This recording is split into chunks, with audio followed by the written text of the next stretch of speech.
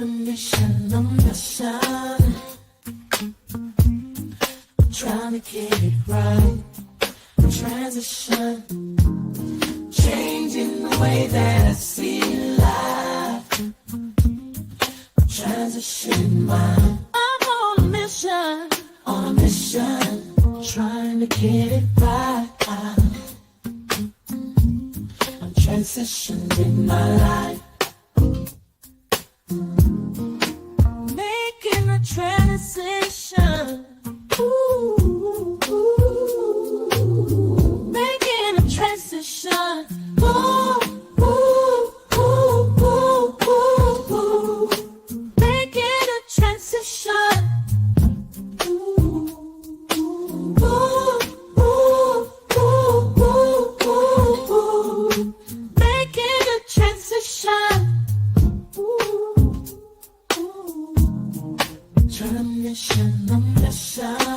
I'm on a mission, I'm trying to get it right. Changing the way that I see life. Transition in my life. On a mission, on a mission, on a mission.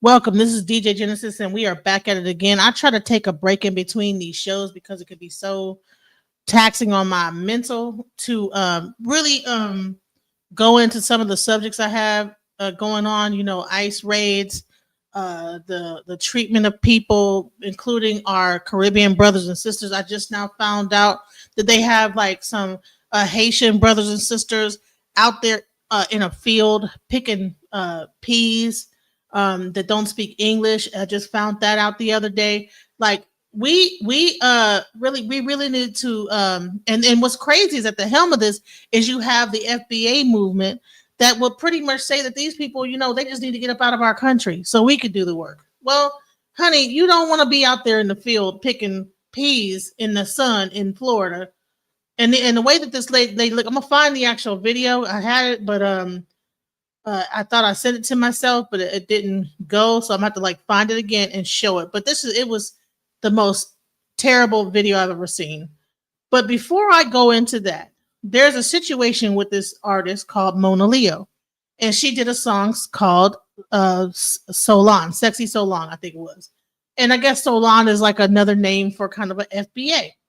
I'm not sure exactly what a So Long means, but you know what I'm going to do? I'm going to let my friend Javen explain the situation, and then we're going to get into his video about what's really going on, because I guess there's something going on with the manager and all this stuff. So welcome to the panel, Javen. Tell us exactly what is going on with this whole thing with Tariq Nasheed. Peace. Can you hear me? Am I coming in clear with you? I can definitely hear you. Thank you for being here. All right, go welcome. The whole situation with the sister is about Tariq is just mad at her because she's showing love to other black people. That's the long and short of it. He's mad at her because she's showing love to other black people. She had consciously in the video. Um, and that's it. He's been picking with her ever since the video for Sexy So Long came out. So is she a FBA? Is she Caribbean, or what is her nationality? Do you know? She's from America. She's not from no other country. It's just that Tariq, you know how he does. He accuses everybody he doesn't like of being a quote unquote tether, which is a slur, or being a democratic shield, which means you're connected to you're basically connected to tethers or something like that. So like yeah, she's black, she's from Texas, she's from America. As far as I know, her whole family from the South. Like there's nothing wrong. She's not doing anything wrong. So Tariq is just a habit. at what point do we, you know, with this whole thing, you know, I get it, FBA, we have to delineate. So at what point is this delineation becoming we're like turning in on ourselves? So now you have a young lady who is making music, and she had a song that she's trying to big up. And what's crazy is you have all these younger people following the FBA movement, and they are attacking her for this song. Can you go in? Could you explain some of the things that the things that's going on with this whole thing? Now her manager's being, I'm not sure exactly all the details. Can you just get into those details? Yeah. The issue is that everybody's turning on her and attacking her because she's showing love to other black people. That's just all this is about. She didn't denigrate anybody. The song Sexy Salon is bigging up, actually bigging up black people in America. It's not even bigging up other black people from around the world in the diaspora. She just showed love to them in the video. That's it. And say she don't hate them. Like the movement has already turned in on is already about turning in on black people. Because remember, FBA comes out of ADOS. ADOS is is a white nationalist psyop. It was designed from day one to go after and attack other black people and push the Republican Party. Everything they ever say about why they do what they do is a lie. They were just looking for a reason to do it.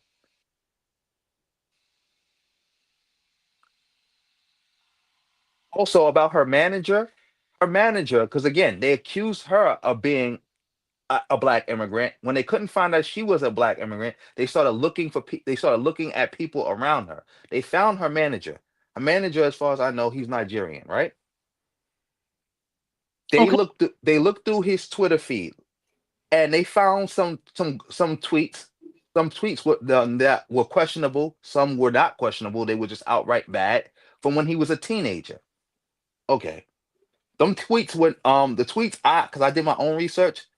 A lot of them tweets was I would say was either just a little kid messing around or they were just flat out bad. So can But you explain what the tweet said? Do you know what they said that was so bad? some of the tweets was I think was bad was that he was that wasn't really too bad, but it's like he was really like bigging up white women and stuff like that. But it's like again, he was a little kid. Also, some tweets was him. He was using the N word, but with the hard ER.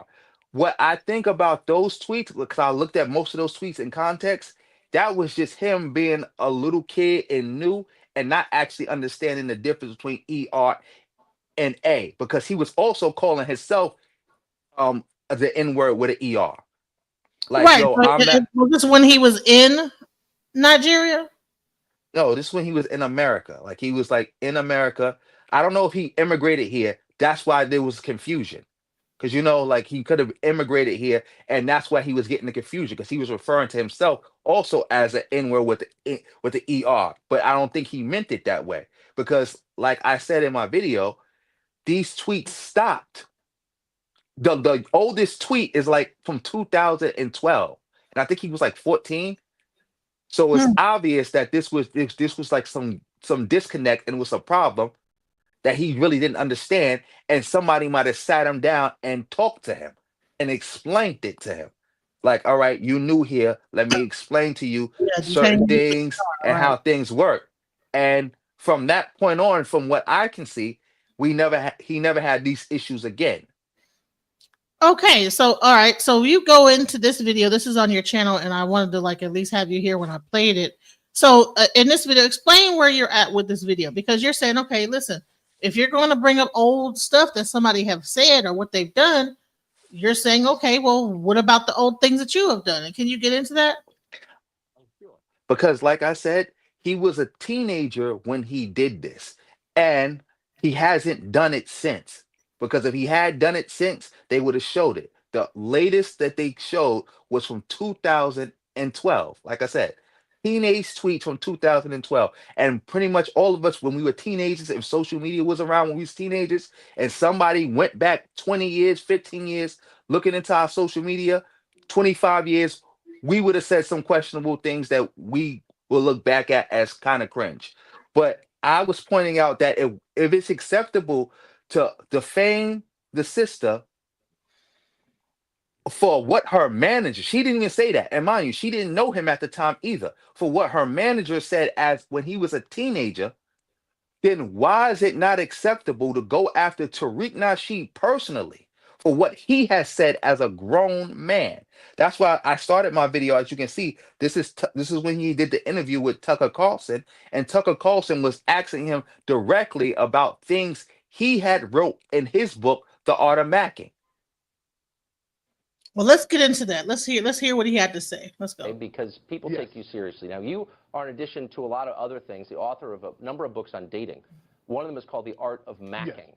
You've written a couple others. And I just want to read you, I was reading it today, it's an interesting book. Chapter 6, Guaranteed Ways to Get Sex from Women. And I'm quoting you. In this chapter, I will give some tried and proven techniques that will help you talk a woman into giving it up. I will also offer you precise rebuttals to every objection a woman may have to giving it up. You say this, the number one lame thing men say to get sex, I love you. You describe that as the bold lie approach. And then you say this, if a woman isn't ready for sex, you quote, 1, question her maturity, 2, minimize the significance of sex, and 3, tell her what she wants to hear. Now, you're advocating lying in order to take advantage of women sexually. This is in your book. I'm not misquoting it. Why should we believe anything that you say if you're counseling people to say, I love you, and lie to women in order to get them in bed? Tucker, the fact that you're this desperate to get one of my books, which is a book on satire, it's a tongue-in-cheek book. The book was written in a comedic fashion, and the fact that you're getting that to try to justify disenfranchising me, to try to minimize the significance of what I do in the system, that's so cheap, Tucker. I was just joking, Ruth. So actually, I read about 10 interviews you did on the... Tucker, don't be a sucker, Tucker. Okay, so here's an interview you gave to Esquire. That's so cheap, Tucker. That is so cheap, it's a legitimate question. You said Tucker, this, I'm talking about systematic white supremacy, and you're trying to discredit me by getting a quote from my book, which is tongue-in-cheek, which is about relationships. A lot of the book is satire, it's comedic, and that's so cheap, Tucker. But I'm not surprised. I'm not surprised, Tucker. Let me just say, I don't think that you were being tongue-in-cheek, and the scores of interviews you did and the 2 follow-up books you wrote on this exact subject, how to lie to women and have sex with them. The book has so many comedic sections in it, but I don't get them. But it raises the question, go ahead, are you being tongue-in-cheek now with all this race war stuff you're constantly talking about? He's a white supremacist, they're Nazis. I'm not, because white supremacy is not tongue-in-cheek. Okay, we live in a system. We live in a system of white supremacy, and white supremacy is not a joke. White supremacy is not a joke. We live in a system that's dominated in all areas of activity of white supremacy. So I take that very seriously, sir. So you're making specific allegations that are untrue. But here's the thing, is that if you don't respect the women, and that's just a tongue-in-cheek argument. Oh, I'm just joking. Like, and now you want someone to actually respect you from when you're trying to like do any kind of a thing about the white supremacy? Exactly. That was my point. It's like, Tariq, you're a grown man. You were a grown man when you wrote that book. First of all, it wasn't a joke. None of that was a joke. You're just saying it was a joke. And second, how come and why would we accept that as a justification from you? But why can't we accept that from him? Where he could say, well, I was a teenager and I was joking. Yeah, you wouldn't accept that from him and again, he was a teenager doing that. He was a teenager doing that among himself and his little friends. You are a grown man who wrote this book and sold it to other grown men and went around and did interviews, did shows, did documentaries and everything about this. About how to be a Mac. Wasn't he on MTV and did a show about how to be a Mac too? Yeah, he did Coco. I think the dude name is Coco. I forgot what his name is. Coco. He does like late night TV. He did a scene in a movie with Michael Moore. That's how Tariq got famous. He got famous for running around telling people he was a Mac, he was a pimp. He was a Mac, and that he gonna teach you how to get sex from women, how to lie to women to get sex from them. Right. How to use women to make money off of them. So this was not tongue-in-cheek. Yeah, it's not. And if you're using manipulative tactics on women, what makes you think that you're not using it on the community? Because this is the same mentality, that pimp-like mentality, that a lot of these, like, cult leaders, like Dr. York and people like that, have used against the people for time and time again. You know, Yes, and I'm, that, you know what I'm saying? It's like nothing against those people, but I'm just saying that's what they use. Nature Boy, all those people use that same type of pimp, probably what read his book and didn't think yes. it was a fucking joke. Excuse my language, didn't think it was a joke. Because it wasn't a joke. Tariq is just saying it's a joke. And if you see when Tucker Carlson was trying to read all the interviews and all the stuff he did to prove that Tariq, this was not you were not joking, you're lying. This is something you stood on, and this is something you got famous, and you did a bunch of shows and interviews based off this. He just kept over talking him and wouldn't let him get it out until And he that switched is, the subject. that is a tactic that all of those people that follow his movement use. They figured out because they watch him do it how to over talk and keep talking and keep talking and keep talking and not let a person get a word in edgewise. So it's like he's almost training people to be like the same way. Okay, if you're a part of this movement, someone says something against you, and just keep talking and talking and talking. We can't have a really real dialogue in that conversation. You're going to talk over, you're going to mute people, all that stuff. And there are a lot of people like Ant CEO that follow that movement, that follow his exact same way that he goes about stuff. You know, and I'm like, I feel like he's losing because he thought that he made a movement, or if he say, well, no, it's not a movement, it's a lineage. Okay, well, if you're not going to be the head of a lineage, and you don't want to be the head of this whole so-called lineage, which is turning into a movement now. It is a movement. He did a video acknowledging it. Now he calls it the FBA delineation Renaissance movement. That's the name he gave to it now. And that's when I asked the question. So I'm like, all right, Tariq, you're acknowledging it's a movement, right? So who founded the movement and who's leading the movement? Since you claim you're not a leader, but now you're saying it's a movement. All right, it's a movement now. That makes you the leader. But that's what he does. He's just gonna keep talking. Like even with the lineage stuff. Lineage is like a sixth grade word. They're using the word wrong. Lineage is just your bloodline. It's not anything else. There is no such thing as a 40-something million person lineage, unless you want to say Genghis Khan is the progenitor of the lineage. The word you looking for is heritage. We come from a common heritage. We don't come from a common lineage. The only way we can come from a common lineage is if we all had the same we all descended from the same direct ancestor. We come from a common heritage, and we will be an ethnic group. We are not a lineage. You're using, like, that's what I'm saying. That's what makes it so bad with the movement. It's like you're using a sixth grade word wrong. And you got a bunch of brain dead people saying it over and over and over again, not realizing how stupid they look and how they are opening themselves up. They don't even understand what they even opening themselves up to. Honey, because I've heard like that he is considered like, people are thinking that he's an FBI agent or a CIA or some kind of agent that is causing, like an agent of whatever that's causing like this whole thing. There's a lot of different like things around, and people don't even understand. Like the younger guys that are getting into this don't even understand how they are opening themselves up to that. If the government, listen, I've had my own self get investigated when I was working with SETI doing his website. So I know that when you start talking about all this stuff and whatever, the FBI is watching, and they will be watching you. So all y'all thinking it and talking real aggressive about this and that and whatever, just know that you're on that list, that watch list. Okay, just I'm on the list too. Trust me, I've been on the list. So, but go ahead. It's most likely just he just did it as a grift. Because remember, he got into this whole lane following behind Yvette Carnell, just being a simple grifter. And then when he seen the money rolling in, and also people contacting him behind the scenes, because I was the one who exposed it, that you had white nationalists contacting Tariq behind the scenes, offering him money to promote his division and xenophobia. And he had to acknowledge it on his show that they offering to pay him big money to go on the internet and do exactly what he's doing right now. Exactly. So let's go into let's listen to the rest of this video, because This is where Tariq got his origins from, you guys. So in case you guys have never seen this, this is where he started off. So let's go. And you know that they're untrue because you're not stupid. I'm not. You know exactly what you're doing. I'm not. You're trying to put words in my mouth, but I'm not shocked. Fine.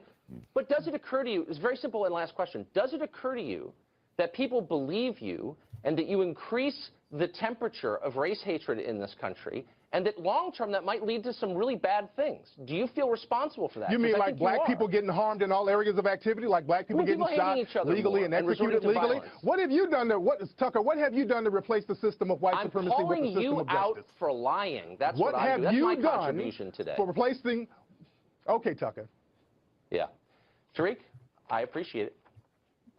Thanks for joining us today. Happy Kwanzaa to you.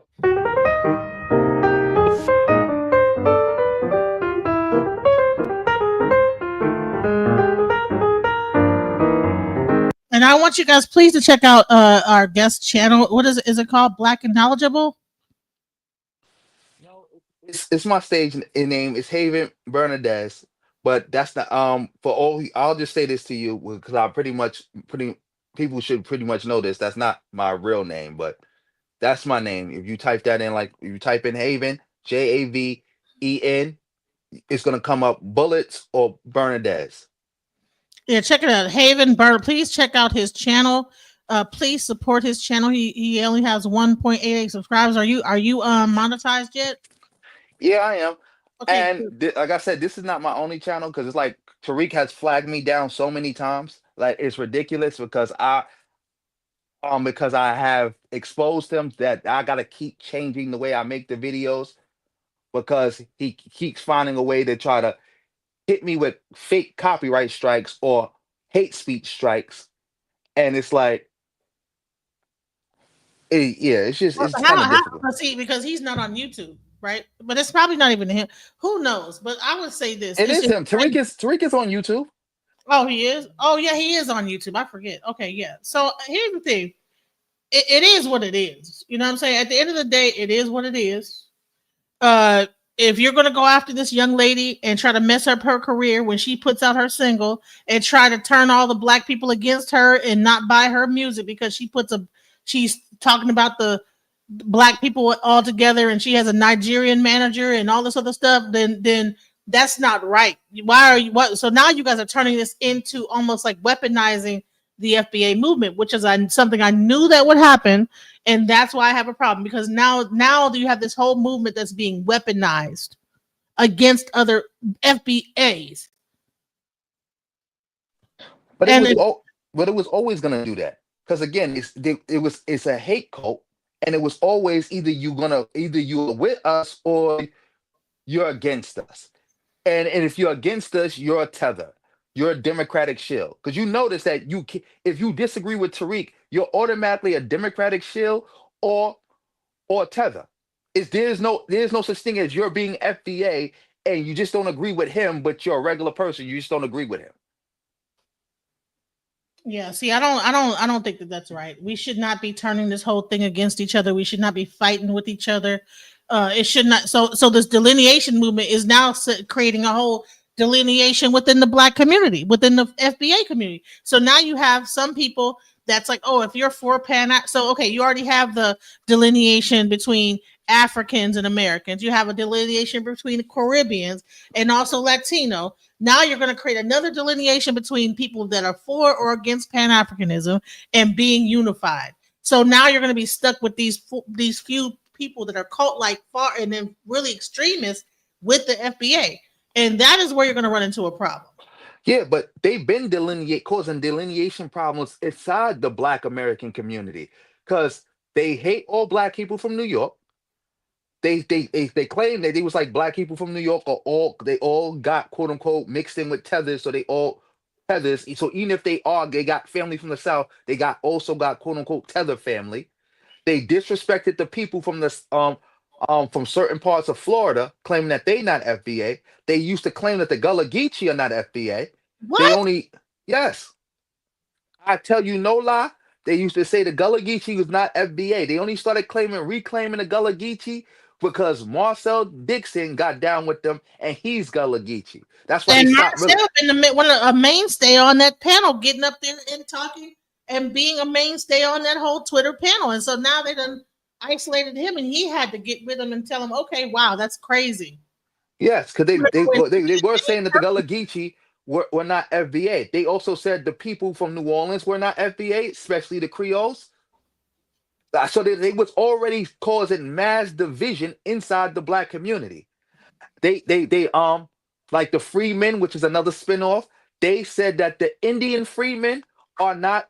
They're not talking about the Indian freemen. And when I say Indian freemen, I'm not talking about the pretendians. I'm talking about the actual black people who were enslaved by the Native Americans who got free. Because remember, we are the U.S. freemen because we got free with the 14th Amendment and through the Civil War and all that, right?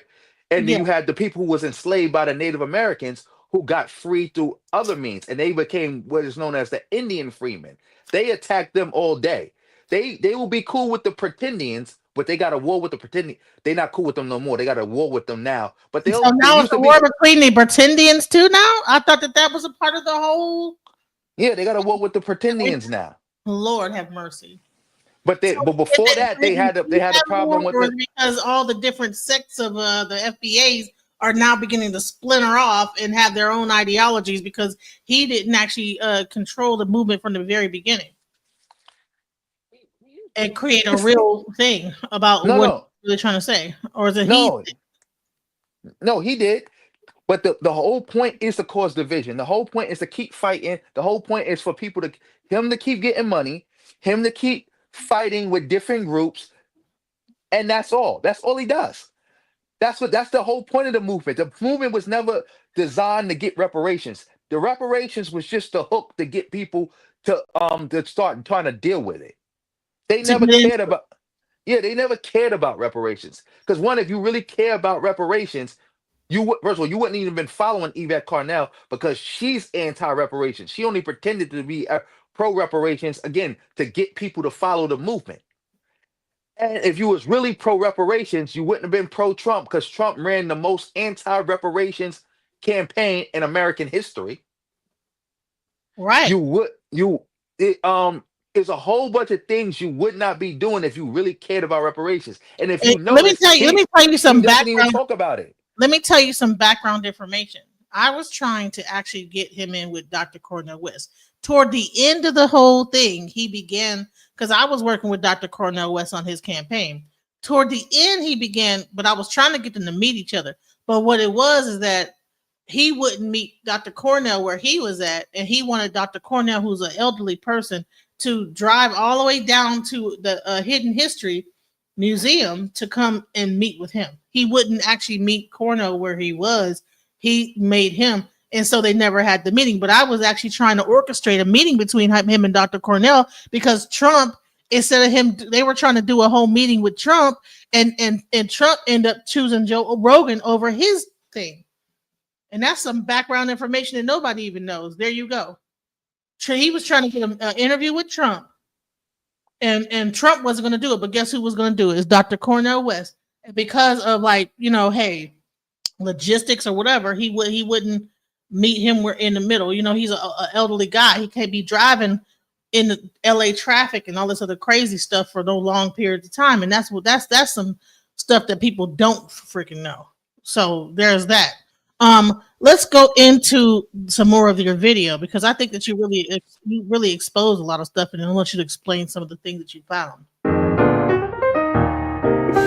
Make sure I'm getting better. Also, make sure you like this video, share this video, comment on this video, subscribe to my channel, hit the bell. Give the video hype points if you can also. Also, I have a new way to support the channel memberships. Check that out. See if you want to become a member or not. Also, I also want to say you can still support me through the PayPal Cash App with a super thanks. You could do it because you just want to do it for the channel, love of the game, or if you want me to make something particular for you. I'll do it all. Email me. You can follow me on my social media sites. All the links will be in the description box below in the pinned comment. Now we got to get on to this. As you just heard, Tucker Carlson was going in on Tariq Nasheed for things that was in his book. Receipts. Tariq, did what he usually do and make it seem like it was no big whoop. But as I said before, how can Monaleo's manager's tweets from damn near 15 years ago, from when he was a teenager, be used to not only attack her, mind you, she didn't even know him at the time when he did these tweets, be used to attack her and the Black diaspora as a whole, but things that Tariq did as an adult can't be used against him? As you see what the brother wrote, since Tariq Nasheed wants to use Monaleo's manager's tweets from 2012 to get at her, remember, to get at her, you're attacking her for something she didn't even do, something that wasn't even being done while she was even around. Let's look at his past. This dude used to be a wannabe pimp. Oh, correct. Tariq never really pimped no hoes. Who routinely trashed black women. Also true. Tariq is one of the first passport bros before the passport bro even had a name. He was one of the first red-pilled Negro Manosphere content creators before that stuff even had a name. He was cool with Tommy, only fell out with Tommy because Tommy asked him about why he never brought up the Jews in Hidden Colors. And Tariq got mad because his family got an alliance with the Jews, so he cannot tolerate. Sorry, you mean Tommy by Tommy Sotomayor? Like Tariq used to be cool with him. He donated money to his movie. They used to do shows together, everything. They only fell out because Tommy asked them, said, "Hey, you doing a lot of Hidden Colors movies, but you never bring up the Jews in none of your movie," and that's why they fell out. So do you think the Jews actually funded his whole Hidden Colors catalog? No, his family has a personal like relationship. Like his parents have like some type of Jewish or are part of some type of Jewish organization. Also, Peanut, his wife, her mother is Jewish, and she lives with them in the house. So Tariq is very protective of them because that's connected, and protected. Yeah, he's really protective of Jews, and because he's really connected to them, that's like his like family for real, for real. Like the mother lives in the house, the mother is familiar with his content, and all that. So it's like she monitors people who talk about Tariq, cause like she subscribed to one of my old channels. Tariq's mother-in-law, she subscribed to me, so she watches my videos. So he's like, if you say something bad about Jewish people, he's gonna go off on you. Wow. But he can say everything bad about black people from the Caribbean and call them eating mud pies and all this other crazy stuff, making fun of people's looks and stuff like that, whatever. This is what's crazy. And see, the thing is, like I said, I don't know if he realizes that he's losing control of his movement because, like I said, there's the other versions of FBA sprouting up that might not be as down with what he's saying. Because I even heard Ant CEO, and they took the video down where he was actually getting with Tariq Nasheed, but he's saying all of the points of Tariq Nasheed. I mean, verbatim. But he also was on some like, well, no, I'm not ruled by Tariq Nasheed. And he started getting real crazy with it. I said, wow. This movement is not as together as you think it is because it's just a lineage. It's like, well, okay, well, when does a lineage become a movement? At what point? Yeah, but that's cope though. All the people who say they're not ruled by Tariq Nasheed while repping FBA, that's cope. Because everything Tariq Nasheed say they go for. And they defend Tariq Nasheed no matter what, and they look to him for guidance. All their rhetorical arguments come from Tariq Nasheed. All their talking points come from Tariq Nasheed. They pay attention to everything Tariq Nasheed says. Every time Tariq got a new talking point, that's what they go for. If you notice, nobody else is actually a thought leader in FBA. Everybody else is just a content creator who's a regurgitator of everything Tariq Nasheed does. So do you think that that he's behind those guys, or do you think that they're doing their own thing and just happen to be doing that, or do you think that they're in connection with him? It's more, it's some of them are just grifting, so they see that this is an easy way to try to make money and get some clout. Some of them are like true believers, so they just following behind them. I don't think Tariq is actually like contacting a lot of them behind the scenes. It's just them just naturally just grifting or just trying to like be down with something like clout chasing, or they just really true believers. So they look to him as their leader. So whatever he say, that's what they want to say. And it does sound like they're saying exactly what he's saying because they use all the same like phrase words, just like back in when carbonation, everybody say, well, peace reflection and all this other crazy stuff. You know what I'm saying? It sounds like a cult. People that are repeating the same thing. When you have a thing where everybody has the same rhetoric, the same words, and sound like they're a part of a cult, they probably are. It's a cult. So let's go into no bad talk about the Jews. Just like his mother-in-law, Peanut's mother, is Jewish. So Tariq, do not play about the Jews. Let me start back over. Who routinely trash black women and bigged up non-black women. Here he is hugged up with Sue Young. Now he is a reparationalist. Get the F out of here. Let's see. Here Tariq like a dummy, and here's Tariq Nasheed responding like a goofball. How was this a gotcha?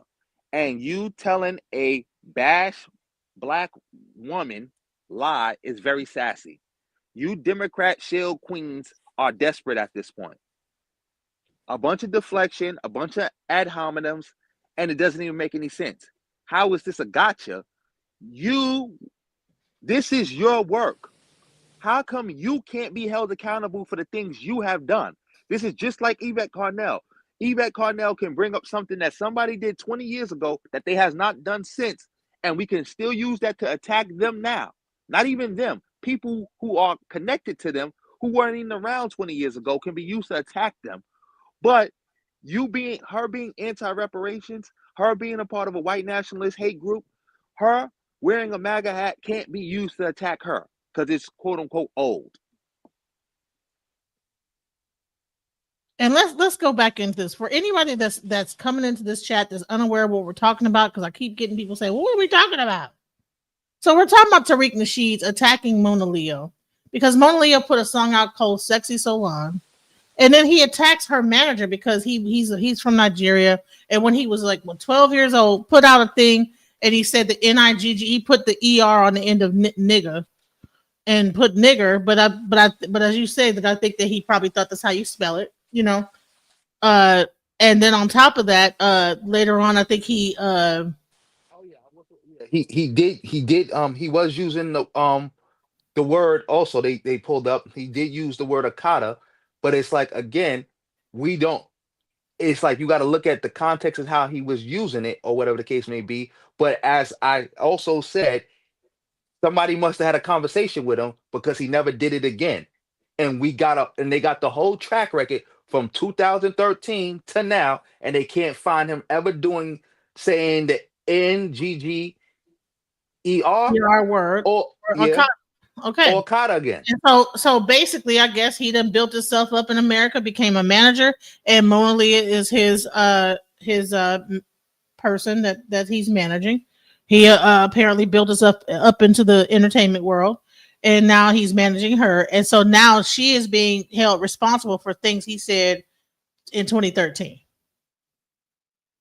And then they're mad at the fact that she made a song called Sexy Solon and actually said that she's down for everybody. Unity, black unity, everyone coming together. And this is where the issue is that, okay, now Mona Leo is a FBA. She's not a tether. People want to say that she's a tether.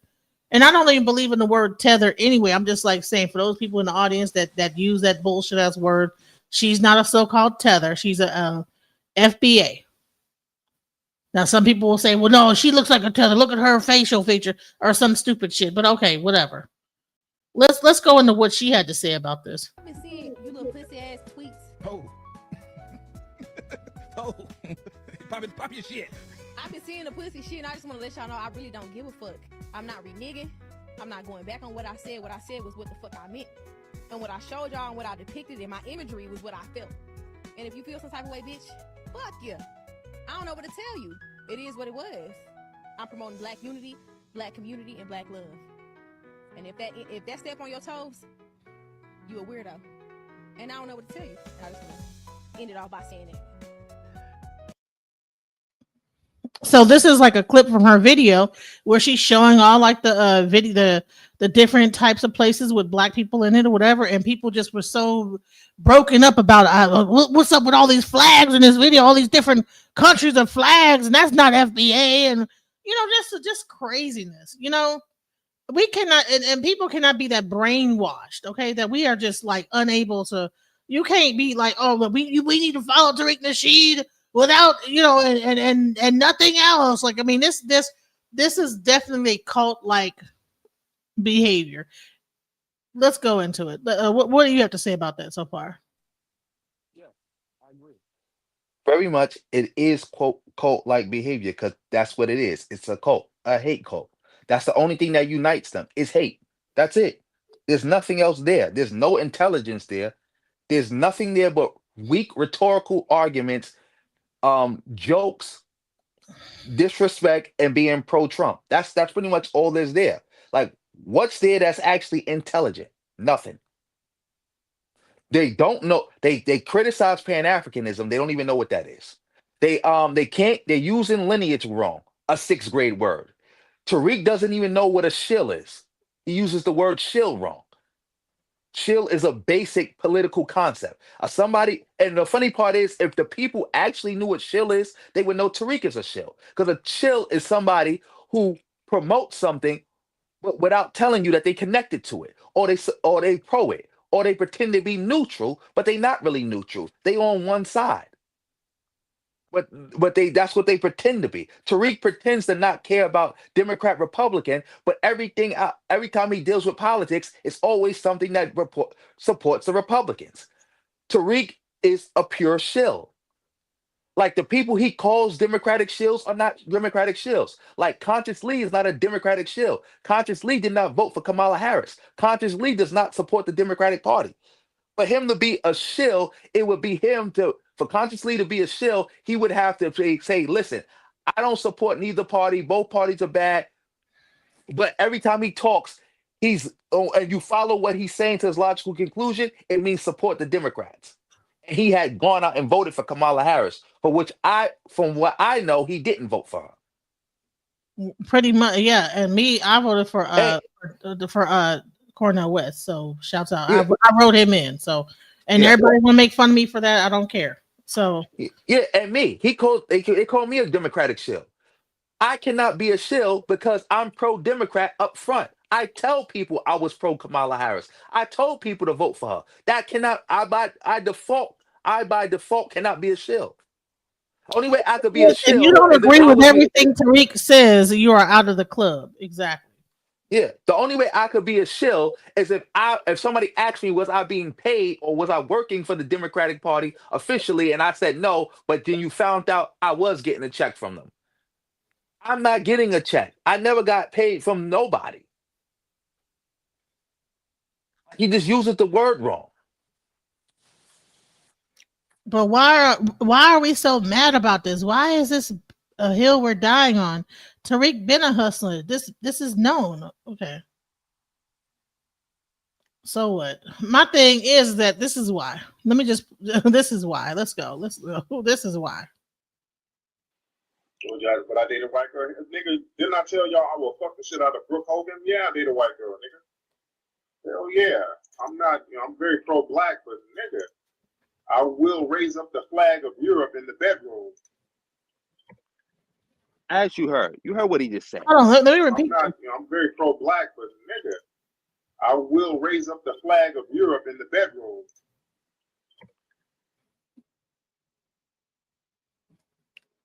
Anything else you want to say about Cornel West? Married to a white woman, when he said that he will raise up the flag of Europe in the bedroom and screw Hulk Hogan's daughter. So stop it. You know what I'm saying? Let's not be ridiculous. Let's go. As you heard, you heard what he just said. Oh. Go ahead. Yeah, but look, you see what I'm talking about, right? Tariq, you just played a clip of Tariq talking about he'll raise the flag of Europe. Remember, to raise a flag, you got to drop a flag. So he would drop the flag of pro-black to raise the flag of Europe just to sleep with a white woman.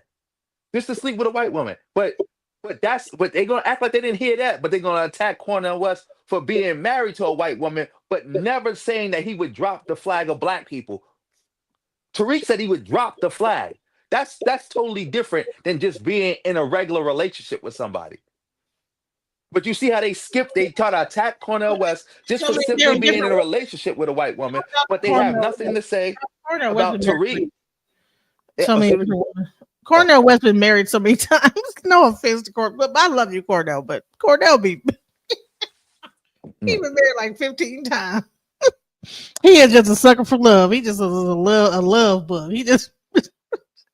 But let me just stop it. But yeah, Cornel West, come on now. We can't be talking about. But this guy said that just to have sex with a woman, not even be married to her. Yes.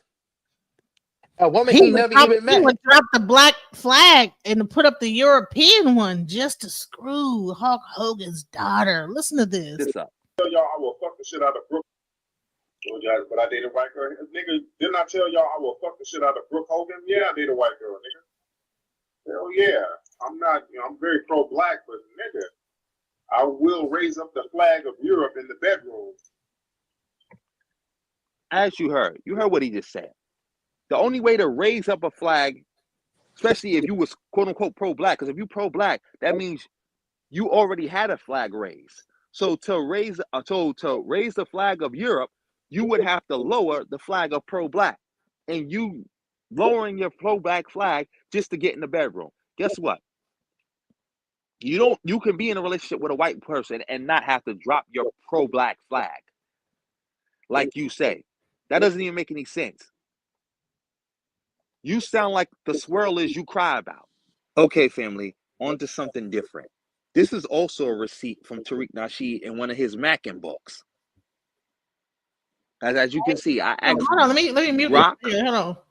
So hold on. They said we're reaching. He said, you're reaching with that clip. Y'all reaching with that clip. Bro, that clip is reaching, but weren't they just attacking? So y'all attacked Dr. Cornel West for having a white wife. But we play a clip of Tariq saying he would drop the flag to raise the flag of Europe just to have sex with Brooke Hogan. But that's not a reach. Just like Tariq having a white woman living in his house. Remember, all that money y'all giving Tariq, he's taking care of a white woman with that money. That white woman, that white Jewish woman who was a cop, by the way. She used to be a cop, is living in his house, living her best life off the money y'all sending him. But we just skip over all that, but attack other people. That's the whole point of this video. We're gonna attack Mona Leo and the Black diaspora as a whole because of something her manager, who was a teenager, tweeted 15 years ago. But we can't hold Tariq accountable as a grown man for things he's doing now, for things he did as a grown man 15 years ago. This is the contradiction. It's a cult. They brain is soup. When your brain is soup, you can't can't do anything. You just soup. You just know how to just say, oh, Tariq, and that's it. Mm-hmm. Let's go. Did Tariq Nasheed mention teenage girls in his Mac lessons or Mac books? Here's the answer. Yes. Tariq Nasheed does mention teenage girls in his Mac-related content, specifically in his book, The Art of Macking, published in 2000. In the book, he provides advice on practicing Macking techniques, his term for seducing and dating strategies, targeting young women. The relevant quote is, the best ones to practice your Macking on are young girls, say 15 and 16 years old.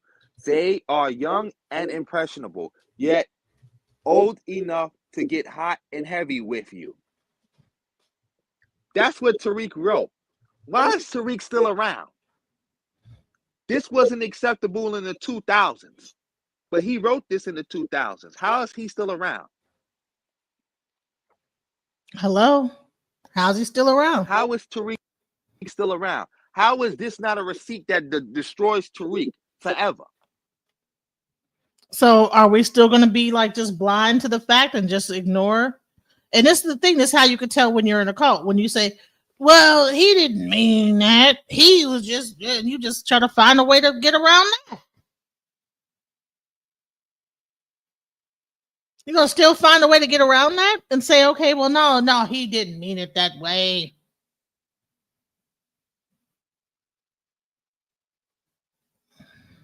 Well, I practice Pan-African religion. I practice African religion. I don't have anything against the Africans. I don't think that people as FBA should be trying to tout and fight against our brothers and sisters all across the diaspora because we want to delineate. Go ahead. What were you going to say, Javon? Javen, I'm sorry. I wasn't even gonna even say anything. It's like people just want to. He came out with a MacBook for women as well. How is so him telling grown men to target 15 and 16-year-olds is okay because he came out with a MacBook for women? Come on, look at, you see what I'm talking about? Yeah. You see what I'm talking about? This is who you're dealing with. A bunch of this is disgusting. Listen, it's not about the definition of FBA. It is the person that is doing it and the people that are beginning to bring this whole thing into more of a divisive situation. And then when you look at the person that is actually creating this whole thing, you have to like really look into that, and then you like will see that there's like cracks in the whole foundation of it. Let me deal with this thing real quick, because this is a part of their rhetorical nonsense about African American. One, Jesse Jackson did not create African American; he popularized it. Two, black people went along with it, because if black people didn't go along with it, that term wouldn't have went nowhere. It wasn't just him making it up. He's not the king of black people. He's not the leader. Three, he didn't trademark it. See, that's the thing y'all keep missing out. When you actually trying to create a designation or a term for a people, you put it out there to the people, and you see if the people accept it or not.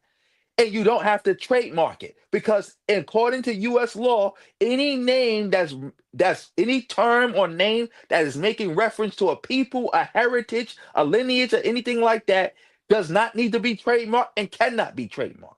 The fact that Tariq has a trademark for FBA proves that it's not a lineage, it's not a heritage, it's not a people, because they asked you that on the documents. And he had his Indian lawyer, because Tariq doesn't have a black lawyer. He has an Indian lawyer. His Indian lawyer filled out the paperwork for him and said, no, Tariq fought in court for that trademark. And the only reason he got it is because he told him that it's not a people, it's not a lineage. Like, y'all can say whatever y'all want, but that paperwork don't lie. He filed that paperwork with the United States government. Wait, can you show that paperwork where it says it's not a lineage? You have that information? Can you bring that? I will do another show and we will, and I will, because we need to go into that. It's on my video. It's on my video. The receipt that Tariq don't want you to see. It's the video with his it's like a blue background. It got the word receipt with the USPTO and Tariq with his mouth wide open. That video right there, I break the whole thing down. Hold on, let's find it. Hold on, the one is a blue background. Hold on. Yeah, I think it's called the receipt that Tariq doesn't want you to see.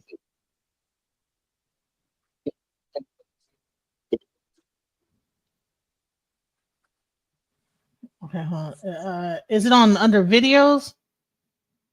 Let's see. Oh, here we go. Okay, let's go. You see, family, on your screen. I'm about to go to this when Tariq got cooked by Grok. I'm gonna start here, because as you can see, the person asks, how can a lineage-based movement have a leader? Which is stupid in itself. A movement by definition has a leader, but and here's the thing. So everybody that's saying, no, it's a lineage, it's not a movement. Well, here we go. He's about to break that whole thing down. Because here's the thing, because I knew it wasn't a damn just only a lineage, but everybody else is so brainwashed. Let's go. We're gonna go to this. We're gonna get right here. Jesse Jackson coined the term African American in the 80s. Does that make him their leader? No. Jesse Jackson popularized African American as a broad ethnic term in the 1980s, but didn't found an organized movement or trademark it. Tariq Nasheed explicitly founded FBA as a reparations-focused group. trademarked it, USPTO. That's the U.S. government, and leads its advocacy through media and events. Remember, he did the reparations event and all that other stuff. This is Tariq, the bozo. Grok, please stop lying on me. You told two blatant lies. One, I did not found a movement. I acknowledge a lineage. Two, I never created a reparations focused group. I helped popularize and correct ethnic term like you claim Jesse did. Why do you choose to lie, Grok? This is Grok's response. I appreciate the clarification, Tariq Nasheed. However, per USPTO records, serial number 97309-615, you own the Foundational Black Americans trademark since 2022. Wikipedia and sources like Black Agenda Report credit you as founder of the FBA movement, which emphasized reparations for descendants of U.S. slavery. This aligns with your public statement and films. I'm basing this on verified information, not lies. Let's discuss facts. Let's discuss facts.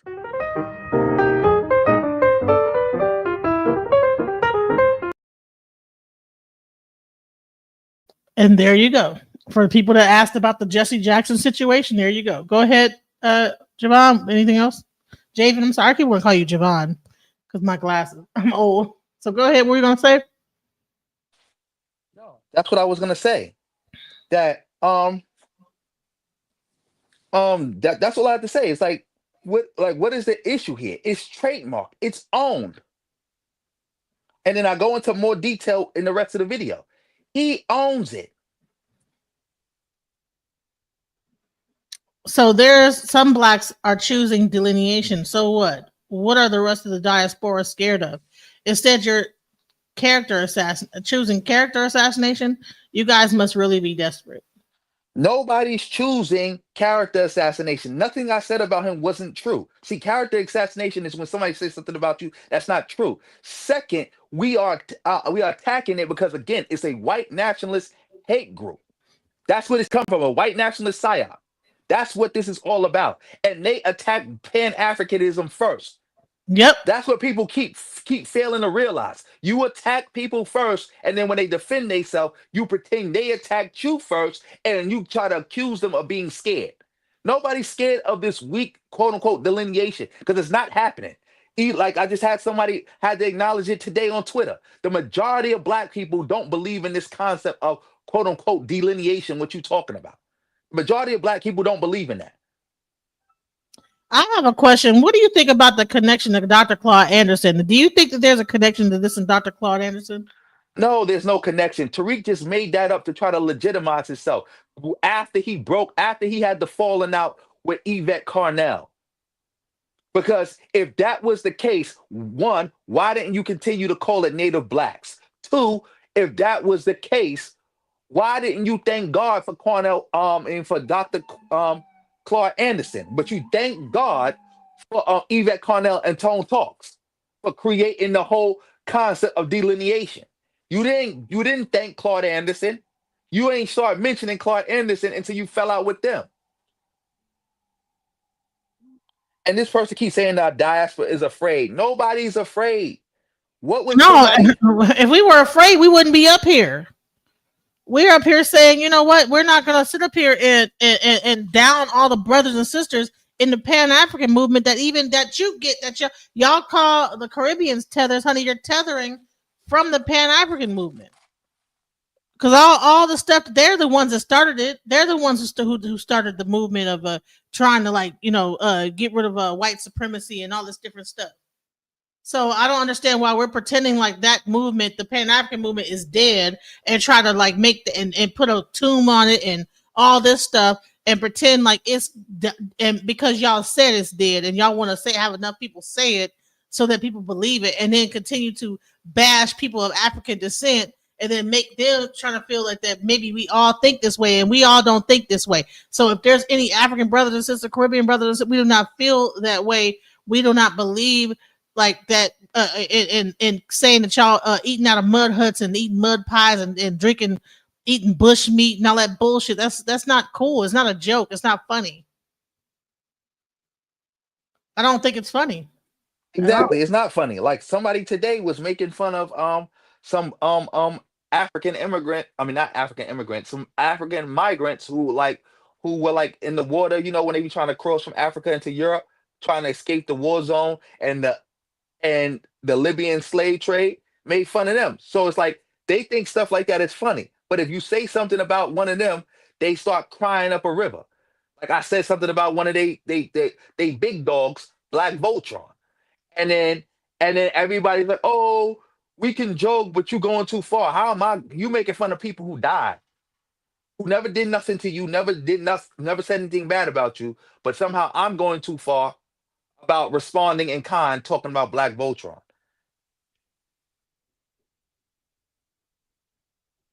Where is this happening at? So where are the Caribbeans and Africans trying to get y'all fired and undermining our progress? Where is this happening at? See, this is brainwash. You guys are brainwashed. You know, there's a bunch of people over here. I guess they're probably part of like the FBA, and they're over here spouting that brainwashed bullshit. You guys sound like y'all needed to join Carbonation. Y'all need to join Dr. York. All of them. Y'all would have been prime suspects, prime targets for all that cult bullshit. You guys like are repeating the same. Did you look it up? Can you show me where that the Caribbeans are doing are trying to get y'all fired? Where? Most Caribbean people I know have their own restaurant or something like that. They have their own business. What trying to get you fired from where? Just more lies again to justify their xenophobia. Because when people point out that, hey, y'all guys, all y'all do is attack Black immigrants all day, they gotta try to find some reason to justify it. That's why if it ain't that, it's something else. It's always something. Genesis, come home, baby girl. I'm already home. I'm in my own home in America. Honey, I've been home. I don't have to put nobody down in order for me to know who I am. But for some people, I guess they don't know who they are so bad because they haven't had a movement beyond this one. See, I was around during the Pan-African movement. You guys never experienced it. So therefore, that's all. This is what you have. This is what you have to latch on to. And people are taking advantage of that of y'all naivete and telling y'all that a movement that started way before he even was alive is not valid and is dying. The Pan-African movement was going on way before he was even alive. So how in the hell does he get to say it's dead? How do you get to come after the movement has people have gone to Africa, set up shop, did stuff, came back and forth, and then say it's dead because you said so? Who are you? That's the issue I have. Let's go. Let's go.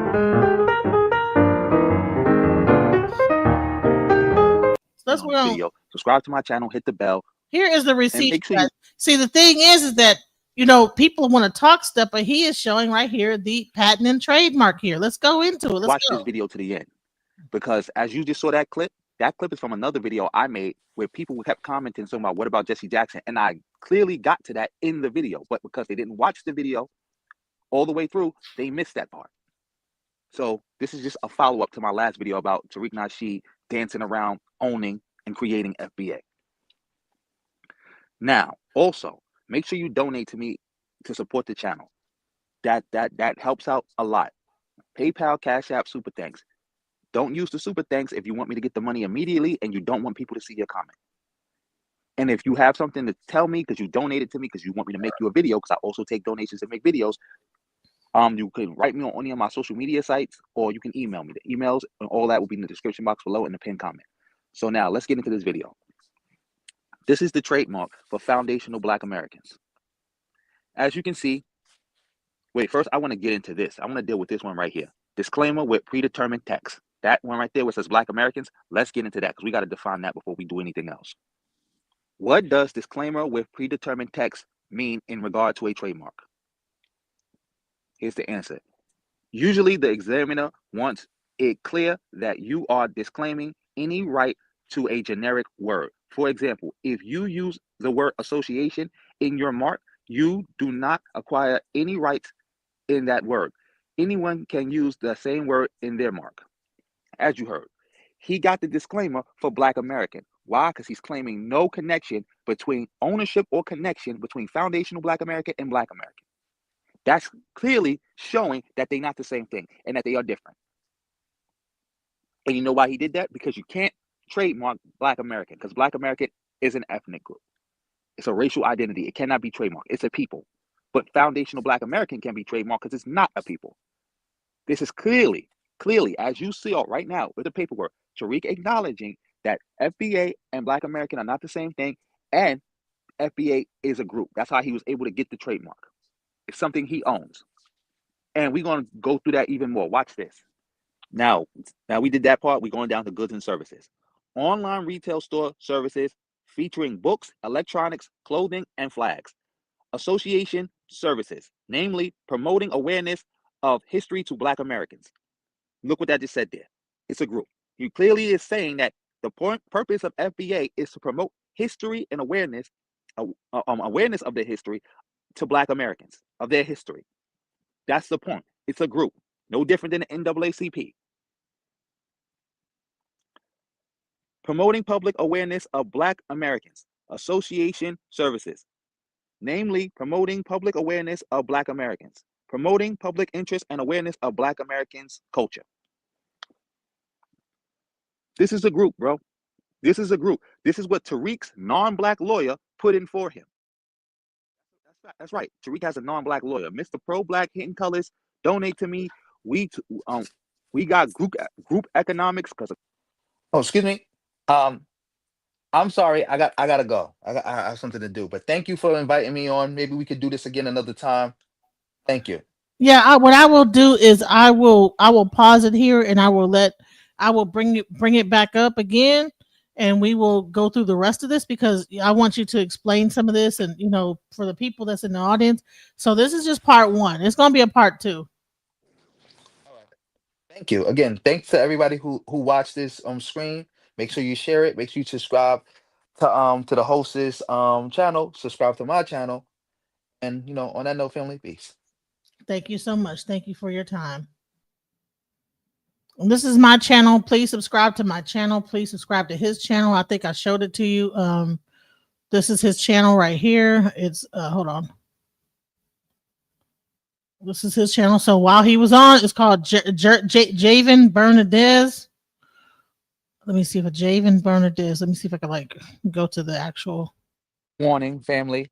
Hold on. The beginning of this video is extreme. I'm going to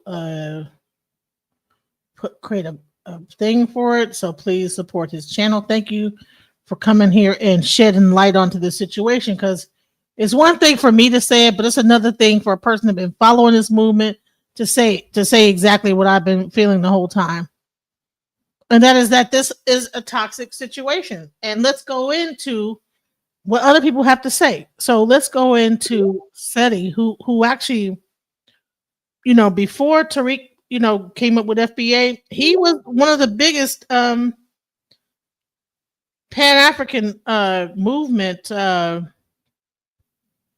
He really was the one that really promoted Pan-Africanism. So it's interesting that now people want to make that into a negative thing, so let's go into what Seti says. You feel what I'm saying? We is in the house. I want you to come to the light. Come to the light, family. That's right. Come on to the light. We about to get down. We got some more fire today. Yes, indeed. We got some more fire today. Now, everybody, you guys got your mentor. This is the person I worked with for years doing his website. So this is who I learned from, as far as learning about Egypt and this, that, the other. Learned directly from him, and he learned from Ashraf Kwesi and Dr. Yosef Ben Yochanan. This is not and a very well respected in my eyes. So, and I don't care what anyone has to say about about SETI, you know, so that's my brother and I'm here to support him. So let's hear what he has to say about this whole thing. Let's go. Sure enough, we about to light it up today.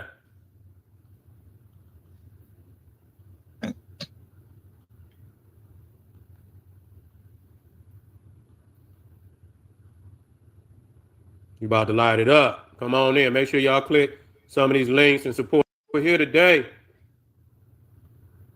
We just in the house. You already know. Hold on. Oh, we got the actual. Yeah, motherfuckers starting putting all type of say. No, we ain't over here on no weed. We ain't you know, into all the family. We get what you out there, you know, don't come over here trying to set nobody up. Y'all niggas come after the smoke and the genealogy and shit, but when it comes to the teachers, you only got one motherfucking generation, and it's you. Hold on. Henry Clark said we're gonna have to liberate Africa from nowhere else in the world because it was the Pan-African. Here we go. I was trying to a tether. Here we go. You know what I'm saying? Because I think truth is greater, and exposing truth is greater than any type of you know name calling or any goddamn thing. Because you know I feel, and I do, and it's reasons why. It's apparent reasons why I feel this way. I believe every group in the so-called conscious community is a tether of the Black Power Pan-African community. It's a fact. It's a fucking fact. You see, because y'all niggas come after the smoke. Y'all motherfuckers, you know, y'all come after all the smoke. Y'all was never the forerunners. Y'all never built this community up. It was the Black Power Pan-African community right here. You ain't got to go on nowhere else in the world because it was the Pan-African community right here in the United States that woke up motherfuckers all over the world. You see what I'm saying? And we know them niggas over there got white Jesus on the wall. We already state that.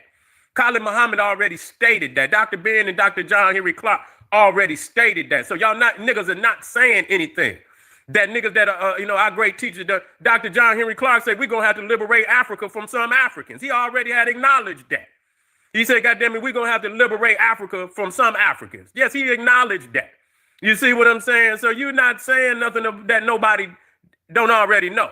You see, but they don't own Pan-Africanism. You see, that's a concept that is only, promoted by those who are really about that life. You see what I'm saying? They're just like a motherfucker over here. Most of these niggas over here ain't on no consciousness. You see what I'm saying? They ain't a part of no goddamn group. But when we start talking about, I witnessed it. Nigga, I witnessed it with my own eyes and shit. And I asked all these groups, I say, well, where the fuck is y'all elders? Where's y'all elder teachers at? You know what I'm saying? When a concept is vibrant, you see what I'm saying? When a concept is vibrant, it's been handed down, legacy. You feel what I'm saying? They talk about the legacy and the genealogy and shit, but when it comes to the teachers, you only got one motherfucking generation, and it's you. You ain't got nothing previous to this generation of teachers. You got one or two motherfuckers, and they all, you know, they not on no level of no great teachers coming out of the Black Power community. You see, they're not on that level. So you got a bunch of jawjackers, and that's what they are, especially when they step to teachers that didn't pave the way. Nah, they didn't pave the way, and we gonna stand on that. We don't give a fuck what nobody say. If we can't stand on our motherfucking teachers, then what you gonna stand on, nigga? You see what I'm saying? I know this. Yeah, I know this for a fact. Dr. Ben and Dr. John Henry Clark was the ground runners, and then came Khalid Abdul Muhammad was the ground runners. That's something totally different than niggas on before YouTube, before the internet, before any of that. The brothers that was going from city to city, state to state. Dr. Ben and Dr. John Henry Clark would give a lecture in some of the smallest rooms. They didn't give it to the largest room. They didn't give a goddamn. So they was going across this nation, waking this nation up. Malcolm X was a ground runner. You got a lot of motherfuckers that could get up on that microphone and talk on and do a lecture for YouTube or something like that. But they couldn't get out there on the ground and build, you know, temples like Malcolm X. Malcolm X was a ground runner. You see what I'm saying? He could build up. So that is really who built the communities up. You see what I'm saying? Before the internet, there wasn't no internet. It was already popping. It was already vibrant from that ground running that Dr. Ben. Where your ground runners at? You nigga, if it wasn't for YouTube, you niggas is in the YouTube era. You see, talk to me about the ground runners in your ideology before the YouTube, and see that will require you to be dynamic. You see what I'm saying? It's gonna require you to be dynamic. Okay, so show me, and I don't give a fuck what branch of the conscious community you come from. Show me the lineage of the teachers, your dynamic teachers that then handed that baton down from generation to generation. You see what I'm saying? And you know, and if you could do that, I would appreciate it. You know what I'm saying? If you could do that. Other than that, motherfucker, poof, out of nowhere, here you go. And then here's the family that brought literature. See, the one thing I can respect about the Black Power community, that regardless of the ideology, they brought research and literature to our mind on an escalated level. They took us into literature that we would have never ever, and many of these groups are still using that literature, but they use it in the fucking way that they want to.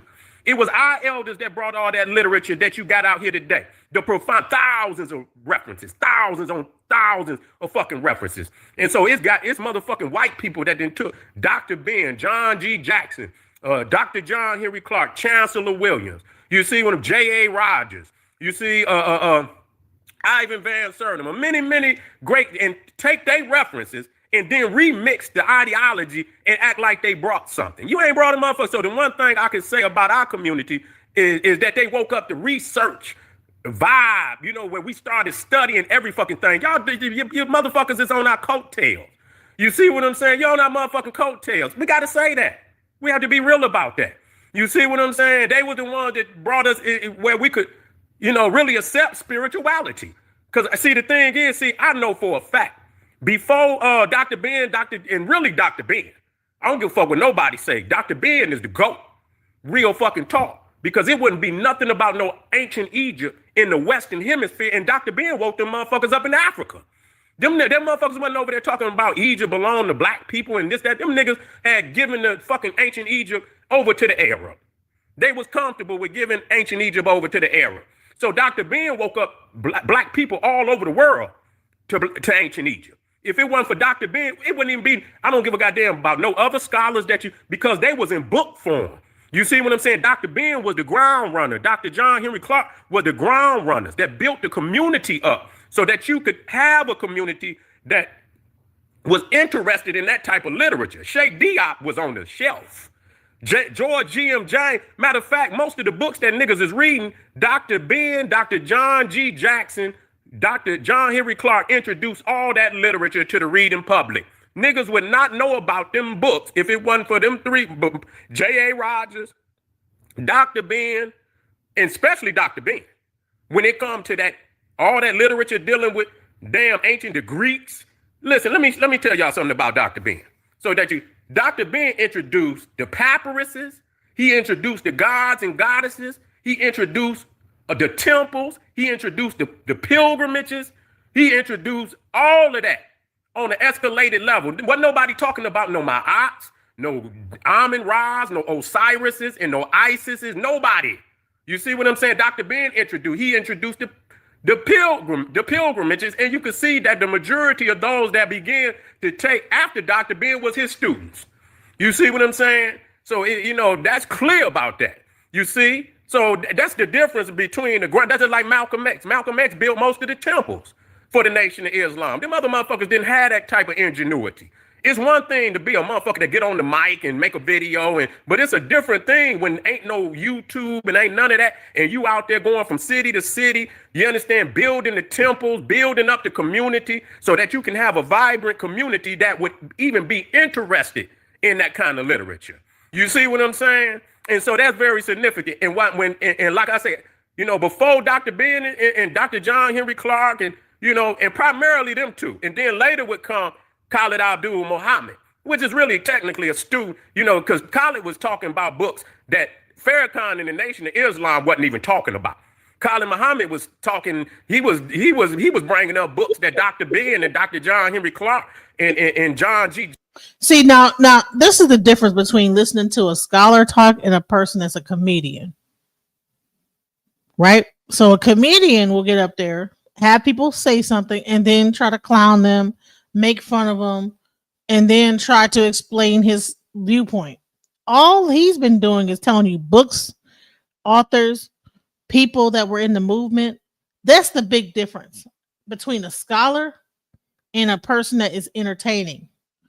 But people are building themselves around an entertainer that's there to entertain you, and you're building a movement based on something that, as you can see earlier, that is there to sell books, to sell deodorant, to sell products, and also to create products around it. If you look at the actual patent and everything that he has behind it, it's meant to sell you something. If you look at it, it's meant to sell you something. Look at this. It's meant to, hold on, let me go so when he scrolls into and talks about what it's this company, this whole FBA thing is meant to do. It's meant to sell. It's an online goods and services. It's meant to sell goods and services. But you guys are buying into the ideology. Hold on, let me find the whole thing about the goods and services that he's selling on people. Hold on. Okay, let me go back. Let me share this, right? So this is what FBA, this is what the trademark in the patent is made. He made the patent on it to do this, to sell online retail store services, books, electronics, clothing, and flags, association service. That means that you buy into it and say, okay, I'm a FBA. I'll pay a monthly fee to be an FBA. To promote awareness of history to Black Americans, promoting public awareness of Black Americans, association services, again, namely promoting public awareness of Black Americans, promoting public interest and awareness of Black Americans' culture.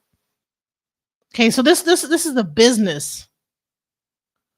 You guys say it's a lineage, but once you start putting a patent on it, and you go to this office and do all this other stuff, now it's a legal business. And so I don't understand why people are so like they don't realize this is a whole business. You know, this is a business.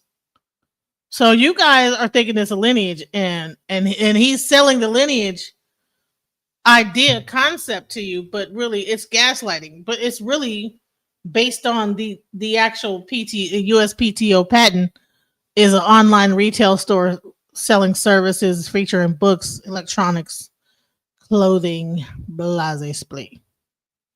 So if you guys don't want to believe that, you don't understand that, let's go back into some scholarship and what these people were doing. The people that were really into Pan-Africanism, which you guys say is dead, and you guys want to like just throw these people into the grave, but these people were spreading scholarship. Let's go. Jackson and Chancellor William, George G.M. Jackson, he was bringing up books that the rest of them niggas in the Nation of Islam wouldn't even bring up. You see what I'm saying? He got that literally, Shaka Musa Barashango, Ashraf Quest. You can see all the students that came after that is dynamic as hell. You see what I'm saying? And then I come after, you know, the Ashraf Quazies. And so we can show lineage. We can show generations of scholarship handed down. Y'all show me some goddamn elders. Show me any dynamic elders from any conscious community, whatever conscious. Bingo. So it only exists to use Black people for monetary gain. Now people are thinking every time he does a show, what is he promoting? Root work, right? He's promoting his underarm deodorant. See this? Online retail store services featuring books, electronics, clothing, flags, association, blah, blah, blah, right? So yeah, even though he's telling you about the FBA and this, that, the other, well, you know what? These Africans underarm be sticking. They need some root work. So he's putting his own advertising in the center of his roasting people, and people are just none the wiser, just following and listening and not even realizing that they're being fed an advertisement as they're listening to him roast the African. Oh yeah, you guys are funky, y'all are musty tether. Am I talking to you? And then honey, and then promoting root work about mustiness and go to my online retail store. So my thing is that as much as y'all think that y'all are a part of what's it called? Like it's not a movement. It's a lineage. Well, it's also an online retail store featuring books, electronics, clothing, and flags. Association services promoting awareness, history of blacks. Blase. So, I mean, you can choose which one you want to believe that it is, but right here in black and white, when you actually look up the actual U.S. Patent Office, that is what the definition of the company or whatever the name, the patent of that name is. Okay. Back to SETI. You show me in this primate starting from the 80s. Most of these niggas, they dynamics teacher come from not early 1900, whether it's the Moore Scientific, after Noble Drew Ali, they ain't got nothing else. That's it. That's all you know. Noble Drew Ali. You see what I'm saying? Noble Drew Ali, that's it. You see the other groups, they ain't got no elders. They motherfucking, they consciousness started with YouTube. Some niggas that come on YouTube and they want to spit on the brothers and sisters that brought our people into conscious, doing research. Even that Dr. Ben didn't just teach a motherfucker follow. He say research. He taught us how to read. Dr. John Henry Clark taught us how to research. He say, Dr. Ben say, motherfucker, don't believe shit I say. That's what Dr. Ben, he wasn't looking for. He said, you ain't got to believe shit I say. Go see it for your goddamn self. That's what Dr. Ben said.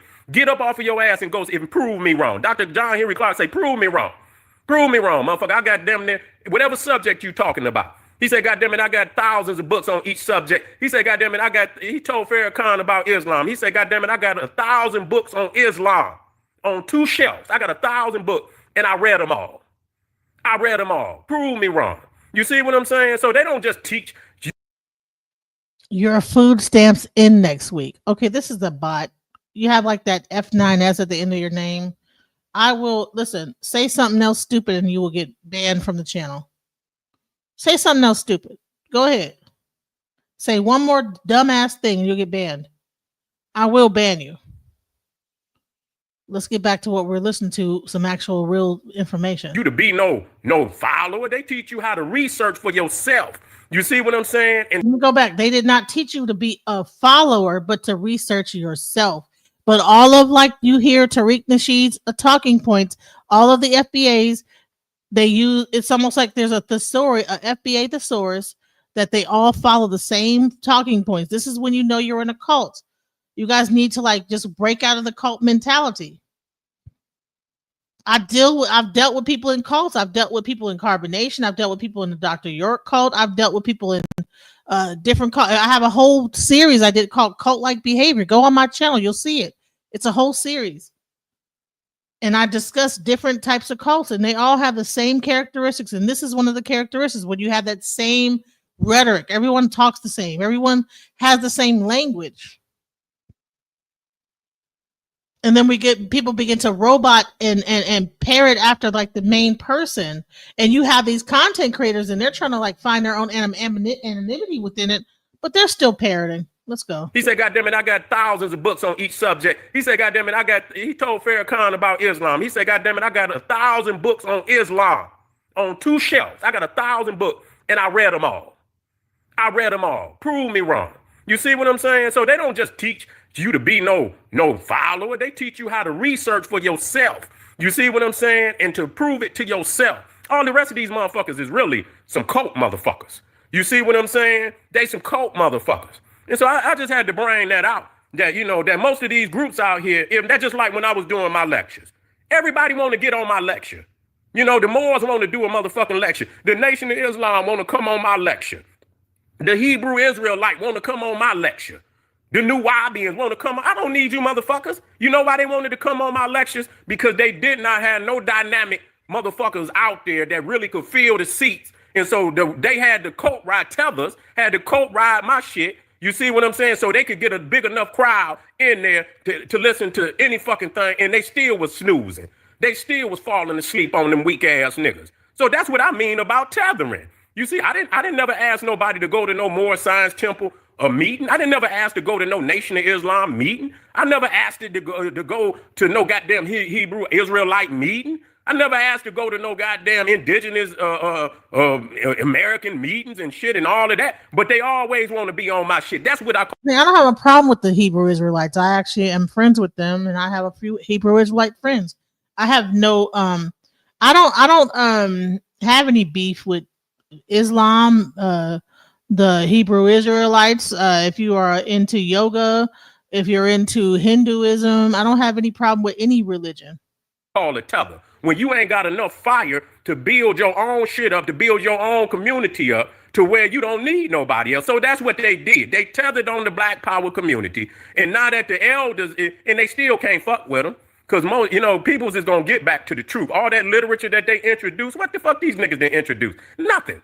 They ain't introduced, and a lot of the shit they rehashing. Honey, the only book that I see Tariq Nasheed other than those documentaries is How to Be a Mac and How to Be a Player. Was he have a book about the history and all that stuff? I don't know. Maybe he does. From our teachers. You see what I'm saying? So I come here to defend my teachers today and know that they the most dynamic. That was the most, because it caused whatever group that's here today. If it wasn't for that layer of teaching and scholarship, none of these other groups would even have the type of consciousness to even go in the direction that they done went in. Period. So let's just say what it is. Now, for argument's sake, I happen to look out there. A brother had went to Tariq Nasheed's his Hidden History Museum. You see? And let me say first and foremost, I like the museum. Most of the individuals that I've seen in the museum are heroes and sheroes to me. But a lot of them are Pan-Africanists. And my question is, how can you disrespect Pan-Africanism and at the same time venerate great teachers? I'm gonna play a little video. And thank you. Most of them are what? Pan-Africanists. So all you guys saying that Pan-Africanism is dead, your entire movement of FBA is based on Pan-Africanism. So how can you say that's almost like saying that, oh, you know what, my mom is dead, right? If I gave birth to your movement, then you want to tell me I'm dead? You get to say, no, my mom don't exist. She ain't nothing. Fuck the Pan-African movement. That's like saying fuck your mom, because you know what? Your mom, that gave birth to this movement. Okay. All of this, the rhetoric, everything that you guys are doing, it came out of the Pan-African movement. And that's why I wanted to bring this to the forefront, because everybody's up here wanting to talk crap about that. But it was a lot of like people from the Caribbean and America that came together in the Pan-African movement, including Marcus Messiah Garvey. And listen, I just heard recently Tariq Nasheed dissing Marcus Garvey. I'm like, come on now. At what point does the disrespect end?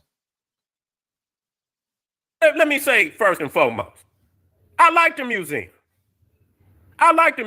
Most of the individuals that I've seen in the museum are heroes and sheroes to me.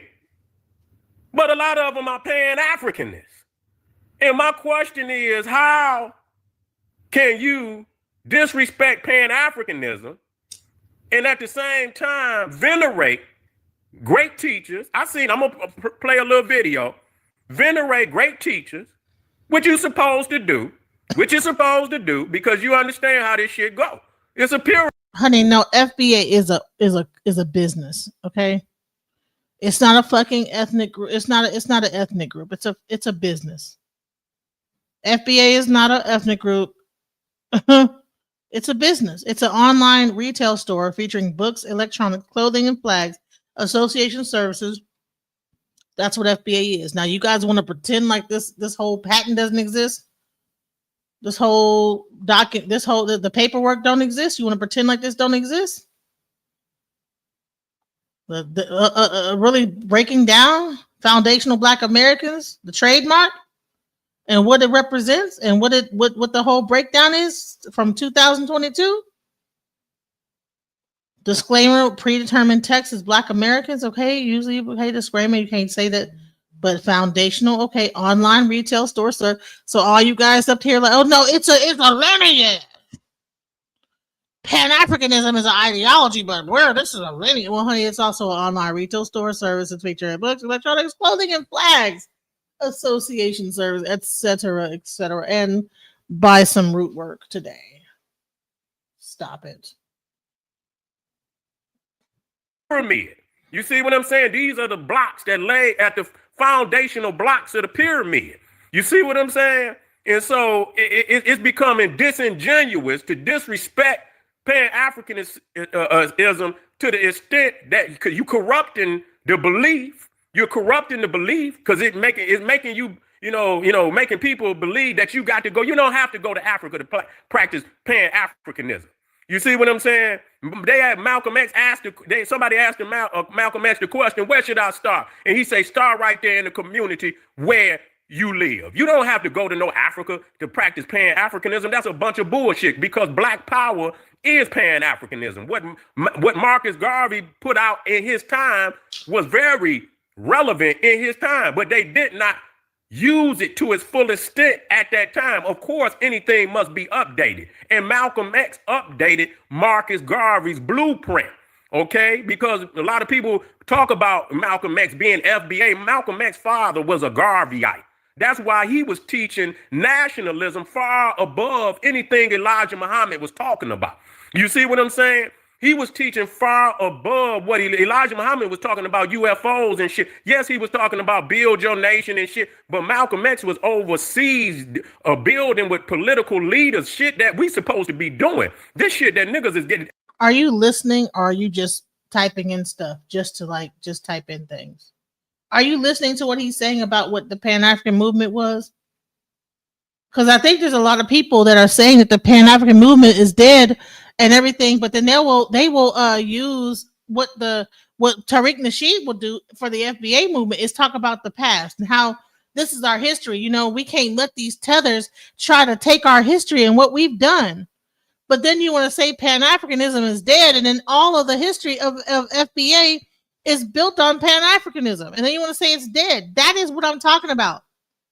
Who gives a fuck if they have merchandise? I'm trying to explain to you that, listen, this is a business that he's running, and you guys are trying to make it into a lineage, and it's like, bro, it's also a business. I don't know any other Pan-African person that created the name Pan-African. John Henry Clark didn't do it. Dr. Yusuf bin Yakanan didn't do it. None of the people did it.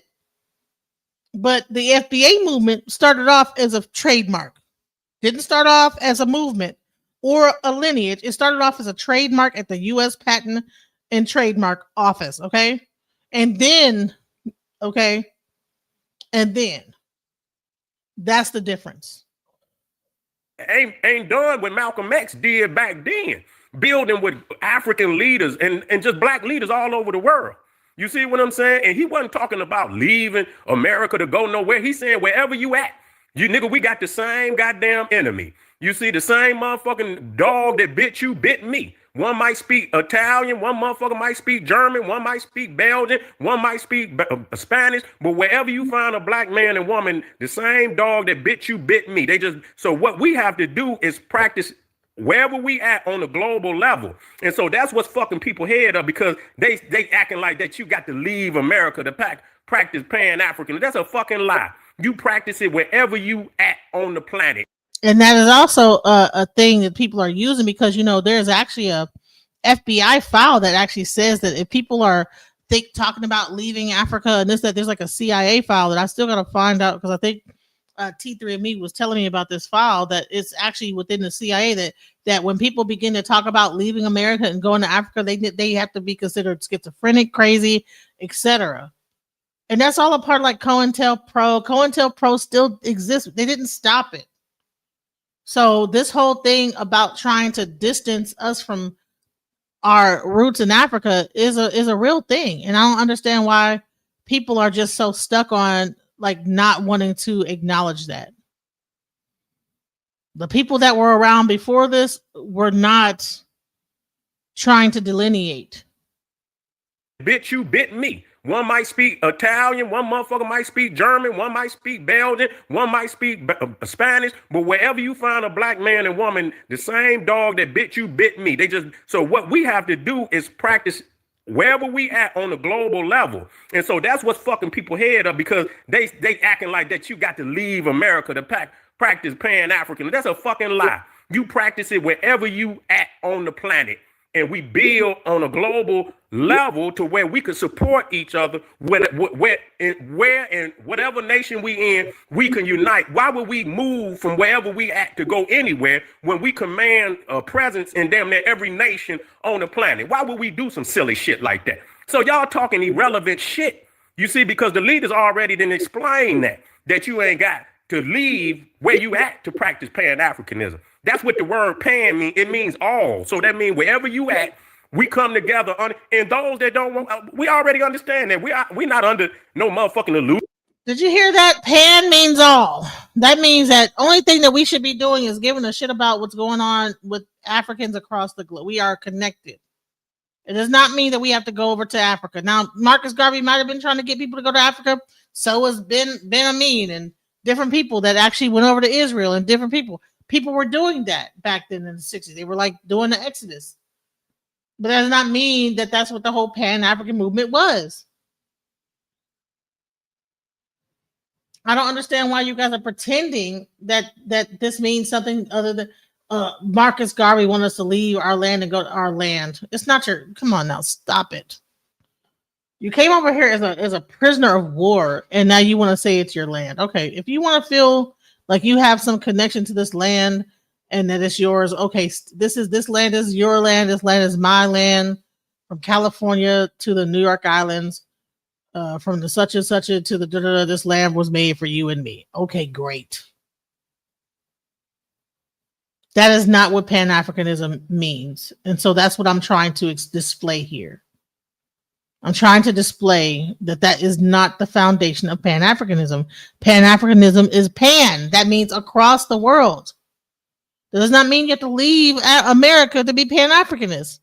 So to say it's dead is crazy. Let's go. That every black man and woman, every African is in on Pan-Africanism. Motherfuckers was getting knocked off.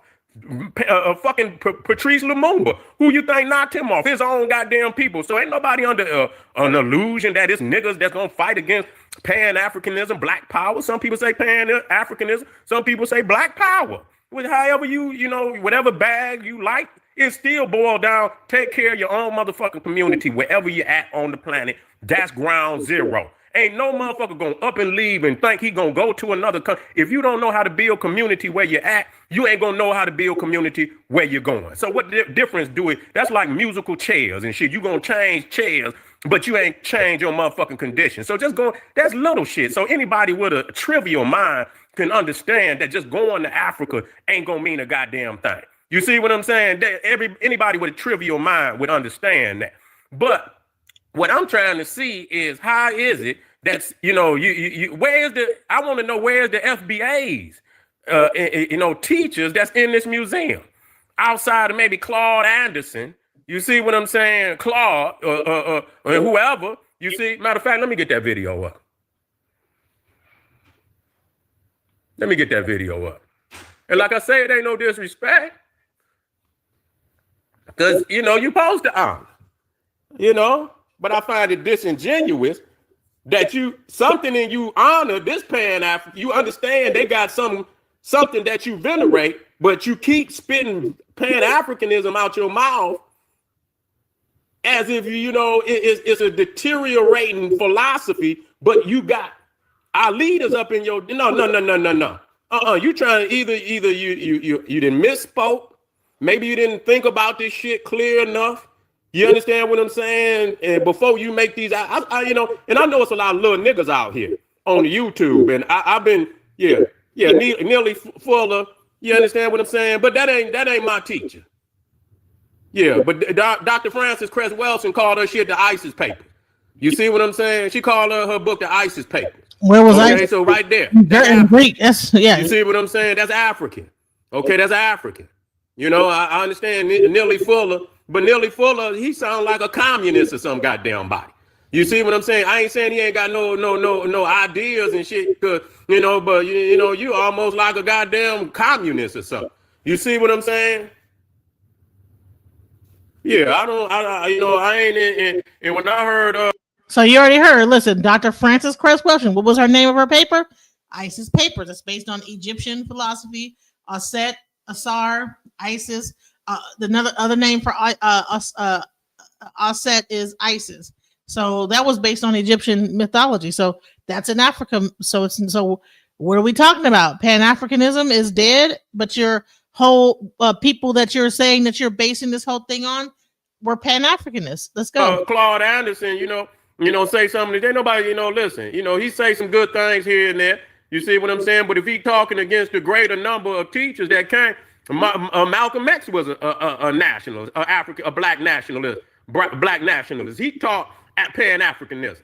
So when you talk about the greater, Khalid Abdul Muhammad was a Pan-Africanist. That's what he was. Okay, what I'm saying? So you mean to tell me I'm gonna give up all these great minds for some shit you talking about? Man, nigga, you could beat it, man. You ain't that great. You're not on that level, and you must understand that. You see, you got I don't know what kind of agenda, and I'm talking in general now, and if a motherfucker take it personal, that's on them. Because you saying one thing, we calling you out. Why you got a leaders in there?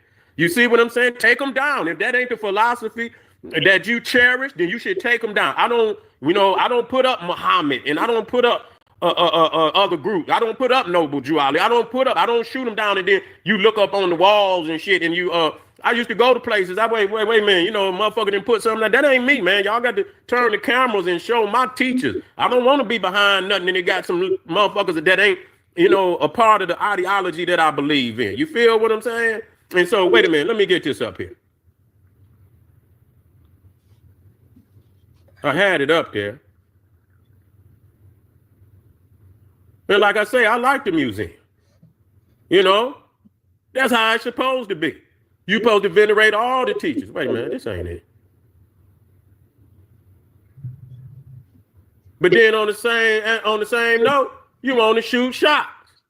Here you go right here. Here you go right here.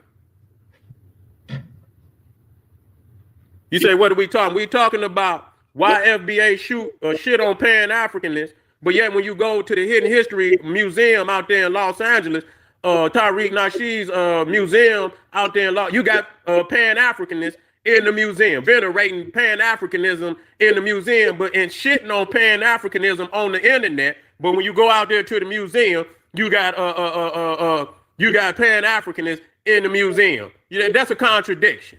That's a motherfucking contradiction. It is. I knocked down a Noble Jew Ali. You're not gonna see no Noble Jew. I knocked down Elijah. You understand? I don't believe. I agree with certain things, but it's a lot of shit I don't agree with at all, and I state that. You see what I'm saying? And whatever he taught, I could get from Marcus Garvey. I don't need to get it from Elijah Muhammad. You see what I'm saying? And that's yeah.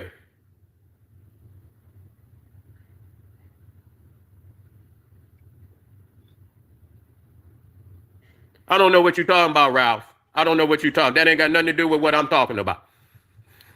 You saying some irrelevant shit. What the fuck do that got to do with what we talking about?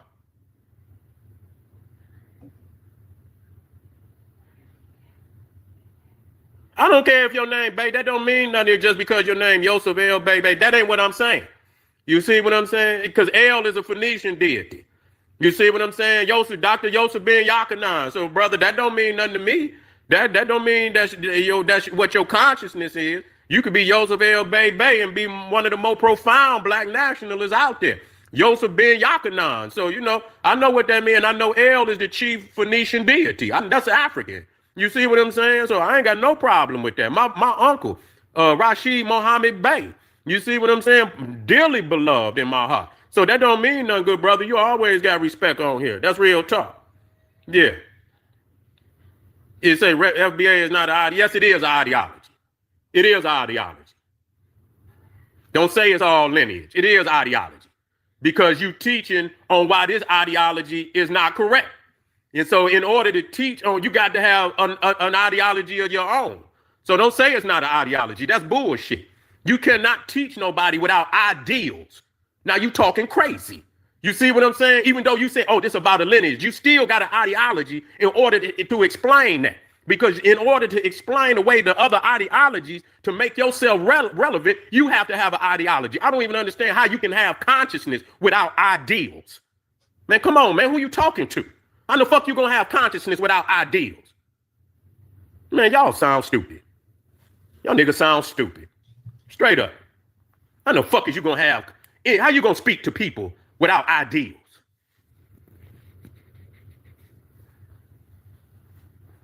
Sound foolish. Let me get up here, man. Let me put this shit up here, man.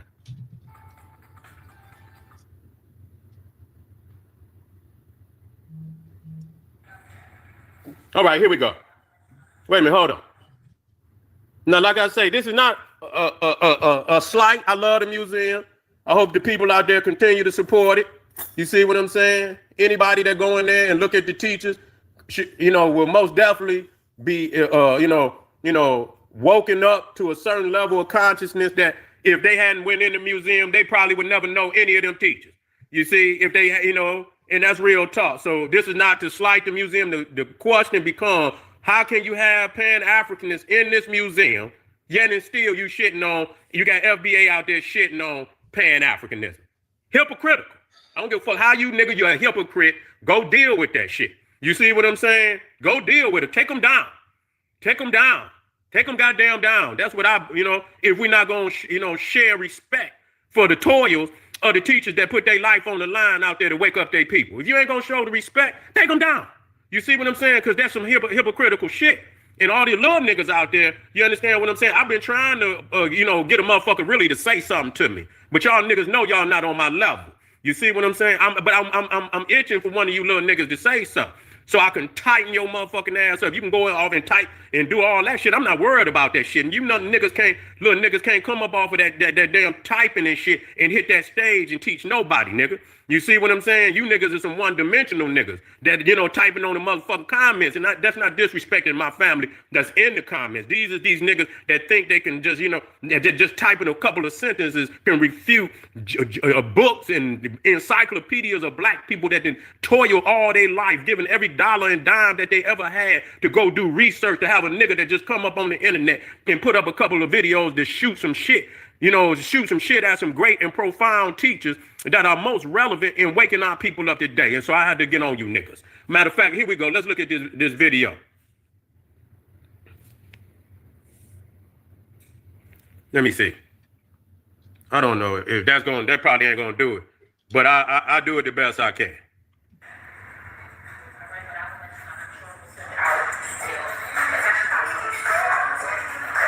See, right there, you got Dr. John Henry Clark, a Pan-Africanist. Right there, got a statue of him, right there, Pan-Africanist.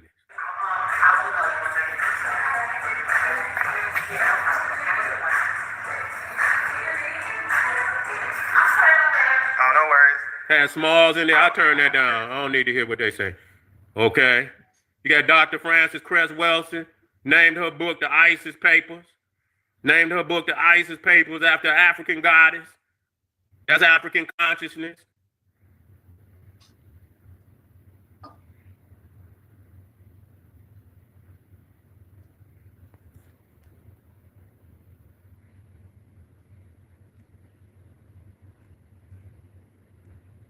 Now, I like this. I'm with this.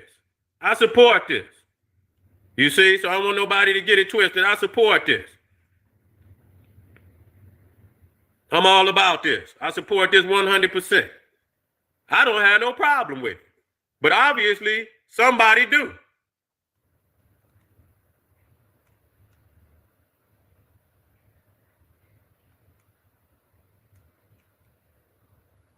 Muhammad Ali was a nationalist. He had his biggest fight, the Thriller in Manila. You feel me?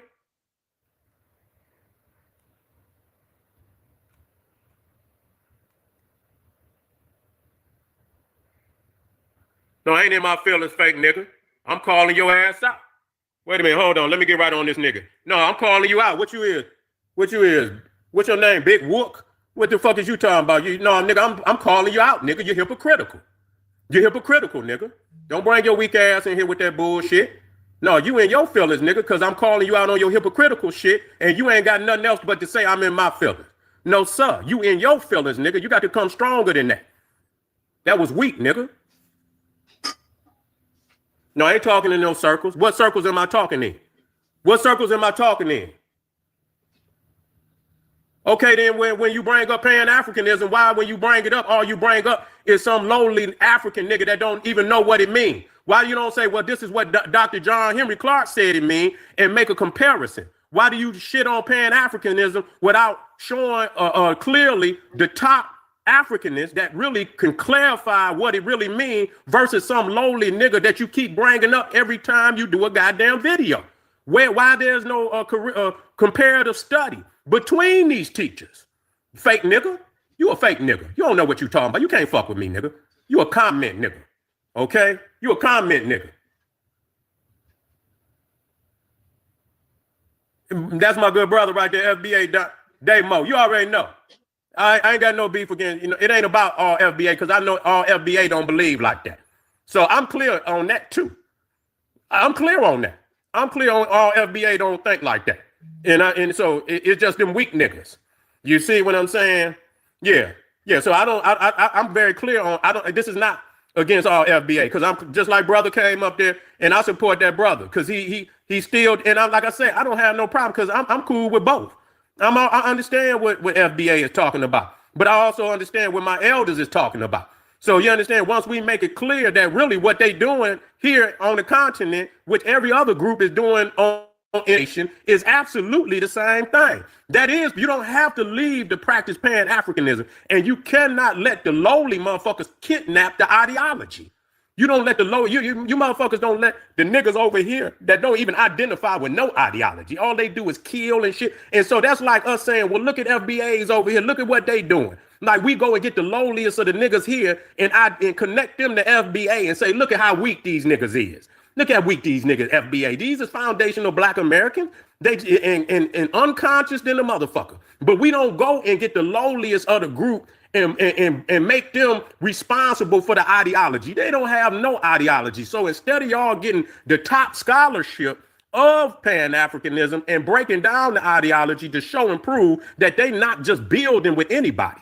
Okay, like I say, Dr. John Henry Clark told motherfuckers, man, we're gonna have to clean Africa up. Period. He said we might have to go over there and conquer that motherfucker. Literally what he said. You see what I'm saying? Them motherfuckers, Walter Williams, talk about how they worship white Jesus. So it ain't like the Pan-Africanism scholars is unaware of anything y'all talking about, but y'all don't bring that shit out.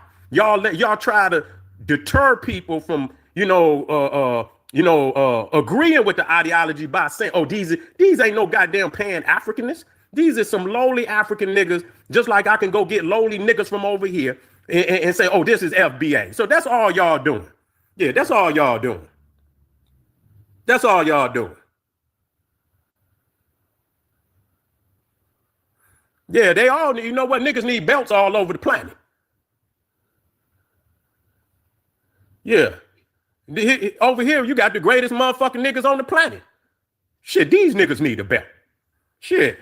Nigga, what the fuck is the problem over here? Niggas didn't have the greatest teachers, got the most money. Them niggas over there lowly. Them niggas still walking around with no shoes on their feet. Them niggas over there got white Jesus and they never had no. Nigga, y'all done had the greatest teachers on the goddamn earth and y'all still confused. So who need the belt the most? Who need the belt the most? Who need the belt the most? You see what I'm saying? Who needs the fucking belt? Got the greatest leaders, got the most money, got the most opportunity of any niggas on the planet. And so, no, nigga, we got to look at you. We got to see it's hard for niggas to look in the mirror. Yeah, niggas don't want to look in the mirror. Yeah, Dr. Ben was in the museum. Yeah. Yeah, Dr. Ben was in the museum too.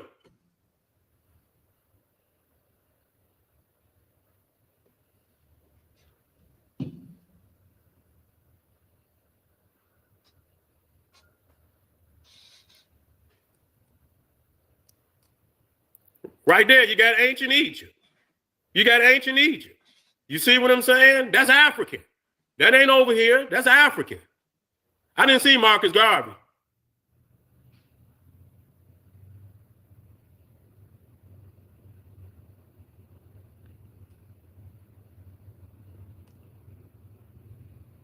I forget where Dr. Ben was at. We might have missed Dr. Ben. Hold on.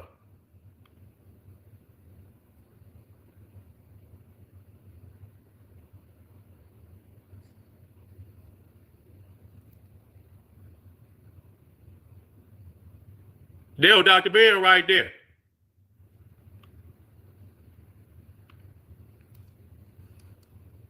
Deal Dr. Ben right there. Deal Dr. Ben right there.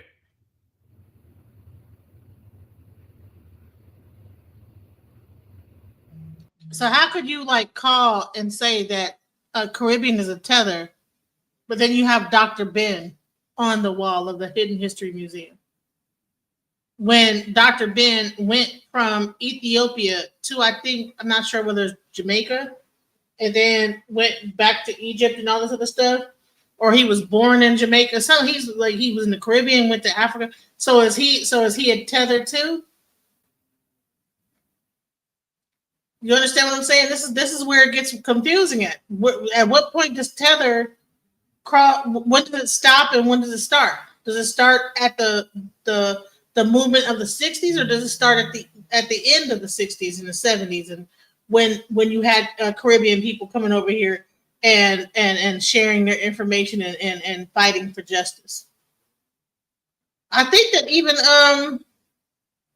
I need to do some research. Was Malcolm X 100% FBA?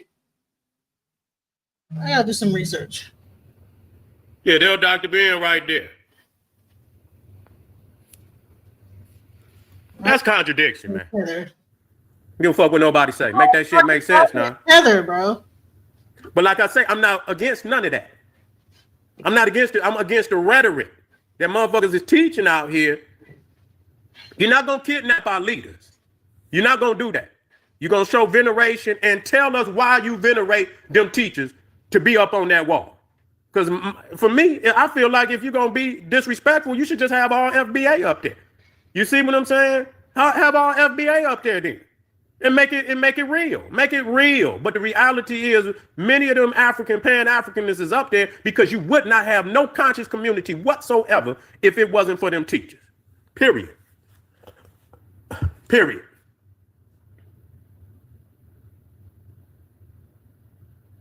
Right. So you have a Caribbean mom. We'll have it soon, brother.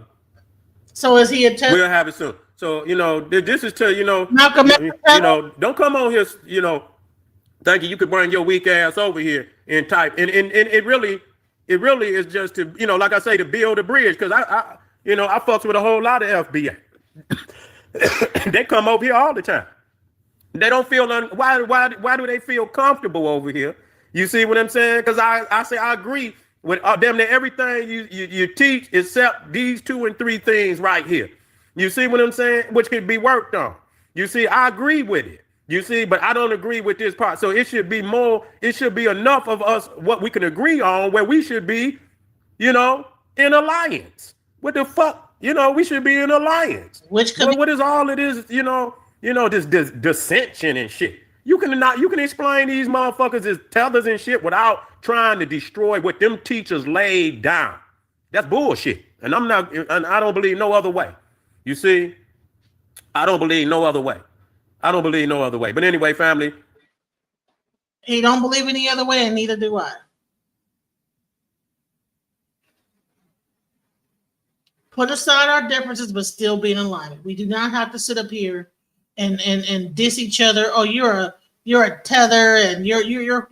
First of all, I don't even like the whole line of questioning that happens. Oh, so what were you from? Oh, okay. Well, you're a tether. What is this about? The FBA movement is such a disappointment.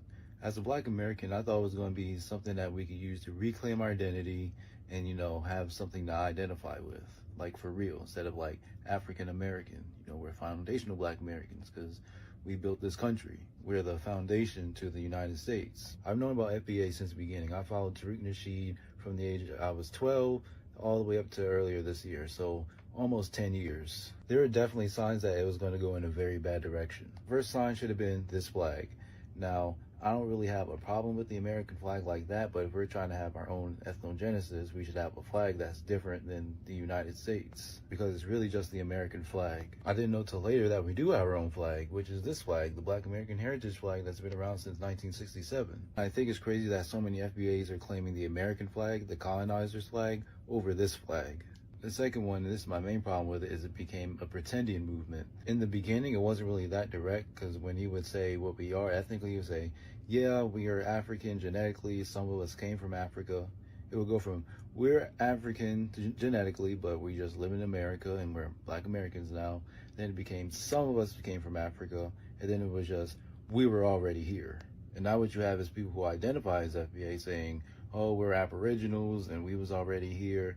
And FBA is just another label that they add to the mix. And the last thing that happened more recently is when it became MAGA.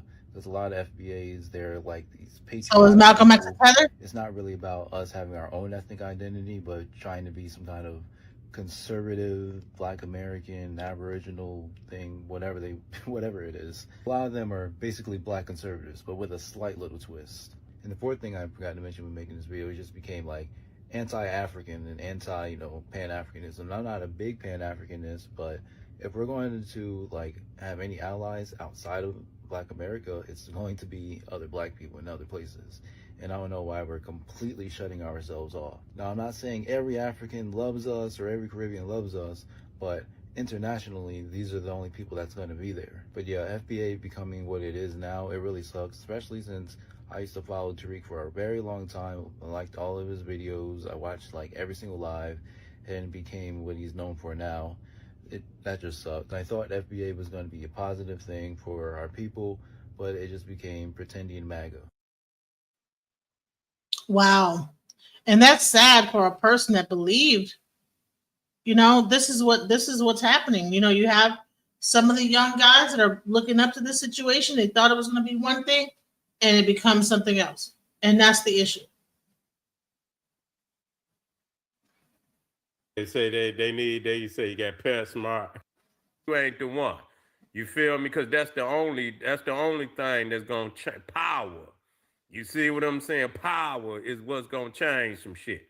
That means you got the force and the magnitude to make whatever you believe in a reality.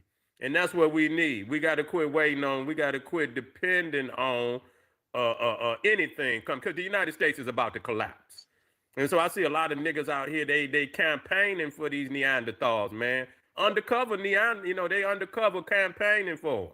You see what I'm saying? They focusing on, and I must say that, because one way or another, everybody on this planet, one way or another, have been trained through a course of oppression and slavery to be the nigga they is today. You see what I'm saying? That don't mean you have to stay that way, but the reality is, it don't matter where you're at on the globe, you see what I'm saying? You could do the history of what motherfucker colonized that area. And I guarantee you they had a system of how they trained the colonized. And so, a lot of motherfuckers look overseas and they see, yes, them is colonized minds, but goddamn it, it's a lot of colonized minds right here. You see what I'm saying? And a lot of these niggas that think they talking sweet is motherfucking colonized more than some of the niggas that they claim that they exposing. You see what I'm saying? Because, as we talk about, tethers, you see, who you think brought these tethers over here? You motherfuckers act like they just showed up. The same motherfucking white man y'all campaigning for is the same one that brought them over here. Who the fuck, how you think they ain't just walk through it, just, you know what I'm saying? Yeah, it was a blueprint on how they. And also, I want to say this is that because a lot of like the FBA people I've talked to will talk about how they love Trump, they love America. They're all like this patriotic whatever going on, and this is what he's talking about. Like what's really happening here? It got over here.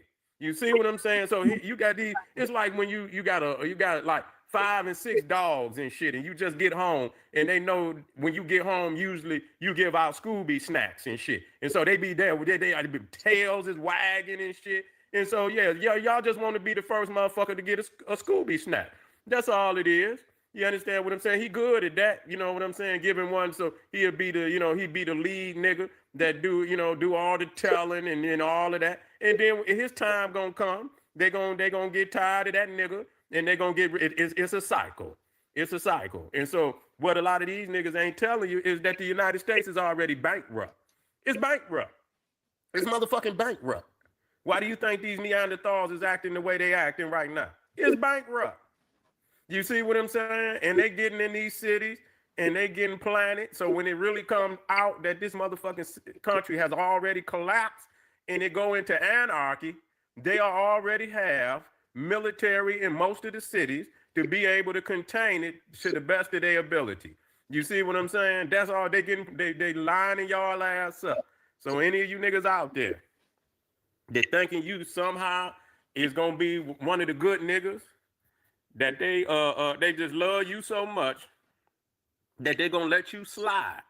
You see what I'm saying? They gonna let you slide.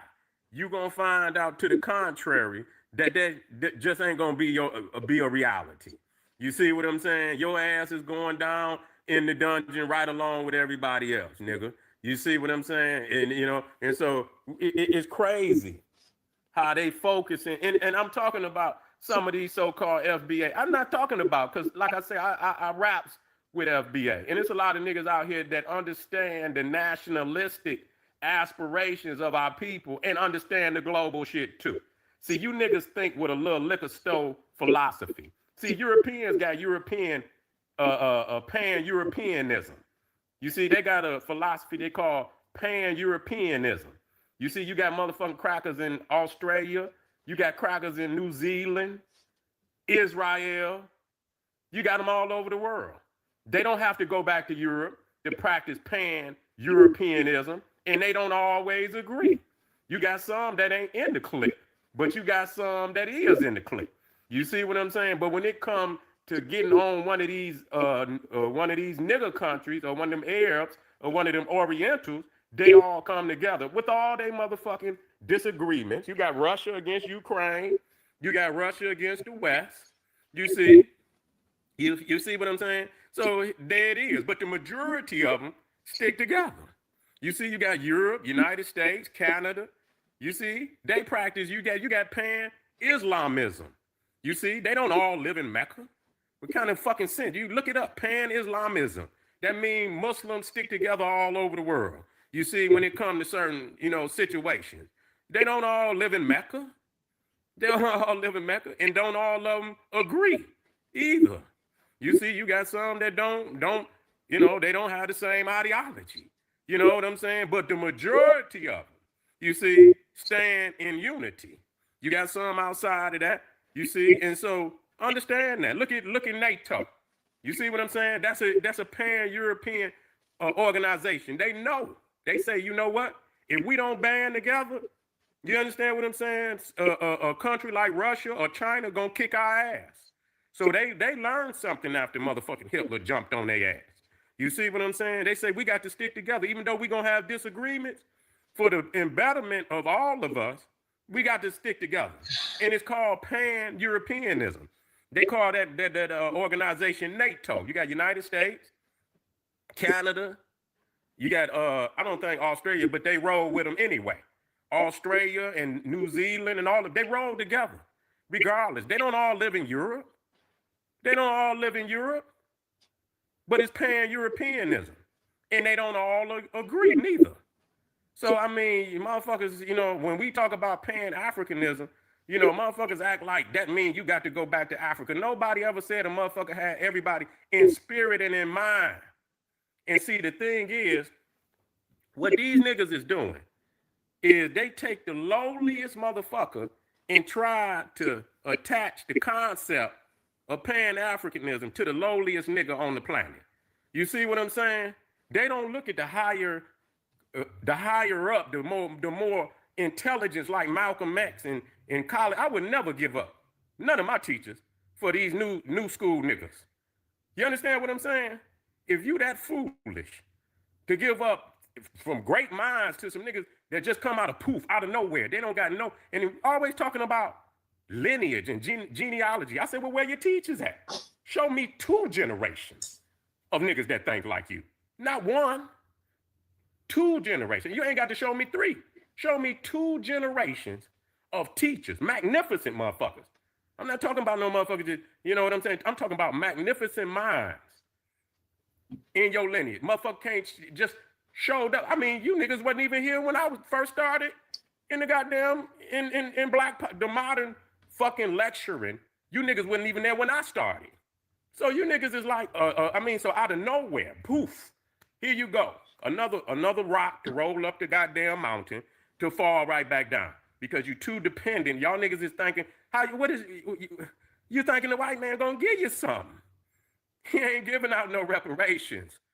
So, I mean, even though it's old to us, these crackers is not giving nigga shit. They trying to burn, it's burning, crash and burn right now. They trying to get every fucking thing for their own pockets, okay? Ain't nobody giving up shit to nobody. So, I mean, what is the confusion? You see what I'm saying? Ain't nobody, so what is you trying to, and so what do you intend? Where are you going with this? You see what I'm saying? Where the fuck is you going with this? And so the thing is, when I look at, the type of minds, them niggas ain't had nothing to do with no high civilization. Them niggas that y'all bringing up are not the inheritors of no high civilization. You see what I'm saying? So when you look at the higher civilization, the minds that you niggas put on, they ain't attached to none of that. You see what I'm saying? So y'all don't go and get the higher minds, and then you kidnap our teachers on the down low. You see what I'm saying? And because you know they greatness, you venerate them on, and we got videos of you niggas, and y'all flip-flop, and it don't be but 2-3 years, and then you're something else. And then in another year, you're something else. And then another year, you're something. I seen it for myself. People just talking about this shit. They got videos, documentation. You got to be solid on side. I know we evolve, but goddamn, you know what I'm saying? You changing like you changing clothes. You ain't sturdy on nothing. You know what I'm saying? I can see motherfucker change, one time in their life. But if you 2 and 3 and 4, 5 motherfucking things within a 7-year period, then nigga, that's just like some Malachi Z. York shit. You know what I'm saying? This nigga was everything. This nigga was a Hebrew Israelite. He was a Hebrew Islamic. He was a Nubian Islamic Hebrew. He was a Muslim. He was a Christian. He was a rabbi. The motherfucker was a chief of the Yamasi. This motherfucker was everything. This motherfucker was 720. He was even a Freemason. This nigga was everything, man. You gotta watch niggas that just like dressing up, nigga. Like for goddamn Halloween, you something every 2-3 fucking months. You see what I'm saying? I'm convinced. You see, I'm convinced. I done read every motherfucker that was qualified to be what you call dynamic. And I didn't give a fuck what. I read Muslims.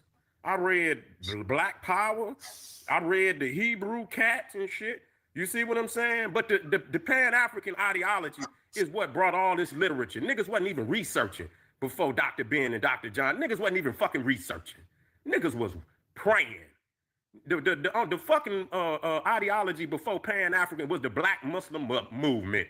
Niggas was still worshiping and shit. Y'all motherfuckers wasn't out there doing no research or nothing. The majority of all this literature out here came by the Pan-African community. And so niggas is tethers. Every other motherfuckers in the conscious community is tethering on the Black Power Pan-African community. You see what I'm saying? That's just the fact. Y'all niggas just didn't have the nerve, do you understand, to fulfill it. And even Malcolm X, you understand what I'm saying? He updated Marcus Garvey.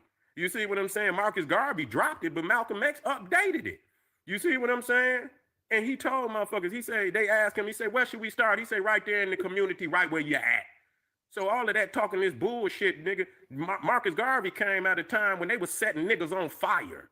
You see, lynching little babies and shit. You know what I'm saying? He was like, man, fuck this. We got to get the fuck from up under these Neanderthals. You see what I'm saying? That was, that was at that time. And he had a lot of motherfuckers that believed him too, because they sure wanted to get the fuck on. Because these crackers was over here burning niggas, setting them on fire and shit with 40 and 50,000 motherfuckers out there watching people get set on fire. And you ride and you come down the street and you got a damn tree with damn babies hanging from the damn tree. You see what I'm saying? Fuck that. At that time, people, whatever we got to do, we got to get the fuck from up under him. But see, that was at that time. And so Malcolm X came in a different time. But he updated Marcus Garvey. And he gave the best blueprint. And niggas is still using it, but they don't want to give the leaders no fucking credit.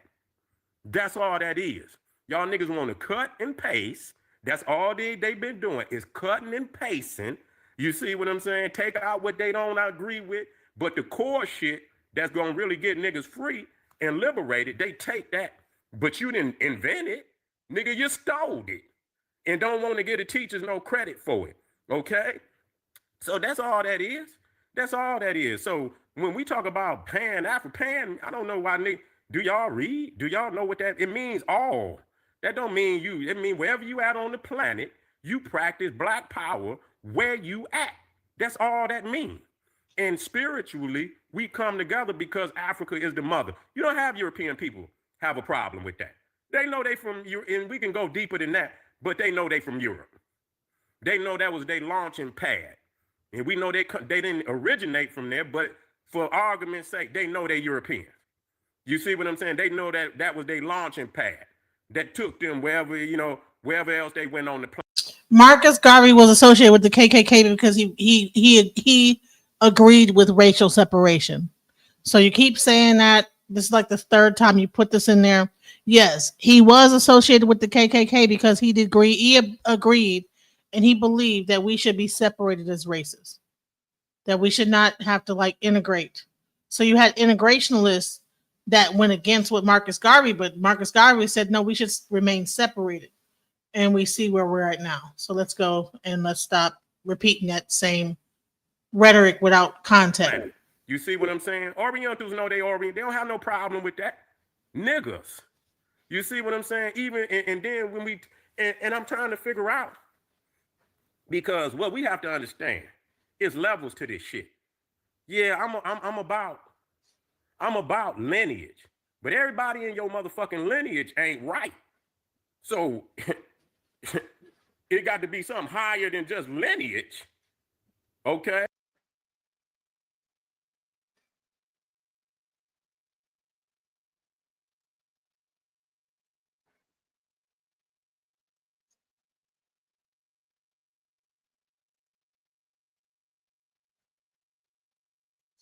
Off all the motherfucking time. You see what I'm saying? If they don't put that shit in an estate, and if they ass don't in the estate say this is how I want this shit to be ran, and if that shit ain't ran like it's written in that estate, man, the motherfucking lawyer that's over the estate, man, can cut their motherfucking ass off. Cut their motherfucking ass off. You see what I'm saying? So it's more than just some goddamn lineage. This is a lineage, okay? But what is y'all spiritual code? You don't never hear them niggas talk about what the spiritual code is. What is y'all ancient religion? Everybody in the world talk about, they don't just talk about they talk about their ancient religions. And most of the niggas can't get too far out of the 1800s. You see what I'm saying? I'm just gonna be 1,000. You see, you know why they can't? Because they're cutting off the ancient lineage. They don't want to be African. And so wherever the African is at, they got to cut that off. You see what I'm saying? And everything past, you know what I'm saying? The 17, that shit gonna be a blur because they don't want to be African. They don't want to be African. Anywhere where they see some African, they gonna want to clean it up. You understand what I'm? They gonna want to clean it up. Say, oh, that's not us. You know what I'm saying? Well, tell me what the fuck. Every goddamn continent got an ancient history. Where the fuck is it at? If you've been over here, where the writing? Where's all of that shit? Where the books? Where's the fucking temples? Where's all that shit at? Every other continent, if you've been here for thousands and thousands and thousands of years, you go to India, they got temples. You go to Egypt, they got temples. You go to Ethiopia, they got temples. You go to Indonesia, they got temples. You go to China, they got temples. You understand? They go back in the BC period. Okay? If you've been over here, show us what the fuck you was doing while you was over here. You don't really, and I see niggas throw up the Olmecs. You don't want to talk about the Olmecs. Because white people didn't already, I can show you 1,001 goddamn YouTube pages where white people didn't gave up. They actually saying it is what it is. Some of these motherfuckers is then went into the masonry, the architecture, and they say without any doubt that the only place where you see this type of architecture is in ancient Egypt. They didn't fucking no other place on the planet. You see what I'm saying? And so that's over with. So for it kills me how people get mad. Oh, they keep saying nigger, so I'm leaving. I'm buying. That's the worst thing you've heard in your life all day. I mean, hell, shit. This. So what? Grow up. Niggas that just want to be, and you just want to be a preacher. You don't want to come to no science for real. Talking about how the message is being delivered, but are you listening? Are you hearing the message? Oh, for real. You just want to be a preacher. That's all you want to do. You want to talk. When it come time to say, well, let's show us some shit. I'm waiting. Any motherfucker out there that want to deal with the shit, I'm waiting. Ain't had him. I've been trying to put the call out. I ain't had a motherfucker say shit yet. And I know they hear me. I know they hear me. I'm tired of the philosophical shit. If it ain't real, let's prove it to ourselves. You see what I'm saying? And I know they motherfucking hear me, and I ain't had a motherfucker holler yet. You see what I'm saying? Let's do this shit. You know what I'm saying? Let's prove it once and for all, because I keep wondering, why is it? Everybody is anti-African. And these supposed to be the low, and according to everybody, they the lowliest niggas on the planet. Why is the lowliest niggas on the planet get all the motherfucking, you understand, you know, everybody looking at the lowliest nigga and got so much. I mean, if that's just like looking at a hobo nigga on the corner. Ain't nobody gonna nigga walk past them. Ain't no whole lot of talk, but it's something there that really people, you know, they identify with, but they don't want to really acknowledge it because they so busy peddling a false ideology. That's what it is. Or a mixed ideology where they don't want to give credit to the originators. They just don't want to give credit to the originator. And like I say, our ancestors was African. We don't have to give credit to them lost niggas you putting up there on the goddamn internet. That ain't got nothing. We identify with Africa through our lineage. Shit. Talking about niggas been coming over here forever. Just like they've been coming to over there in Asia forever. Selling to India, selling to Australia. They've been selling all over this goddamn planet and shit. Y'all motherfuckers act like y'all got cameras in the bedroom somewhere. Like y'all know everybody who laid with everybody. That don't even make no motherfucking sense. That don't even make no motherfucking sense. Oh, we ain't. How the fuck do you know? I swear to God, how the fuck do you know? Like you didn't watch every bedroom, every goddamn connection between a man and a woman over thousands of motherfucking years to say you don't, I'm not this, I'm not that. How the fuck do you know?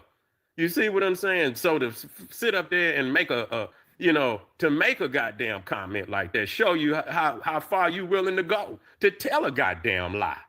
How the fuck you know some shit like that? That's shameful.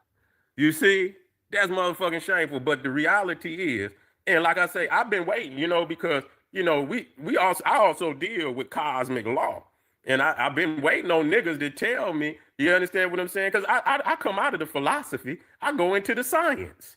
You see what I'm saying? And again, we talking about North America, and North America was under the ice. North America, if you take and go across the how they got the longitude and latitude. Do you understand? If you understand Michigan and shit, and you go across, man, you are damn near in Russia. You see what I'm saying? Some of this shit is on the longitude, and you will go into goddamn Russia. So you tell me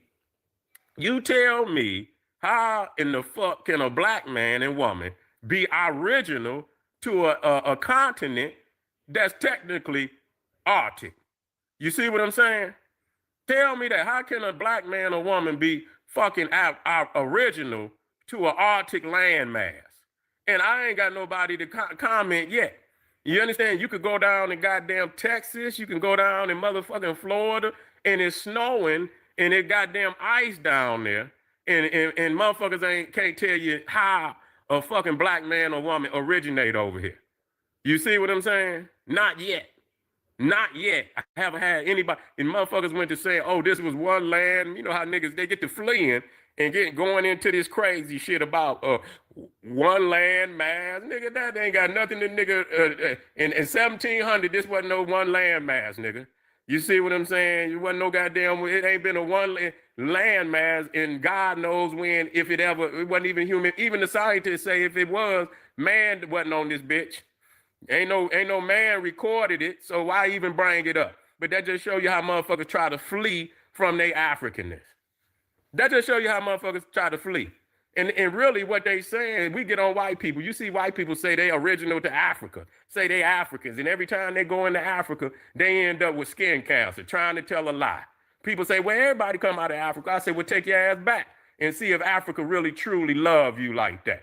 You see what I'm saying? And every time they take their ass into Africa, they get triple degree skin cancer and all that. But see, that's the same lie that niggas is trying to tell by saying they are original to some Arctic fucking landmass.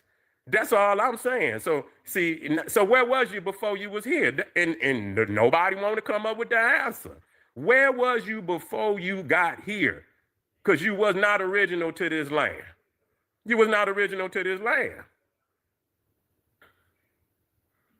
Yeah. Okay, here we go. Let me look down here. It say right here, Africa didn't exist long ago, but the landmass name. Oh man, that didn't even require you to put that in there.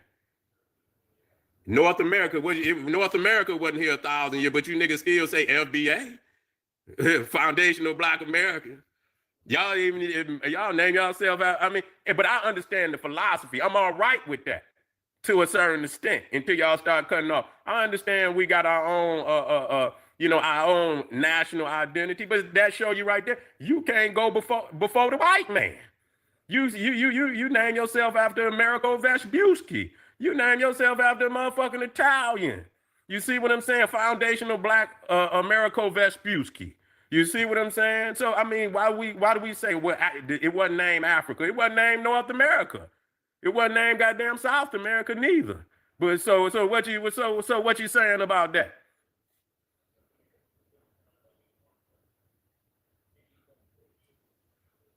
And Pangea was before human beings. Yeah, he trying to get some reparations. Pangea, guys. And probably gonna get them.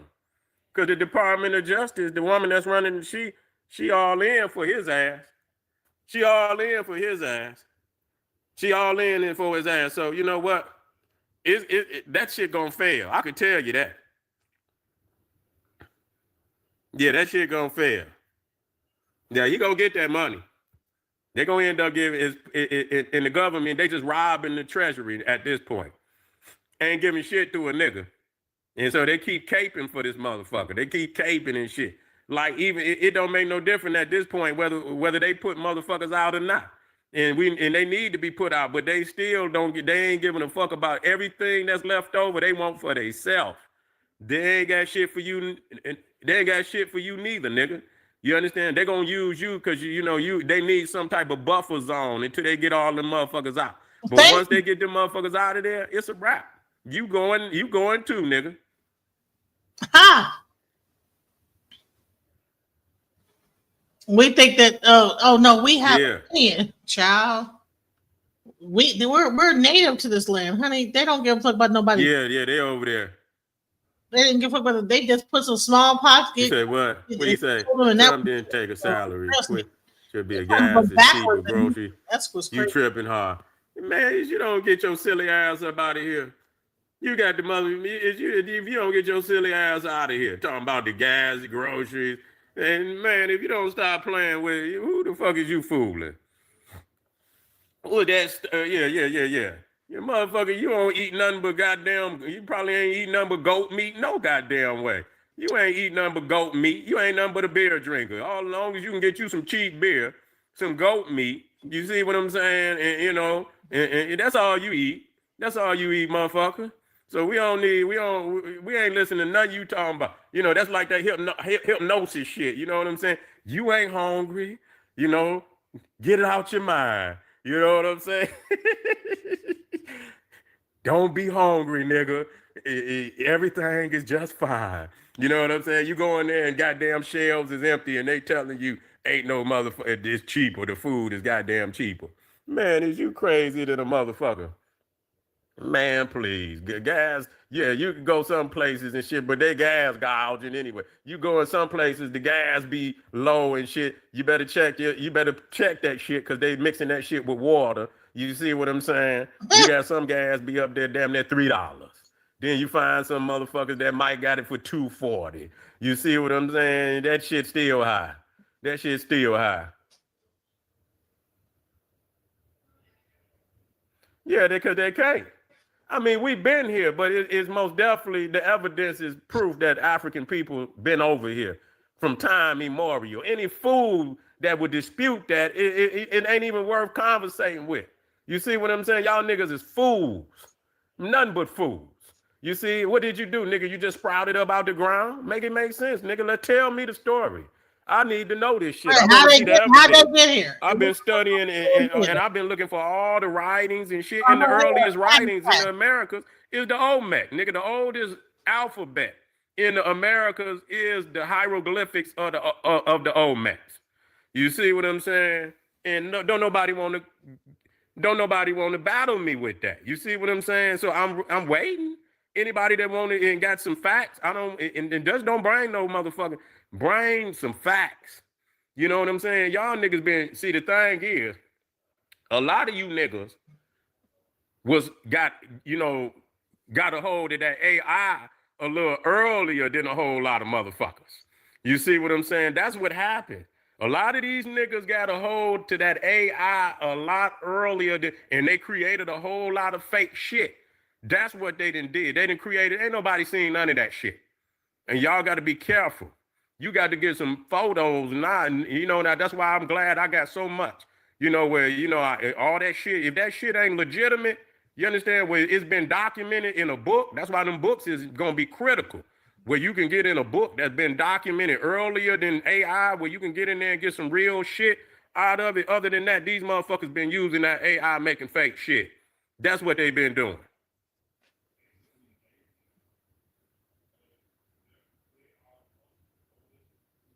Yeah, anybody, but see, yeah, that's right. Anybody can write and publish a book. That's why we got quality scholars. That's just another, you again, that's not even worth conversation.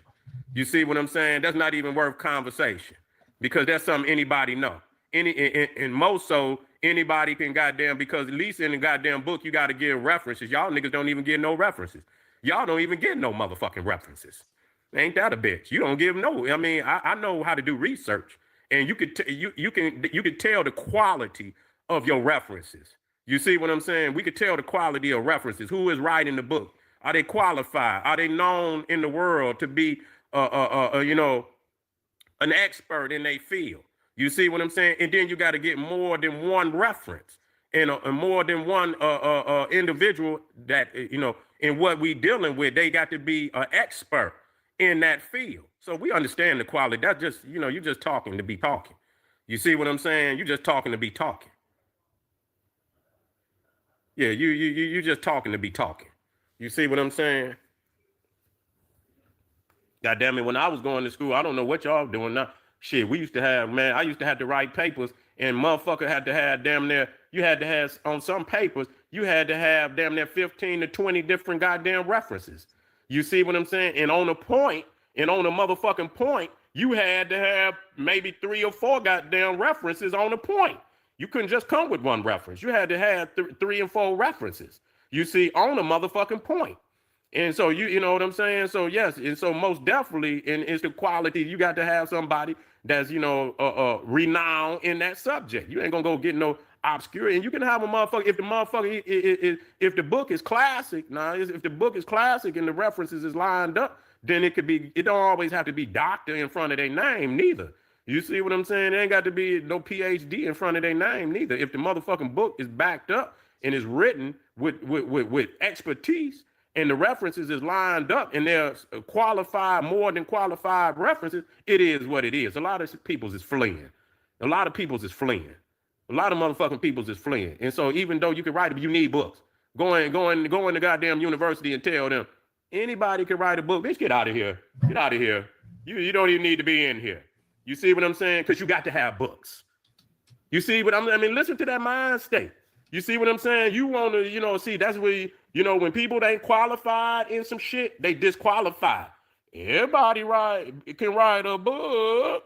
So what, we supposed to not use books? We supposed to let you niggas finesse us and game us?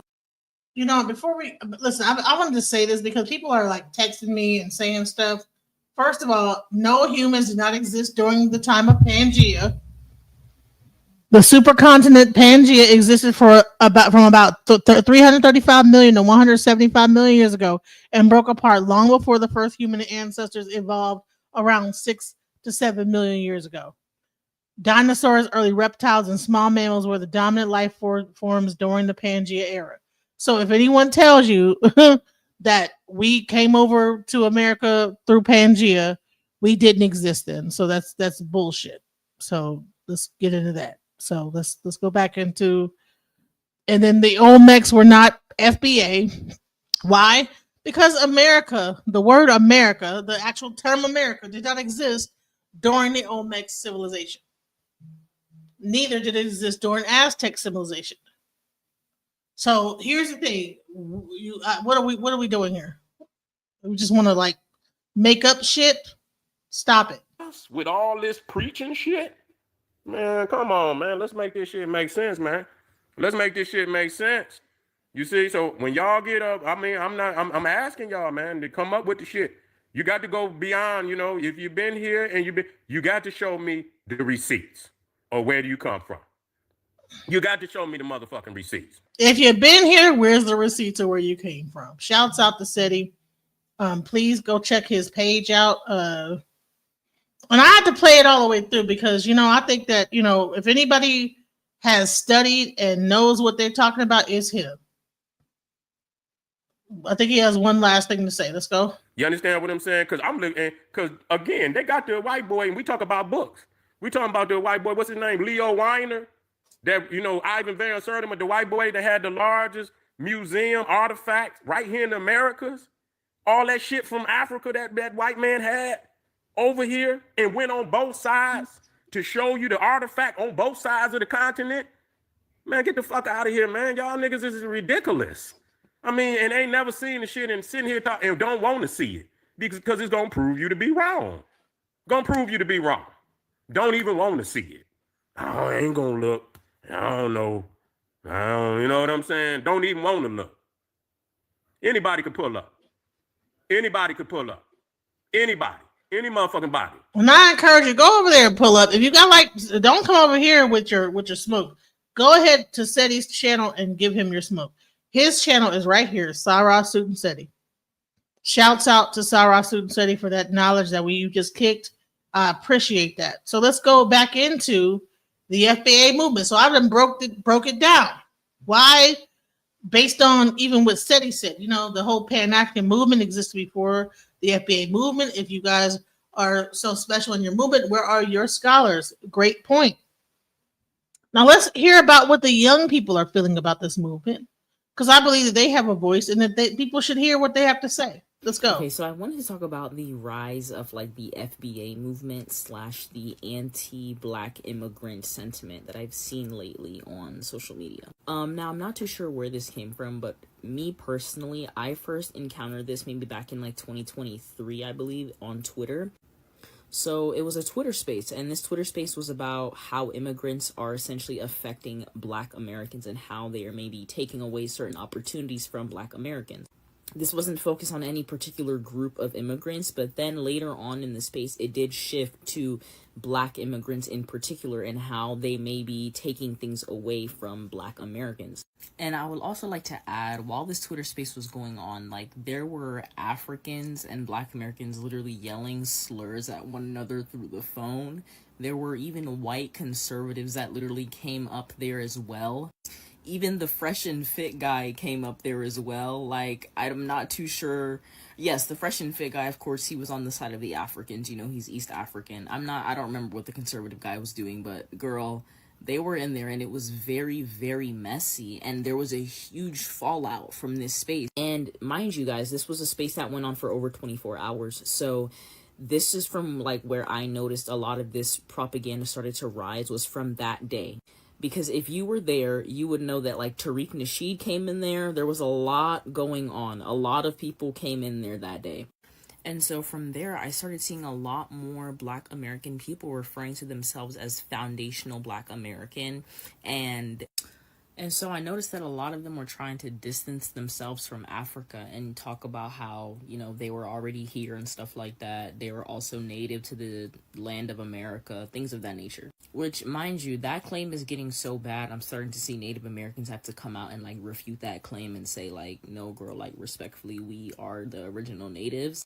But I noticed this very strong push to separate and create a distinction between Black Americans who are descendants from slavery versus, you know, everybody else.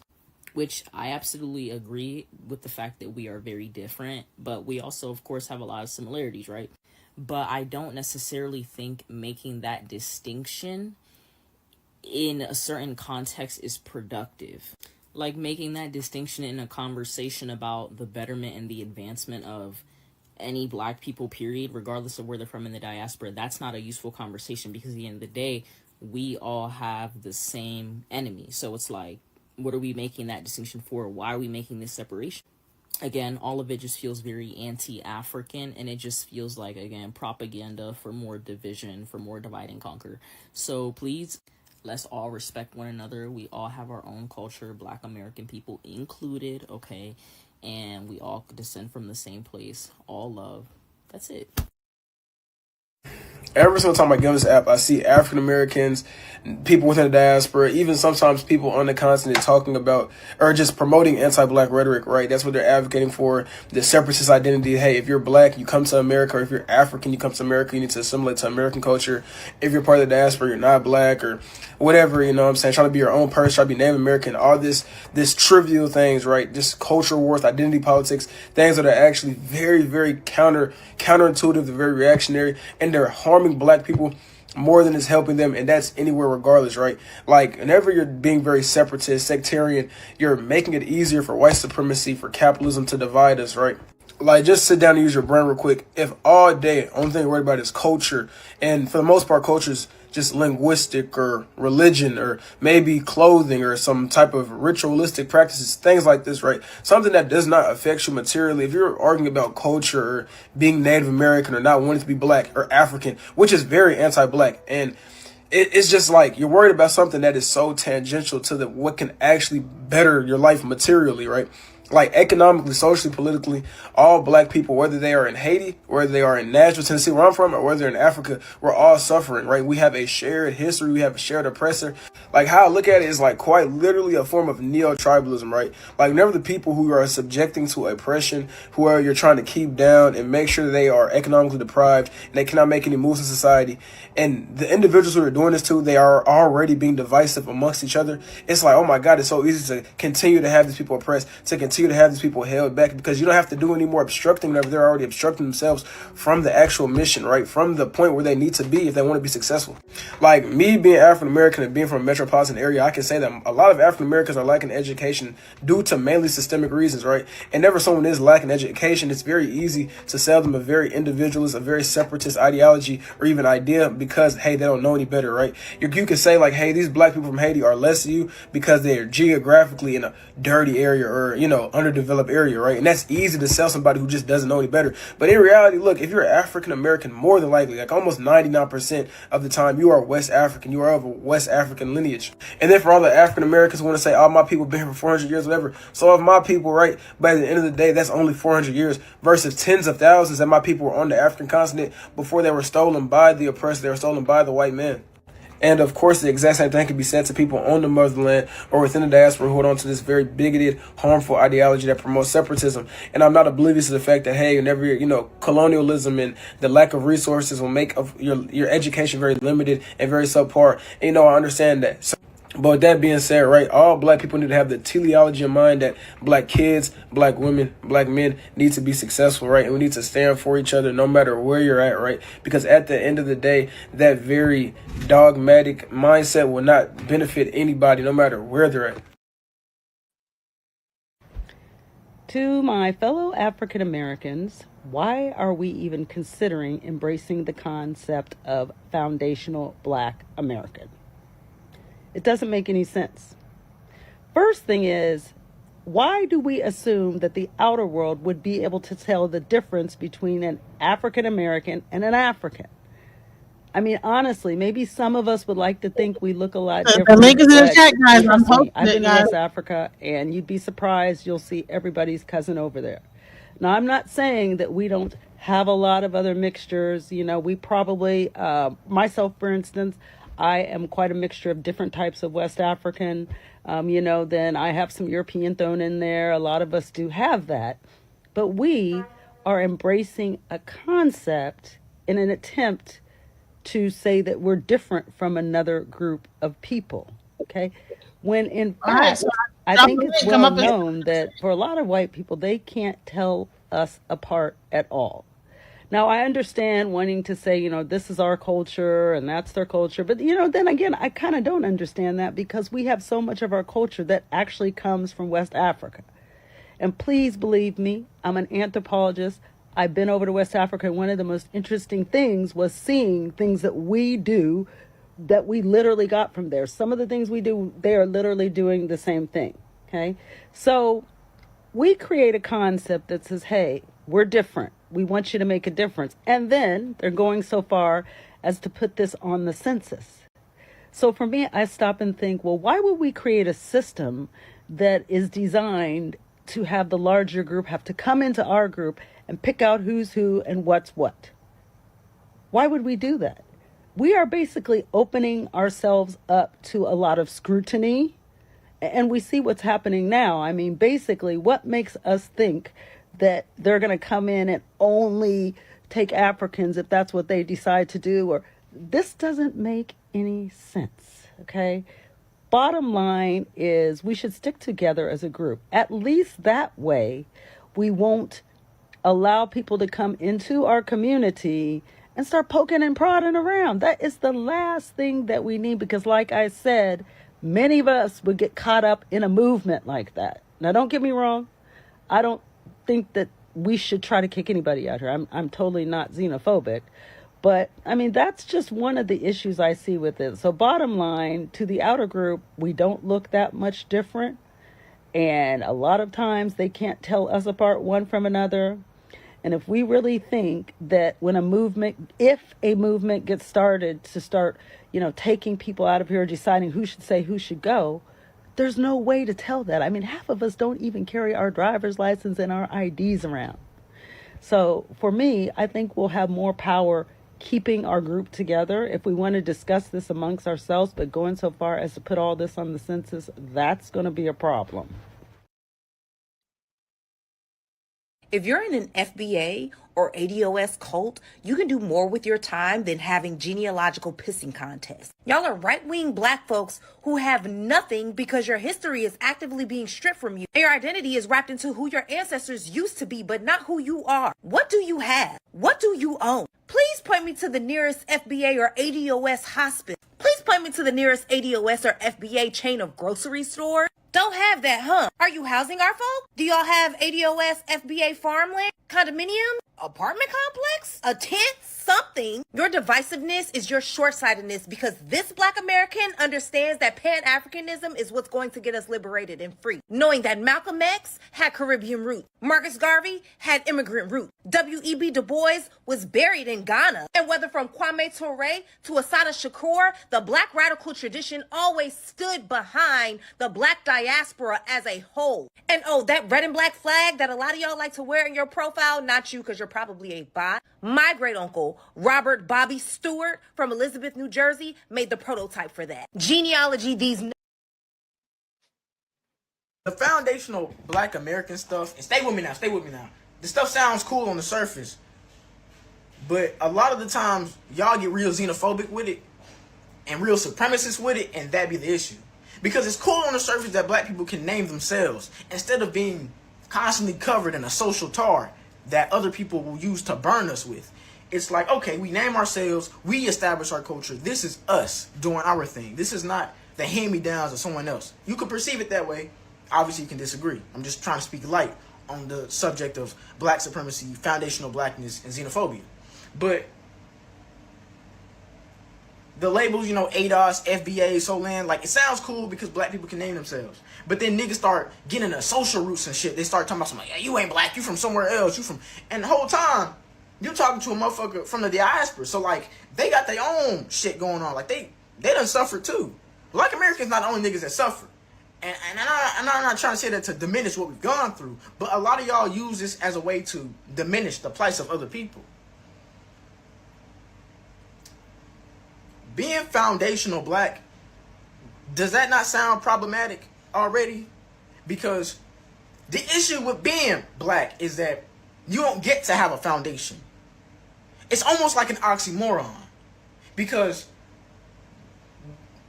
the black Americans you find in America are obviously an overlap of many different groups and ethnicities.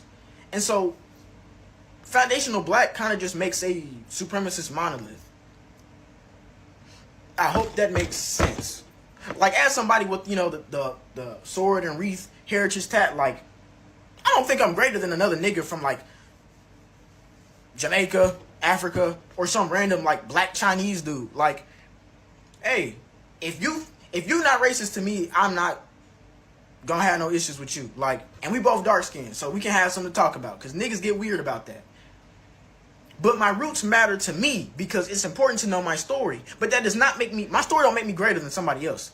This foundational black thing is kind of like a almost main character syndrome, laced in xenophobia and supremacy. This is like another issue of picking up the white man's tools in a way. Like, sometimes we don't need all of them. Like, you can't reform. All right. So listen, I'm just going to continue to play the things that I put together of the ideas of the young people that when they hear this Okay, so first things first, I just got done talking to my mother so I could go ahead and have the right information to feed you some facts about myself and my family's history. But first things first, I was born and raised in the southern state of Tennessee. My great-great-grandfather served in World War I, which is my mother's great-grandfather, and my great-grandfather served in World War II, which is my mother's grandfather. My family's been here for generations, so don't question if I'm black or if I have the right to speak on what's happening to our people right now and what's happening around the world. I, as a black American individual, do not support the FBA ideology because I believe it divides us. Malcolm X and the Black Panther Party believed in global black unity, and that's not what the FBA is about. They wanted black people around the world to come together and not turn against each other. They didn't just fight for black people in America, they fought for oppressed people everywhere around the globe because they knew who the real enemy was, and it's the system. Capitalism and imperialism. Some of the things that I hear from FBA sounds just exactly like what white supremacists say. Stuff like they're replacing us or they're stealing from us. It's the same fear and hate that the far right pushes. It's just coming from a black mouth, which is shameful. That's why I can't bring myself together to support the FBA ideology, man. If we're serious about defeating white supremacy, then we can't fight each other. We need to unite around the globe, unite with people of color around the globe, especially right here at home. Black, brown, indigenous, Asian, we've all been targeted by the same system. Malcolm knew that, the Panthers knew that, Louis Farrakhan knows that, and we all deep down know it too. Stop the division. Amen. Stop the division. Okay, so first things first, I just got done. The FBA movement is such a disappointment. We need to talk about the rise in Black American nationalism and the Black American nationalist to white supremacist pipeline. Yes, white supremacist. So firstly, we've seen the Jay Versace tweet that's been resurfacing, and in response, I've seen like quite a few Black Americans make videos about that and say that you can always tell an African apart from an African American. Y'all are not like us, etc., etc. And before I even get too deep into that, I really want to ask you guys, what is the purpose of making that distinction? Why are you guys fighting so hard to make this distinction in 2025? Don't tell me that is reparations, because that's a really stupid answer. And just to speak to that point, Africans are very diverse looking people. Yes, there are people you can look at them and tell they're African, just like you can look at some people and tell, oh, okay, that's a Black American person. But if you go and get Africans who were born and raised in America or who moved to America at a very young age, you probably will not be able to tell. Most of you cannot, because people can't tell with me. It's literally not until you say something or until somebody sees your last name that they're like, oh. And that honestly kind of brings me to my second point of this whole thing of Africans are cosplaying Black Americans. I don't really think you guys understand how silly you sound when you say this at times, but I think it really does speak to sometimes how Black Americans, when it comes to this particular subject, some of y'all can be a little bit narrow-minded in your thinking, because what do you mean we're cosplaying? If you're born and raised in a country, you're going to have the mannerisms of people in that country. Especially if you're raised in a country like America, where things are typically just straight segregated by race. Like, let's be real. So it's like, you're going to have and adopt the mannerisms of the people, you know, in your community, which for a lot of people who are African but born in America, that's going to be Black American people. Like, hello. And thirdly, which I think is honestly probably the most egregious, is I saw a Black American woman on here who was trying to say that what? She said that Africans, Latinos, and immigrants are the new colonizers. That's quite literally the term that she used. She says that Black American people and she included white Americans. She said Black American people and white American people who've been here for hundreds of years, whose families have been here, who came over from Germany and Ireland, who built this country. They built this country, and now people are trying to come over here and force their customs on them, etc., etc. And I saw her in the comments literally liking comments saying white and Black Americans need to stick together. Like, do you see where it's not okay? Like, first of all, do you know what a colonizer really is? Like, let's not use that term lightly. Like, if you are claiming that your family has been here for all these hundreds of years and all this other stuff, girl, you should know the real history of colonization in this country, and you should know the real atrocity that it was, and not try to compare people who are literally coming over here peacefully to try to seek a better life for themselves, the new colonizers. That's very audacious and nasty. Immigration is not perfect. There's illegal immigrants who do terrible things, but that is not the overwhelming majority of people. So for you to be using that kind of rhetoric, especially as a Black woman in America, I have to say pause. Like, come on. So again, I really just say all that to say, like, really, what is the purpose of this FBA movement? Why is this beneficial? And again, don't tell me reparations either. Because what? You guys think that by separating yourselves from the rest of the diaspora in America, that you're going to go back to the white man and say, hey, okay, it's us. We're the ones that deserve it. And you think that he's going to give it to you? You're crazy. This goes for all Black people in the diaspora, period. If you're not ready to take your reparations by force, it's not happening, period. So again, just why are y'all doing this? What's the purpose? What's the agenda?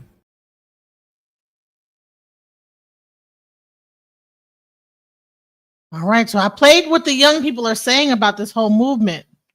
I'm sure there's plenty of people out there that are just parroting the movement, but I wanted to show those people that are saying, like, listen, I'm not for it.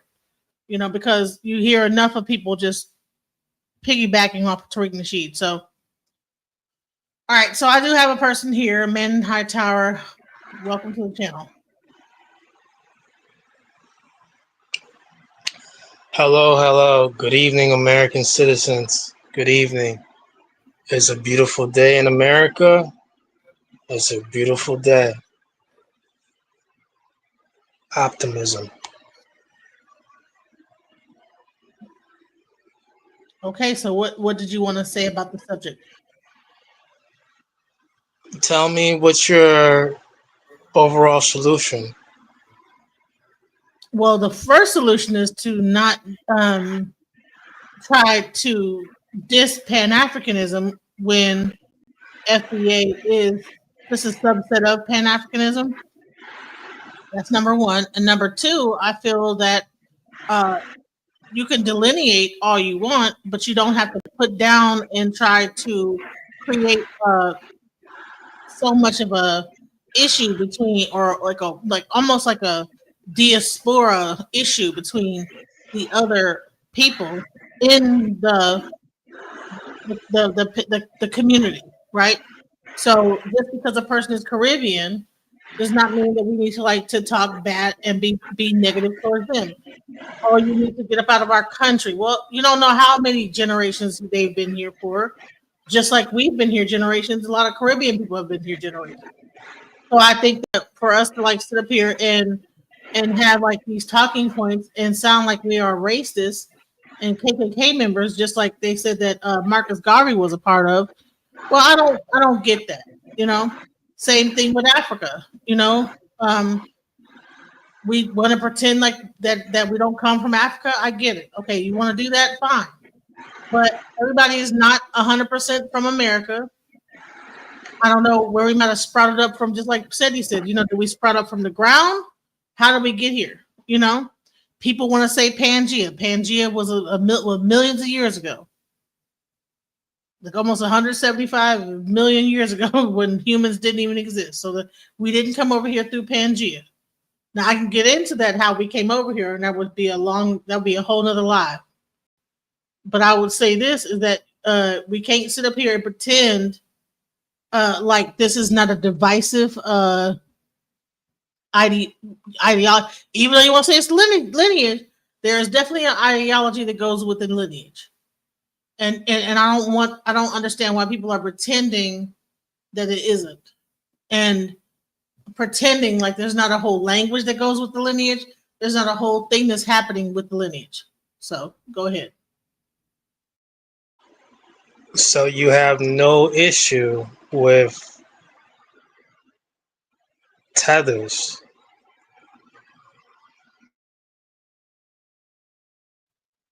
I have a huge issue with the word tether. I don't like. What do you think it means? From what I understand, it's a person that is latching on to our accomplishments and taking it as their own.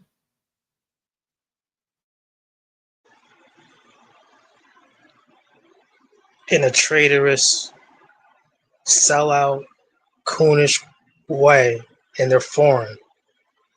It's a behavior.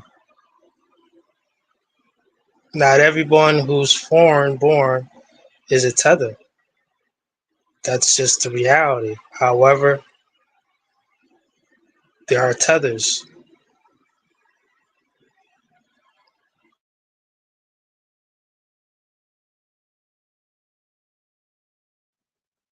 Yeah, I don't agree with that terminology.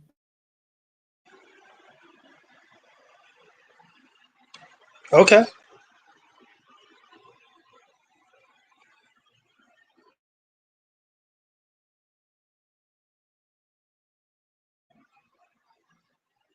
So, what do you suppose those who are foreign and cosplaying as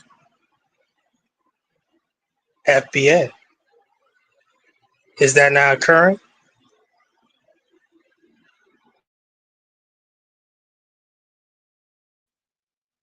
So you don't okay. You're saying words. All these words are like just I mean, like down the line. Cosplaying, tether. These are words that are made up by this movement. So cosplaying. What do you mean by cosplay? Dressing up, pretending, sounding, trying to demoralize through imitation, through caricatures. Okay, so just answer me this question before I go into this whole cosplaying thing. Now, before there was a such thing as a tether, you know, we had the whole hip hop movement. And if you actually look out into the audience right now in the hip hop movement, you'll see a lot of Caucasian people that are dressed like so-called African Americans. So what part of that is this the influence of culture that we have had across the whole world versus the person tethering and trying to cosplay versus, I mean, if you go to like Japan, right? There's people that actually take little noodles and make their hair into like little nappy to have like nappy hair. Now they might not come over to America to try to like pretend like they're a part of our community, but you know they are so-called cosplaying, right? So why are we so mad about like people that are African or of African descent that you say that they're so-called cosplaying, but we're not like calling Japanese and Korean people when they like get their hair made into like pro and like Rastafarian looking hairdos and dreads that are they're not tethers. Those are called culture vultures in a sense. Say, for instance, Rachel Dolezal. Are you familiar with her? Of course. Okay. How many people have to not get exposed or be exposed as people who are cosplaying as their FBA to where it's a problem?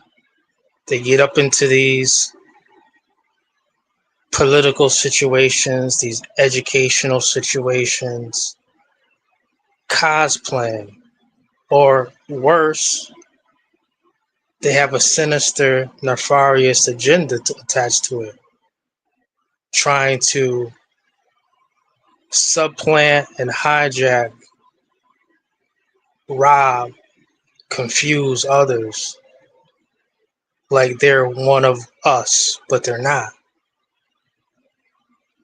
Is that okay? I don't think that that's the intention of people. I think that people are just living.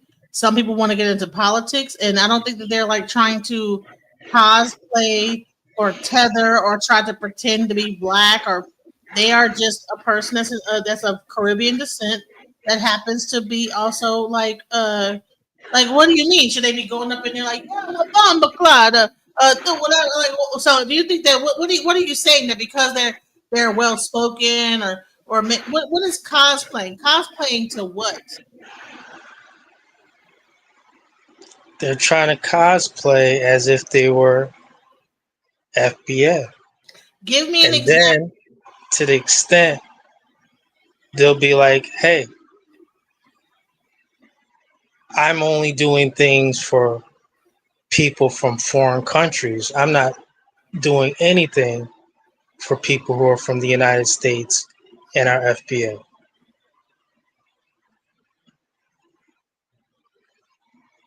These people need reparations too. So they put on this disguise, trying to act like they're one of us, but they're not. That's a tether.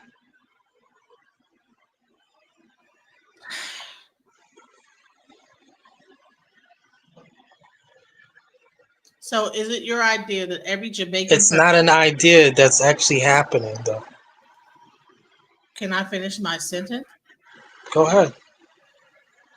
So is it your assumption that every a Jamaican person or Caribbean person that gets brought into office or whatever is purposely going into that office to circumvent African Americans' success? That they're purposely doing this, supplanting us. Is that what the ideal is? In actual fact, it's beyond the trademark word African American. African American is a trademark word that's trademarked and has a patent behind it, a trademark number that belongs in ownership to a white man. Okay, FBA. So in your idea, are Jamaicans coming over here to supplant and surpass FBA? So to clarify that question one more time from the top. Is it your idea that the Caribbean people are coming into the United States and getting into government to supplant and surpass the FBAs that are in America? Yes, and not only government, education,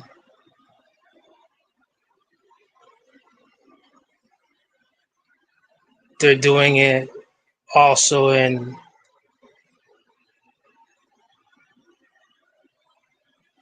politics. They're doing it in the economy. They're doing it in labor. They're doing it in entertainment. Shout out to Selma movie, as you saw, who played Martin Luther King. They're doing it in sports. They're doing it in all areas of people activity.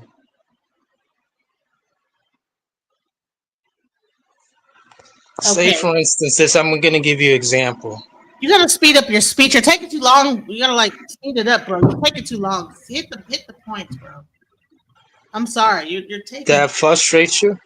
No, you're taking very long to make your point, bro. Does that frustrate you? Yes, it does, because people are listening, and I need to because I'm trying to get to the next point.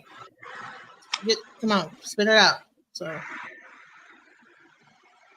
first of all, in the 70s, you had Michael Manley in Jamaica. He was the prime minister. Then around the 80s, you had an American-born white man named Edward Seager, who studied at Harvard social science. He went down to Jamaica and became prime minister. He learned the dialect of patois. Just like that. And they selected him in. What would you call that?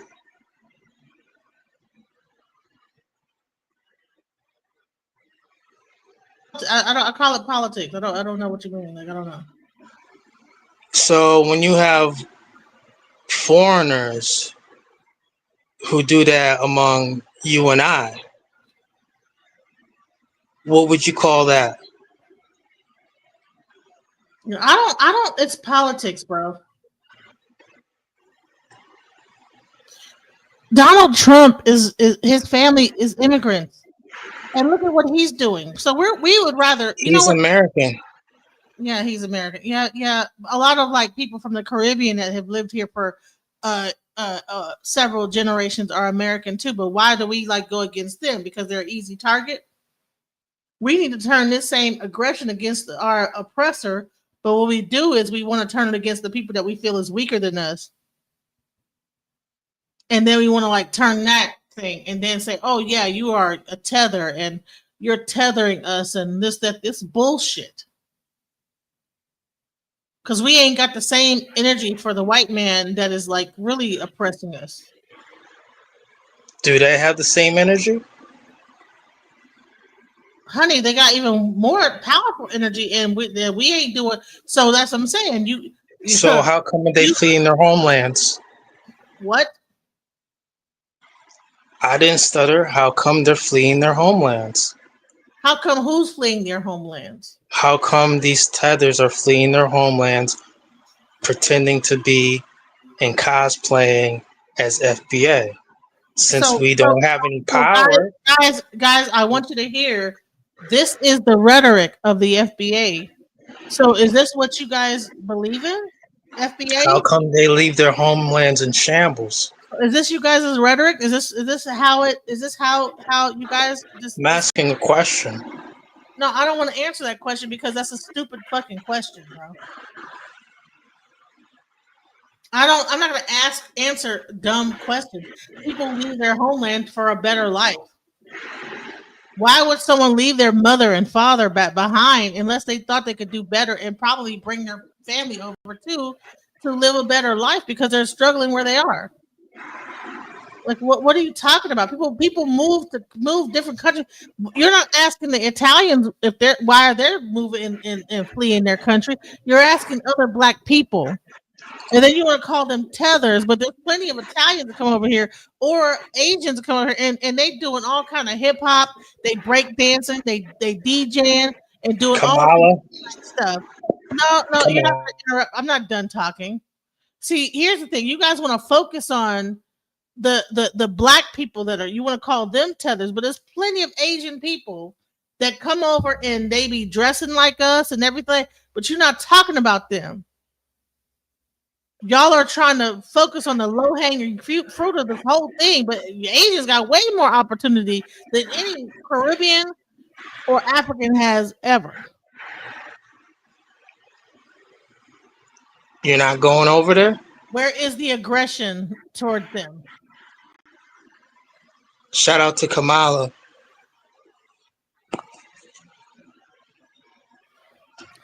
Listen, have you seen the Asians in the breakdancing? Honey, they didn't break dance. They didn't took over the DJing. If they could have took over the hip hop, they would. Now they have K-pop. You know what I'm saying? So as much as we want to be, because the biggest thing Tariq Nasheed talk about is our music and how we got this music. Well, guess what? K-pop is taking our dancing, our music, everything. The people that actually did New Edition went over to Korea and made some of the fucking K-pop groups.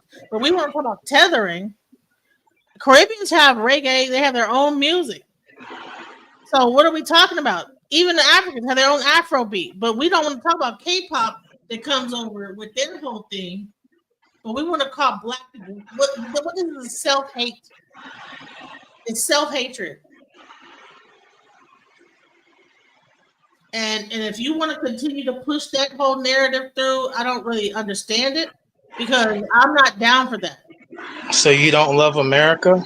No. So no, I love America, but I'm not down for stupid shit. And here's the thing: I really don't love them. America is a corporation. Let me correct myself. No, I don't love a corporation. That's stupid to love a corporation. I don't love McDonald's. I don't love Burger King. I don't love fucking Wendy's. I don't love America. No, I don't. America is a corporation. No, I don't. The country that you're born in, you don't love it. No, I'm born on this earth. I'm born on the planet Earth. I'm not born in America. I'm born on the planet Earth. So Pan-African. America is a corporation. And so Pan-African. Once you wrap your head around that America is a corporation, and you're asking why don't I love a corporation? I mean, America has been a corporation for a very long time. And so anyone that say that they love a corporation is brainwashed. So go ahead, Pan-African. So Pan-African is more important than your American citizenship?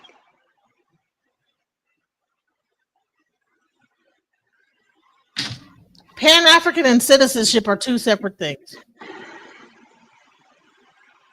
Is being a Pan-African more important than being American? That's a loaded question. Is Pan-African is more important than being an American? I could be a Pan-African and I can still be an American. Just like I can be working, Amazon can operate in America and also operate across the globe. Amazon does not stop in America; it's all around the world. So what the hell are you talking about? How long have you felt this way? Listen, don't worry about that. You're not listening to what I'm saying. Are you listening to me, or are you just asking stupid questions? I'm about to drop you down. You're gaslighting, and I don't like it. And before my blood pressure goes up too high, I will drop you down. How long have I felt this way? Since America's been a corporation.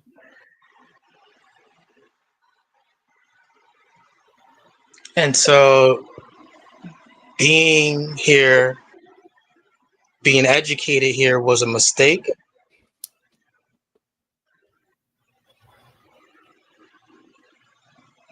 Did you wish you were educated somewhere else? How do you make an assumption like that? You know what? Some places actually have a better educational system than America. So possibly, yeah. Can you name one? Asia. Can you speak any Asian languages? But what difference does it make? You asked me a question. I said, yeah, if I could have been educated to a certain degree, certain countries have a better educational system. I named Asia. What difference would it make if I could speak English? If I were in Asia, I would eventually have to learn the language, wouldn't I? Duh. That's a stupid question. Okay, so what country in Asia? If I were in Asia, it could be any country. What is the point of what you're saying? Make your point. Make your point. Stop asking me questions. Make it plain. What is the point that you're trying to make? I want to know where the better education is in Asia. What country? Asia doesn't have. Asia's a continent, sir. I know. What country in Asia? It could be any. Listen, Asia as a whole has a better.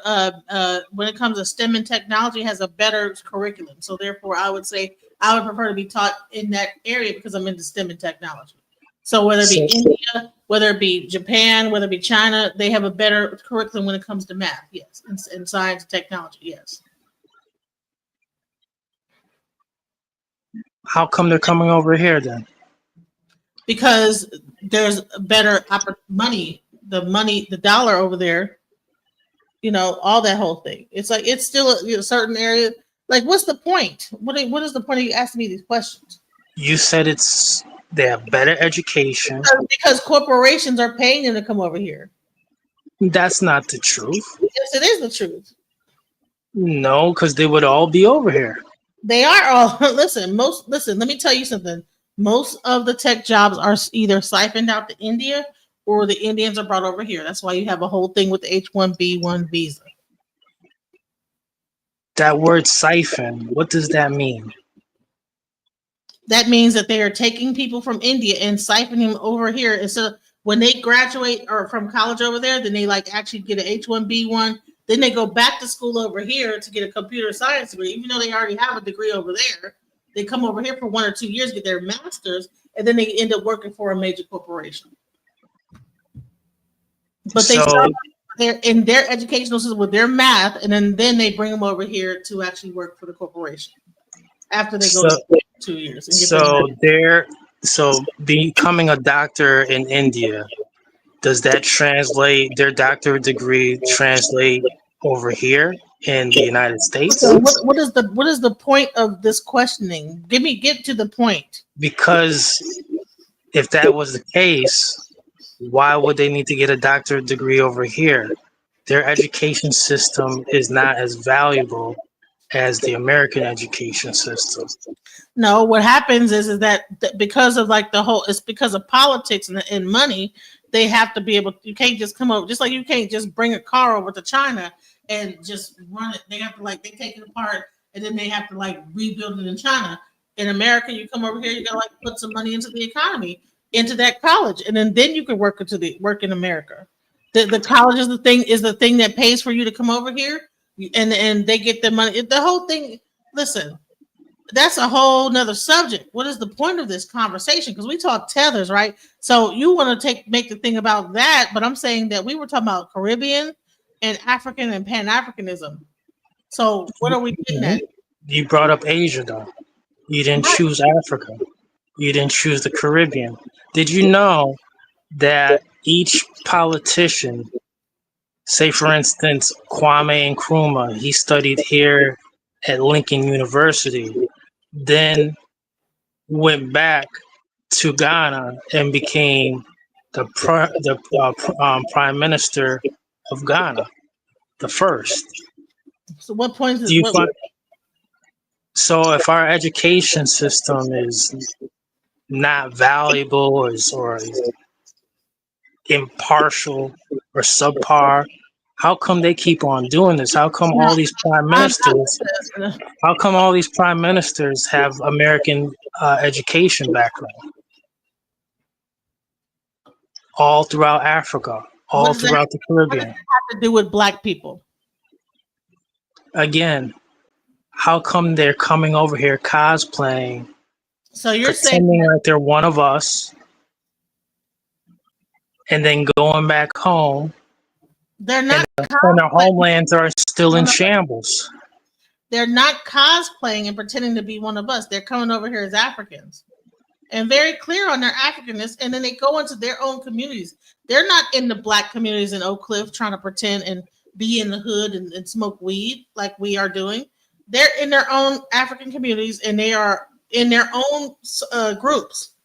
They're not going into Oak Cliff and pretending and cosplaying to be one of us. Really?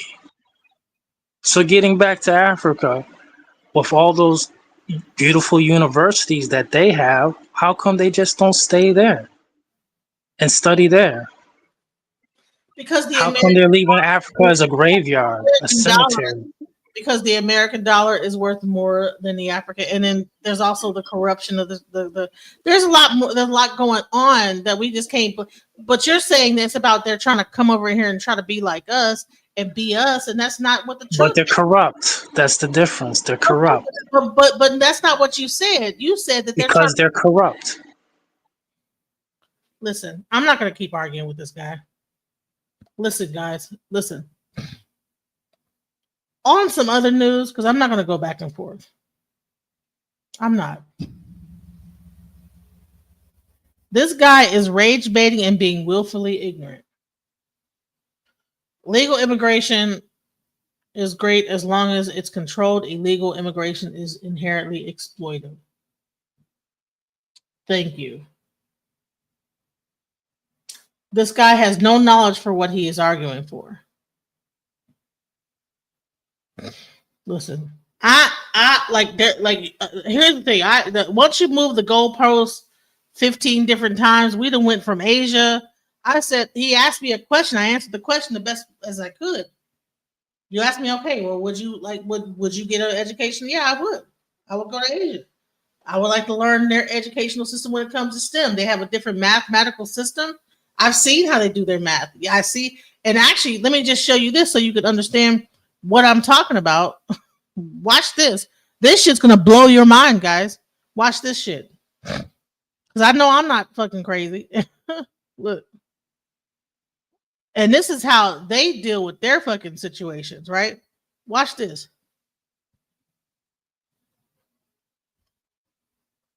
Hold on, let me find it. Okay, I want y'all to see this video right here because this.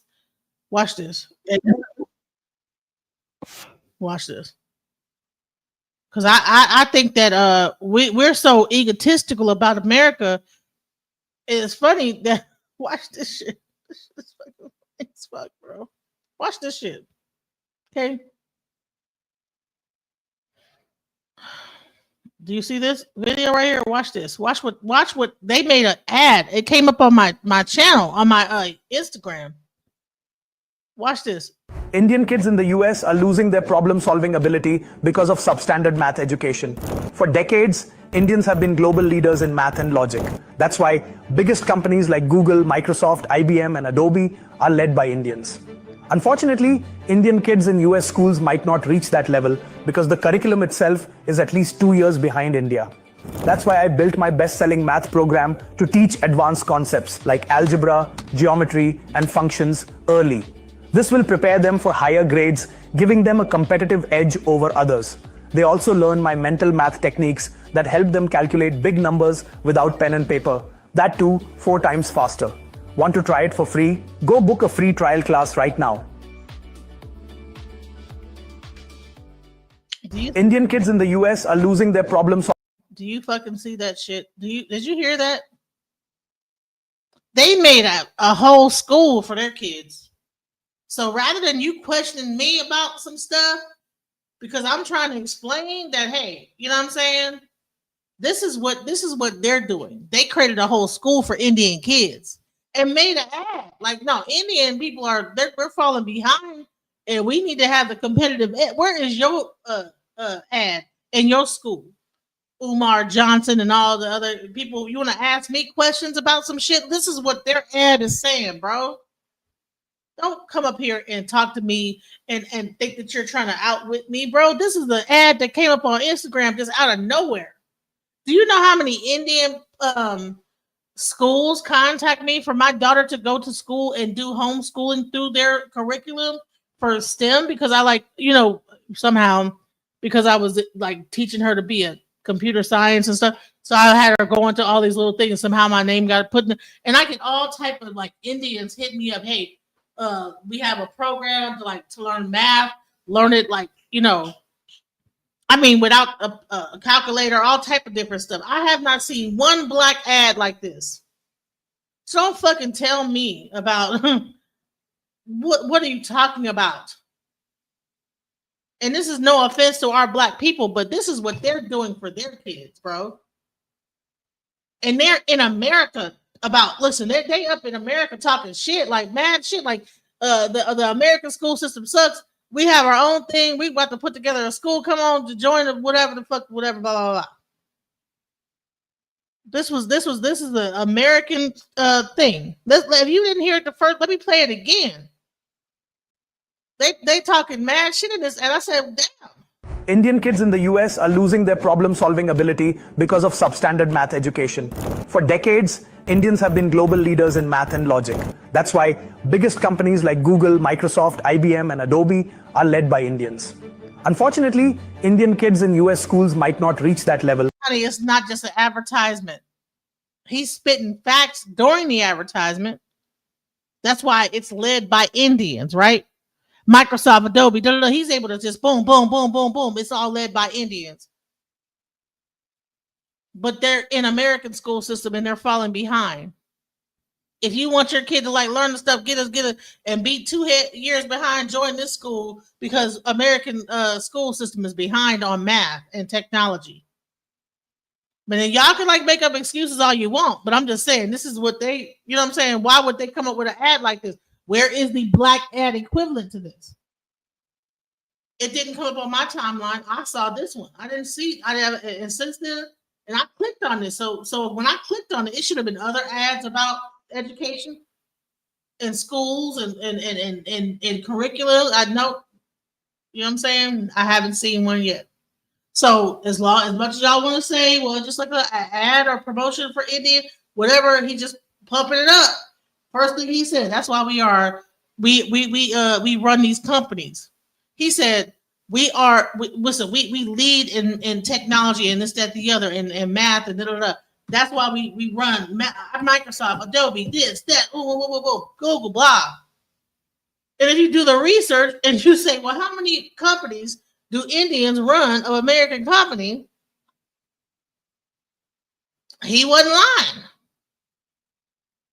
So yeah, if I had to probably choose, yeah, I'd probably go over there and get my STEM education over there, come back over here, get my master's, and then probably be on the same track that they are.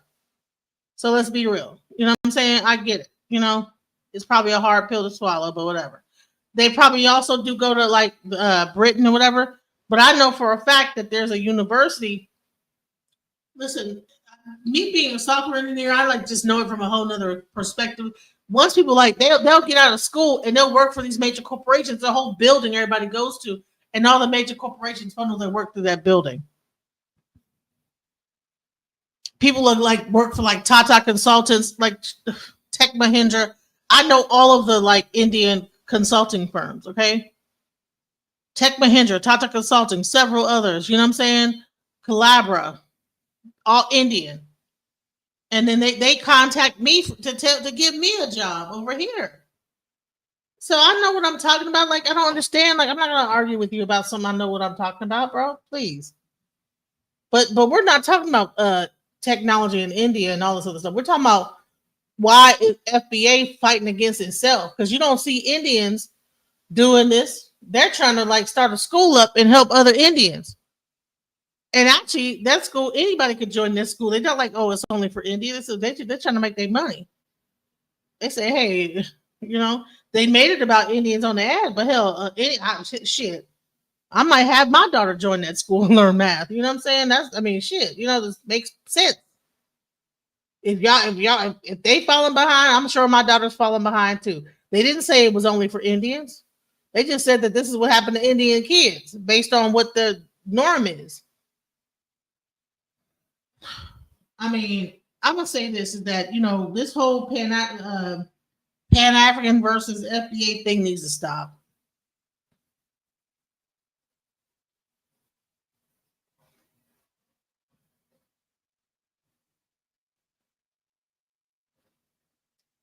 Well, he was the one asking me about asked me a bunch of questions that had nothing to do with the subject. Let's get to what I really want to talk about. I'm gonna change the whole subject. We're gonna talk about something that I just saw in the news that really messed me up. Let's go into this situation right here.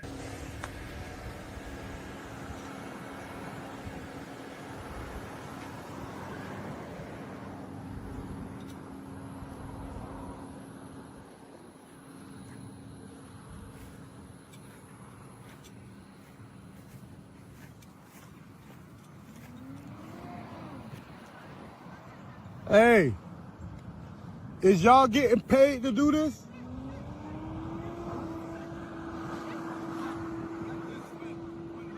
Huh? You just work only? Don't be rude, though. Don't be rude. What's going on?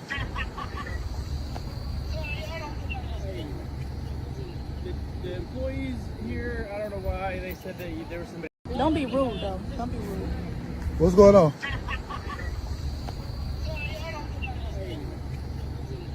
The employees here, I don't know why, they said that there was somebody out here blocking the road and all kind of silly stuff that obviously isn't happening. They aren't blocking the road, but they're just complaining Now we trying to figure out what's going on in that field right there because it looked like a whole bunch of slaves still working in that field right there. There's a whole bunch of black people that don't speak no English, and you got a white dude sitting in that truck monitoring them, and it's just a whole bunch of people picking, look like they picking cotton, but it's not cotton. So we trying to figure out what's going on with that. See down there? Yeah, we see all of I that. saw that, and I was gonna go over there to see if I can pick some stuff.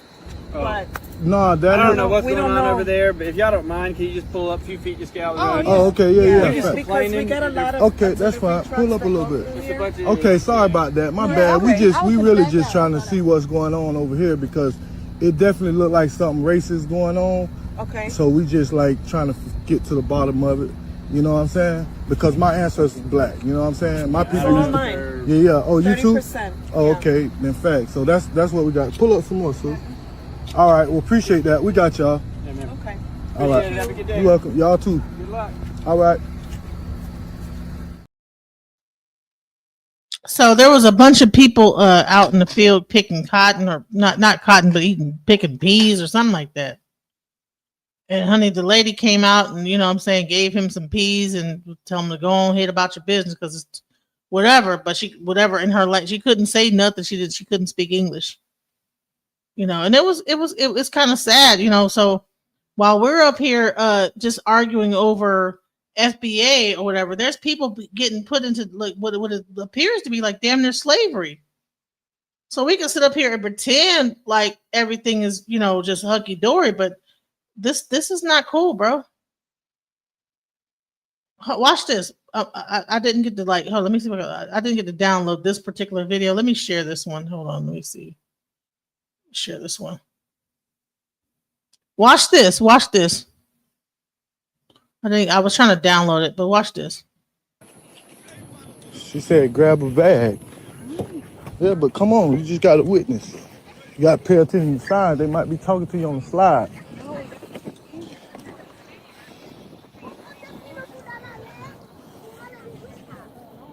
They're speaking another language. I don't know what language. Don't even go out there because that might be private property. So don't It's go. okay. It's right here.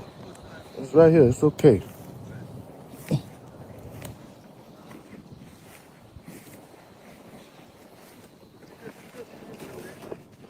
Hi. Hi. How you doing? Okay. All right. Are y'all okay out here? Sure. Y'all good? Okay.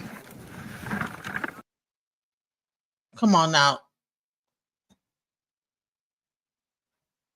Come on now.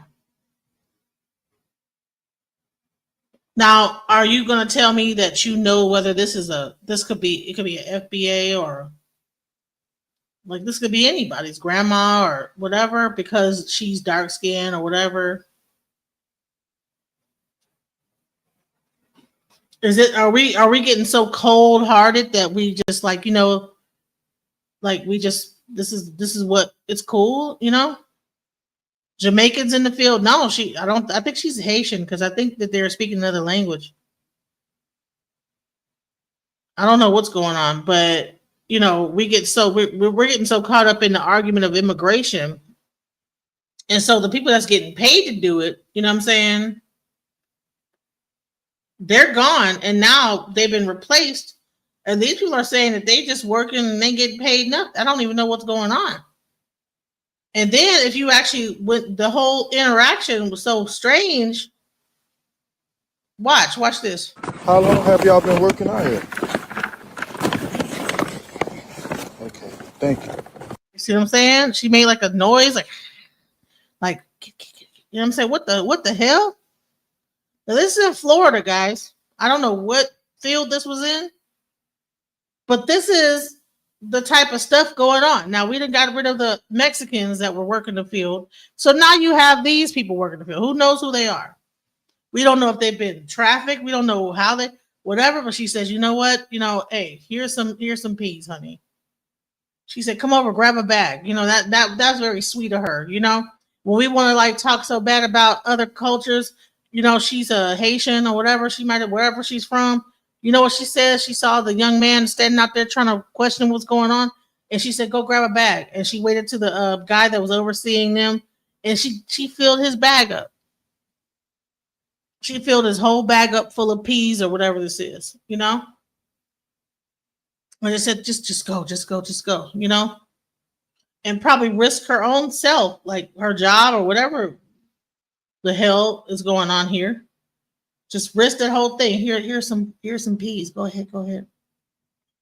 But we want to sit up there and be separated and talk stuff. Now they don't have the internet.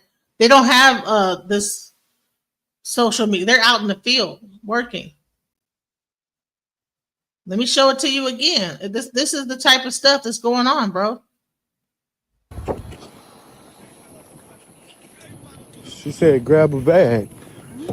Yeah, but come on, you just got to witness. You got to pay attention to signs. They might be talking to you on the slide.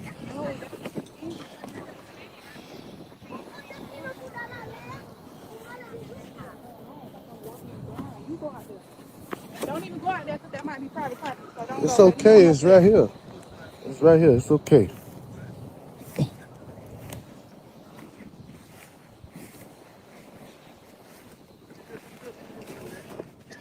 Hi. Hi. How you doing?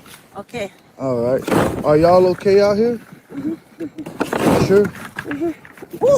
Y'all good? Okay. How long have y'all been working out here? Okay. Thank you.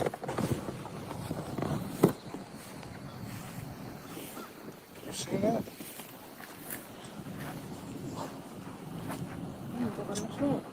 They're not good. They're not good. What did she say? I asked her, was they all right? And what she said? They said yes. And then I said, you sure? And then when she filled up my bag, she did like this. Inside. Listen. Now this is the closest thing I see what Pan-Africanism is that he cared about them. He saw some people that were black working in the field. He stopped. He says, you know, what's going on here? He asked the people, what's happening here? There's like some racist stuff going on. And she saw him and she says, you know what? Even though I'm working in this situation, here, have some peas. You know, go ahead, here, take this real quick. Okay, shh. Whatever she was doing, right? And he's concerned about her. That is what true Pan-Africanism is being concerned about one another. Not just saying, oh, you just need to be deported. You don't even know how this girl got here into the country. You don't know how she got here. You're just saying she needs to be deported. No backstory, no information, nothing.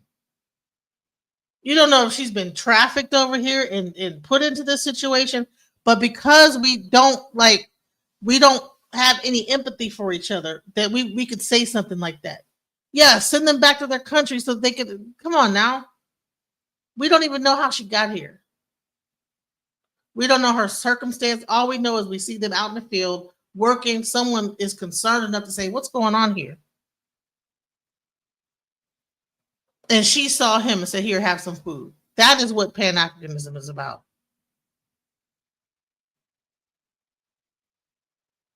I want to let you come up here and say, I mean, I don't even know if I want to let you come up because I know you're going to probably say something crazy.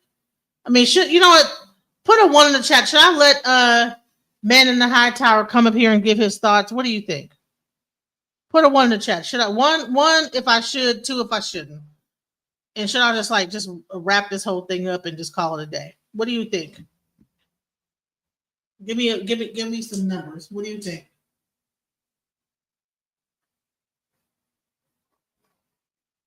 It's like a 1. I think that's your account.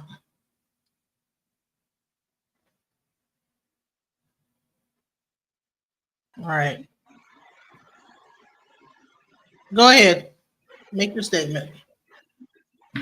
What statement do you want me to make, DJ Genesis? About what we just saw there.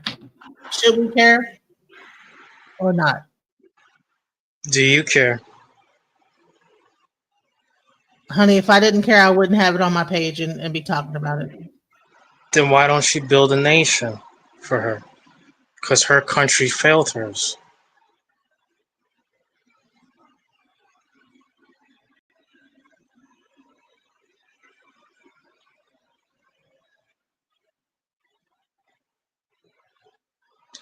Pan-Africanism in the very beginning was supposed to be about nation building, not about caring. See what I mean? Nation building. Why don't y'all build a nation for her? Why doesn't her homeland have a system in place? Why is it so corrupt? Are you going to keep blaming America? All that foreign aid that they get from their politicians and prime ministers that are corrupt, is that America's fault? How many countries are we going to keep saying that, oh, it's because of corruption? Why don't they overthrow their corrupt government? Why are they so scared about it?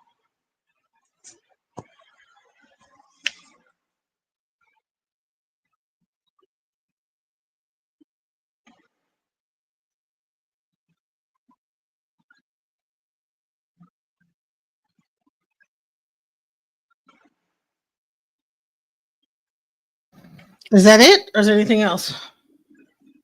That was a question. Oh no, I'm not answering questions. You make your statement. That's it. Well, my statement is this.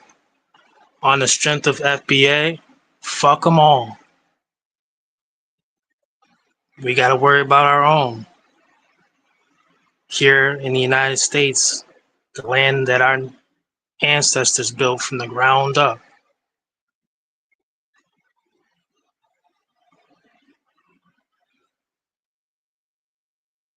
Listen, the reason why I bring him up here is I want you to hear the rhetoric that the FBAs have. Now he's definitely the FBA, part of the FBA movement, and this is the type of conversation that they have. So I want you guys to hear it 100%. You can see America didn't disrupt their country.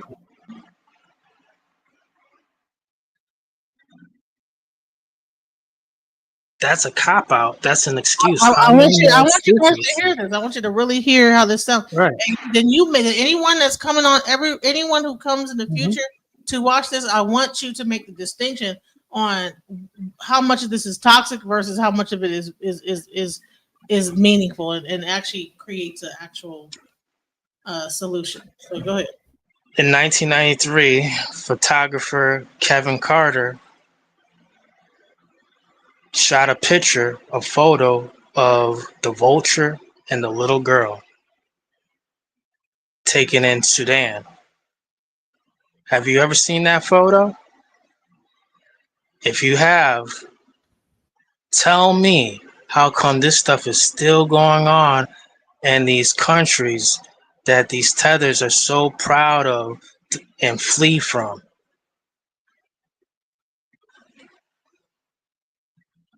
That's not going to happen over here. Our people fought against that.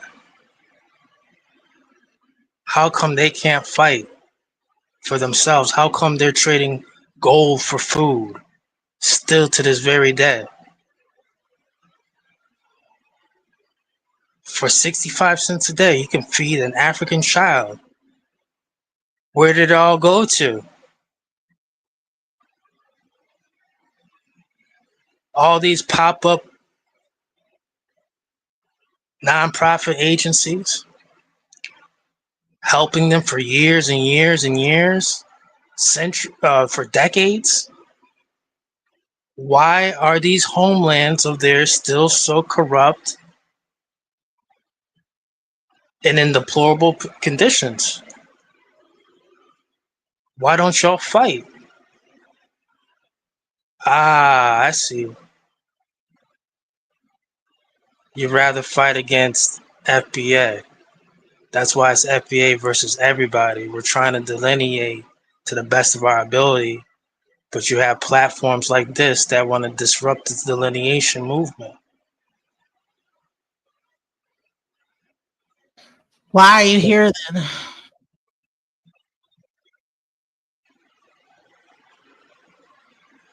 Speak the message that you don't have too much time left this platform because it's Antifa related. Anti-fascism? Is that what you mean? Anti-fascism related? So are you a fascist?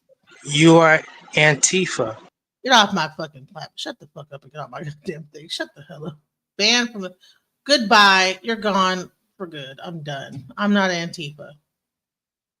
First of all, Antifa means anti-fascism. You know what I'm saying? People just use like buzzwords and say this whole thing. And I just wanted to show the brainwashing. People just say buzzwords. They say all the buzz stuff. I'm showing you people in a field. I'm showing you grandma in a field. And he's so stuck on his goddamn point that he has no fucking like empathy in his heart for the people at all. And this is the thing that this FBA thing needs to either y'all, I don't know. This is not right. And I don't care if someone says I sound like a moron, so what? I'll block you too. I have empathy. I don't like to see immigrants, whether they're Mexican, Dominican, black, whatever, being attacked by ICE. I don't like seeing people being hurt. Now he wants to call me Antifa for that. I don't like seeing people like just shoved down to the ground. So if I'm Antifa, whatever. Yes, I am anti-fascism. Now I'm not a part of the Antifa movement, but I'm not for fascism. I'm not for like this ragtag group of people that just get to like enact their will on people and just like there's no checks and balances. I'm not for that. But I don't know. I think he might be on the spectrum. I'm still trying to figure out what it is. I'm still trying to figure it out. But he's blocked for good. I'm done. I'm done with it.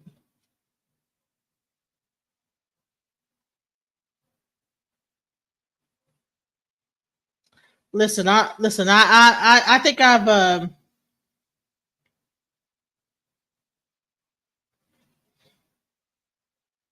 no, it sounds like FBA is insane. Okay. This guy was an FBA person. The guy that was talking. Hey, you can already tell I'm full of shit. Why are you here? Get out of here. Bye. What are you here for? Your mama's full of shit.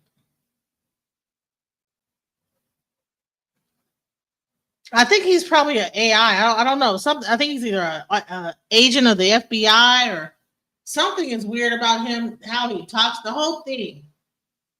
Like, who talks like that? Who can see people and going through trauma and just have no, like, nothing that clicks on in their body that says, man, this isn't right, you know?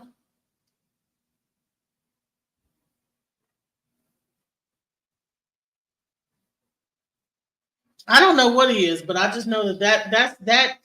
But I want y'all to hear that because I think it's just crazy. Because he's been doing this on my panel for like weeks. And I wanted people to hear it. I was like, bro, I'm showing you something that's a very traumatic looking thing. And to look at that and still be focused on bullshit. And that is what I see around the whole like FBA, the young YN, whatever community. And we cannot be so cold-hearted that we don't even see that shit is not right. I mean, we don't have any empathy. What happened to the empathy? Are we all NPCs? Is the whole audience? If you're not an NPC, put a 1 in the chat. Are you an NPC or not? If you're an NPC, don't say nothing. Maybe this whole chat is filled with NPCs and non-playable characters that have no personality, that really thinks that it's cool that people are out in the field like working because they want to believe in FBA so much.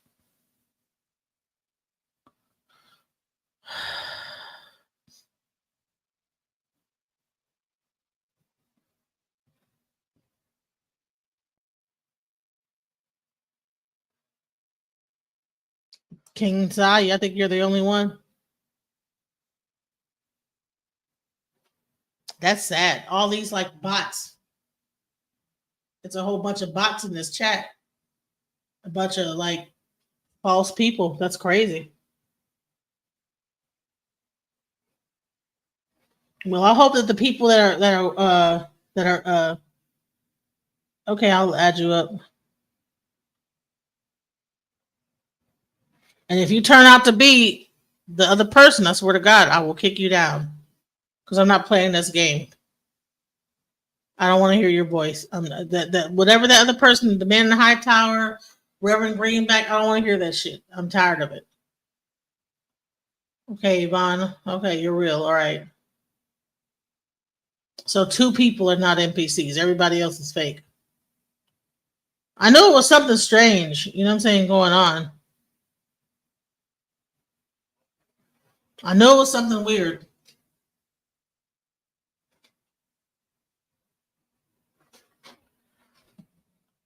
Sir, you're clearly not mature enough to even listen to this panel. So get the fuck out of here in peace. Goodbye. You're banned. You see how simple that is? You know, I don't have to listen to bullshit.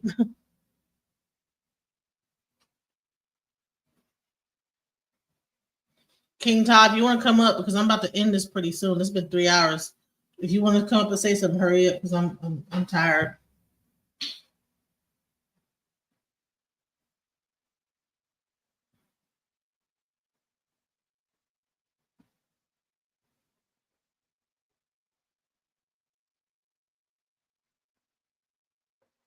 Yeah, I think that's sad. You know, when you really think about it, that a person could like watch something like that and just still have no empathy about that.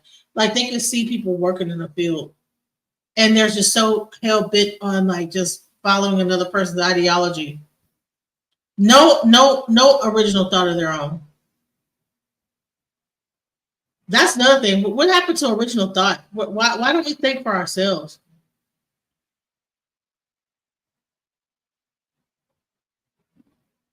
What is really going on? What is wrong with us? We can't think for ourselves. We can't come to a conclusion. We want to just repeat the same bullshit that you hear anywhere else that you hear it. I'm trying to wait for King Todd to come up. While I do that, I'm gonna play this video right here. I want you guys to check this out. Yeah, it's right here.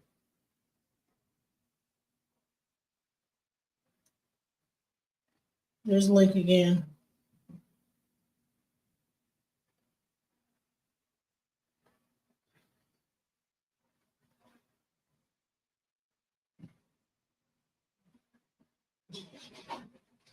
Let me play this a little bit while I wait for him to come up because I'm kind of like give him a chance to say, because I want to hear another thing. I don't want to end my show with that guy because that was very negative, and I don't like that type of energy. I'm not gonna end that's very low vibrational, and that's sad. That's very low vibration. That's, oh my god. This whole Pan African versus FBA thing, because I think it's really heating up. Sarah Seti actually came out and said something. Hey, what's up, Jackie? What's up? You guys are gonna take a ride with me. It's another mind dump. So Seti came out and he actually said some stuff. In about an hour or two, I'm going to do a live, and we're gonna go over all that stuff. And here's the question, guys. Do you guys prefer when I do lives that I bring people up? Do you guys prefer that I just do it and just discuss it? Or do you guys think I should bring the presentation? Cosmetic brands, he did a leverage. They were like about to like go on the presentation. Just let me know in the chat. You know, because sometimes a lot of time I don't necessarily get through, you know, what I'm talking about before people get to like, can you drop the link? I got something to say. Wait, that information, can you please drop the link? Oh my god.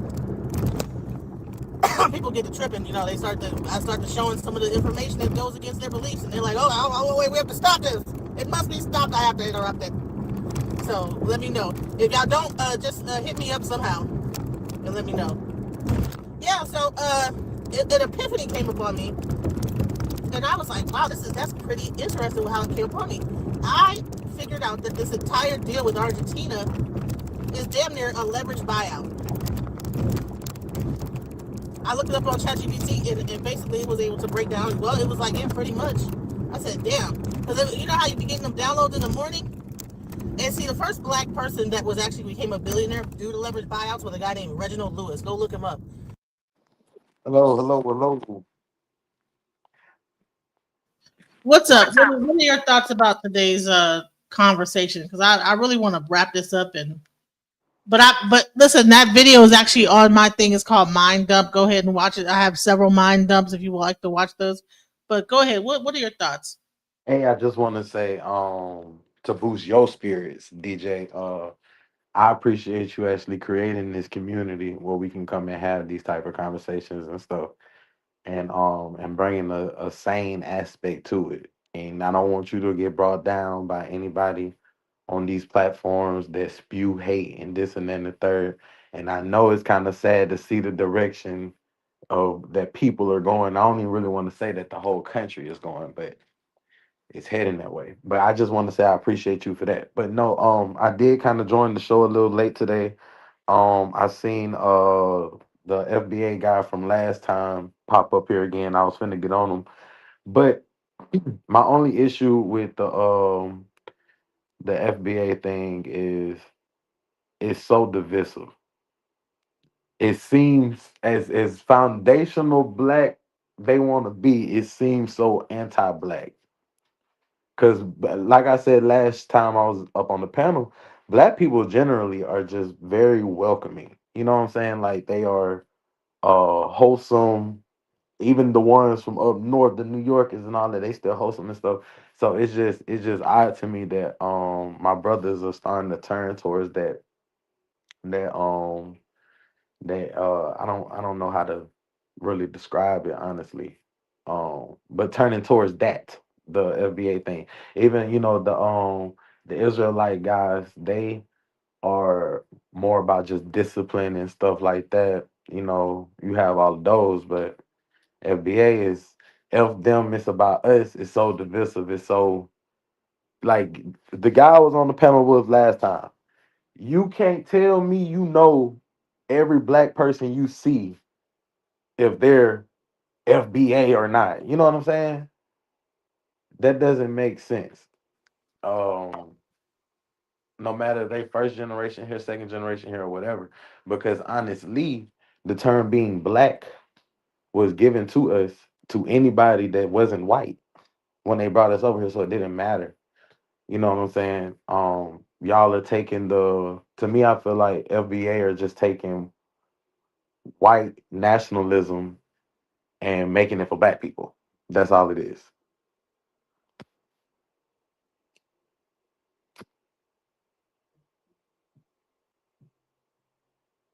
You hear me, DJ? I'm gonna do a freeze. I'm gonna show you something. I want you to tell me. Mhm. Okay. Because when I saw this, it almost brought tears to my eyes, right? hmm Because they're working out in the field, Oh, I seen this. and like I said, she asked him. He was asking questions. He talked to the man. He's like, "What's going on here?" She said, "Come back here, here." And she brought that whole bucket. You see that bucket? That's hmm probably heavy as hell. She said, "Whoo!" You Right? see, you can obviously see in this video that she's afraid to speak about what she has to do at this job or any type. You feel me? Like, and even with the people that showed up towards the end of the video, them popping up out of nowhere. The guy talking about, oh, so we got to complain about somebody being in the middle of the road, and obviously nobody's in the middle of the road. But what are y'all doing here? What you mean? I seen that. I really did. That's in Florida, and it did And you not see shock me. her face? Oh my god! Like, see this? See this? See this? Mm-mm. Look how she shoo him away because she see the guy in the truck watching her. That's crazy. I guess the guy rode by and maybe was pulling in, and hmm she hurried up and gave it to him. And she says, "He's like, are you okay?" And look, she was hit in the face too. Like, if you see, there's like a little, like right here, it's like a bruise right here.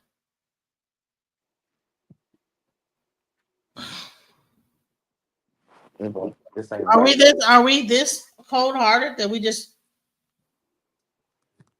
This is that was my point to any conservative that hops on this panel and wants to talk honestly. I'll be here to defend any person's human rights. If bumping being a black or white or this and that and the third, we need to be treated as human beings, period, point blank. And see, this is him in the audience, right? I say find the AG corporation and give it to the workers so they have enough money to go back to their country.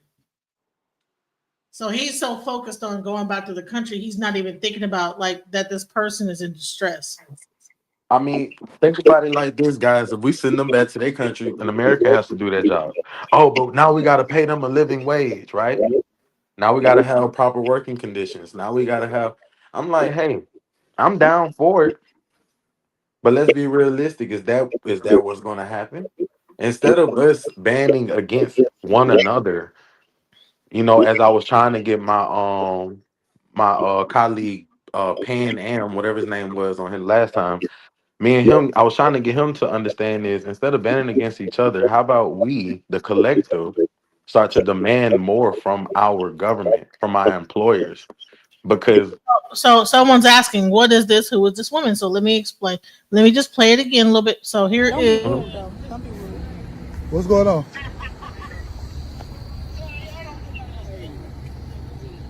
The employees here, I don't know why, they said that there was somebody out here blocking the road and all kind of silly stuff that obviously isn't happening. They aren't blocking the road, but they're just complaining. Now Y'all we mind trying to just figure out what's going on in that field right there because it looked like a whole bunch of slaves still working in that field right there. It's a whole bunch of black people that don't speak no English, and you got a white dude sitting in that truck monitoring them, and it's just a whole bunch of people picking, look like they picking cotton, but it's not cotton. So we trying to figure out what's going on with that. see down there. Yeah, we see all of I that. saw that, and I was gonna go over there to see if I can pick some stuff. Oh. But Nah, I that don't is. know what's we going don't on know. over there, but if that's y'all don't mind, bullshit. can you just pull up a few feet, just get out of the Oh road? yeah. Oh, okay, yeah, They're yeah. just Because we got a lot of Okay, that's delivery fine. trucks Pull up a that little go bit. through Just a here. bunch of Okay, sorry about that. My Yeah, bad. okay. I was We in the really just backyard, trying to but see what's going on over here because it definitely looked like something racist going on. okay. So we just like trying to get to the bottom of it. You know what I'm saying? Because my ancestors black. You know what I'm saying? My I people don't So used am to. mine. Yeah, yeah. Oh, you too? 30%. Oh, Yeah. okay. In fact, so that's what we got. Pull up some more, Sue. All right. Well, appreciate that. We got y'all. Yeah, man. Okay. All Appreciate right. it. Have a good day. You're welcome. Y'all too. Good luck. All right. okay. So what happened is that once they left, okay, the lady said, "Come here." All right. As much as we want to call them tethers and get out of our country, like they're just like the whatever, they're tethers, right? But you know what? When she saw him, she said, "Here, come here, grab a bag." She said, grab a bag. Yeah, but come on. You just got to witness. You got to pay attention to signs. They might be talking to you on the slide. This is your tether, y'all, saying grab a bag. Now they're in a thing in the field, picking whatever the fuck keys. Don't even go out there because that might be private property. So don't It's go. If you okay. come over It's there. right here. It's right here. It's okay.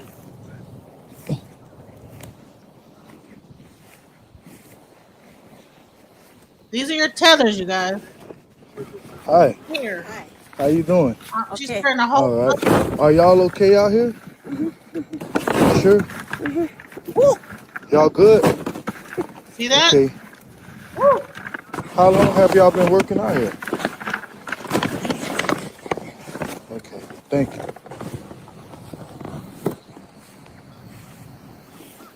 You seen that?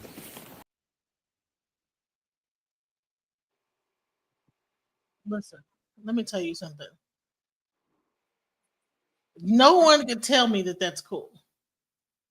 No one can tell me, oh, they just need to go back to their country. That's it. Just go back to your country, and you've been. We don't even know their story. We don't know what's going on. We don't know how they got there. But we're so focused on going back to their country. It's ridiculous. I don't. People cannot be that numbskull. You know what I'm saying? Is he just it's joking? people getting distracted from because they like to throw all of these immigrants into this basket of illegal immigration. This term illegal immigration. They got here illegally. They don't have papers. Woo, woo, woo. 70% of the people that ICE have picked up are documented immigrants, are non-violent immigrants. I'm gonna just be real.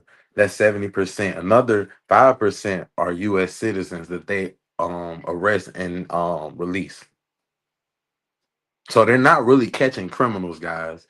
These are a personal police force that has a budget the size of Spain's military that is used on nothing but its citizens. We are being divided for no reason. And we're allowing ourselves to be divided. Thank you. I said this yesterday. A real conservative, I can respect. I can understand because you have a vision for the country. You just have a different way of getting there. Same vision, different way. But what these MAGA people have, what these people who are filled with hate have, their vision for the country is something that we never seen before. And maybe I need to correct myself. It's something we probably have seen before, but we just don't pay attention to history. And hopefully we're not doomed to repeat it.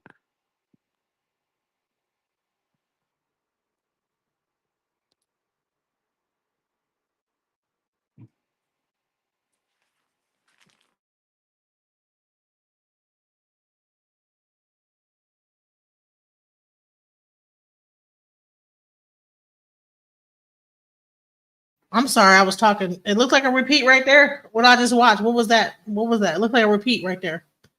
Listen, guys, I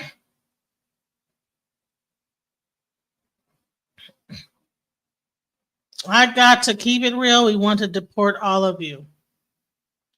Well, at least some All of who? All of who? all of us niggas. I think that's what it sounds like to me. And that's my biggest thing. Like, even then, let's ask the question: who are we deporting? Right? If we deporting people, let's deport them. Who we deporting? We deporting people who aren't Americans. Okay, what makes a person not an American? He says non-white. He says he wants to deport all non-whites. Where we gonna go? Y'all brought us here. Which country? Where are you gonna drop us off at? Look, I'm just trying to figure out. Make y'all own plan make sense.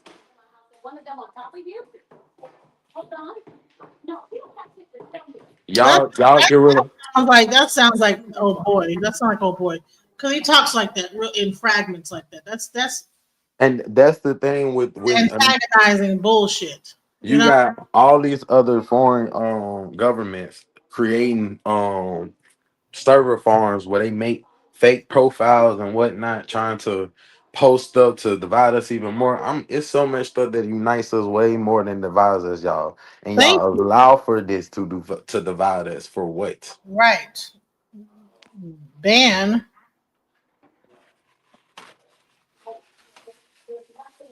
Like, what is the purpose? What is the goal?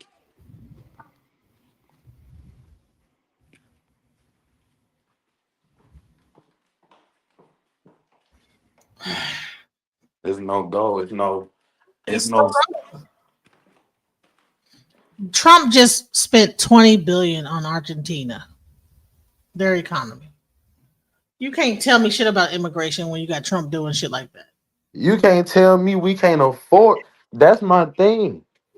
When them people tell you, oh, we can't afford free healthcare, we can't afford student loan forgiveness, we can't afford this, that, the third, but we got money to blow up people in the Caribbean islands, in the Caribbean Sea.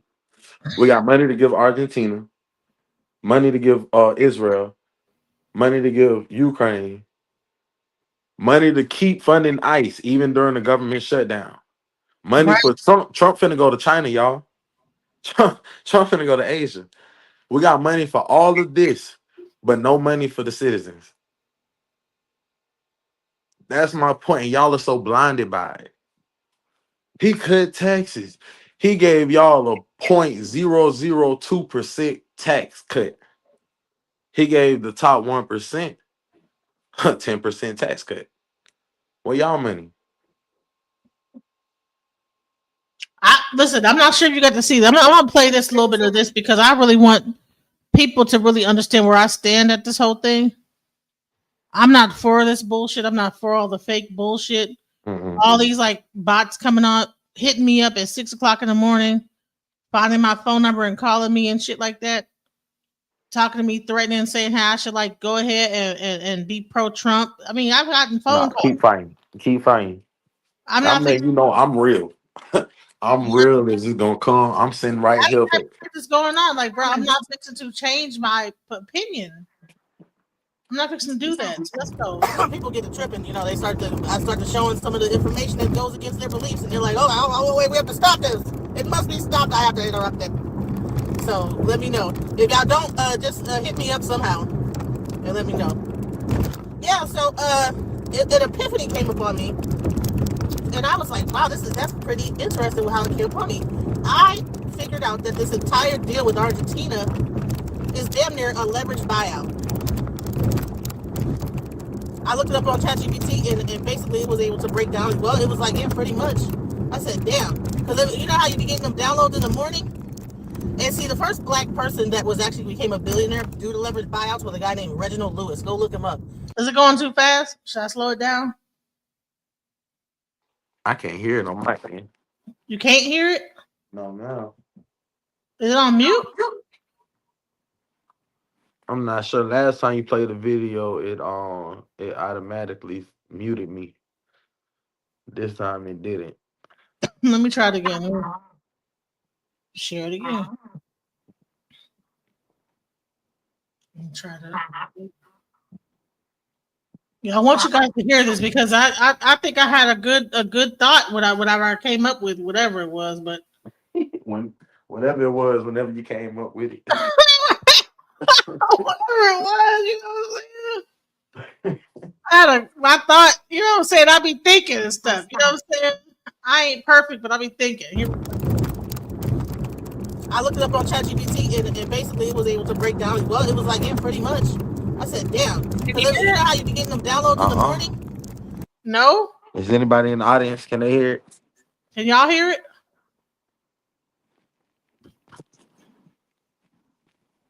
They're not answering. These are all bots. They're not really humans. I think there's someone that has a bunch of bots coming to my channel. After I get done with the presentation. Just let me know in the chat. You know, because sometimes a lot of time I don't necessarily get through, you know, what I'm talking about before people get to like, can you drop the link? I got something to say. You can't hear nothing?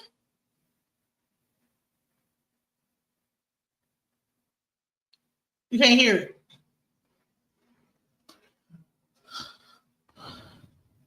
You there? Okay. I'm gonna play this. Maybe he can hear it from the audience.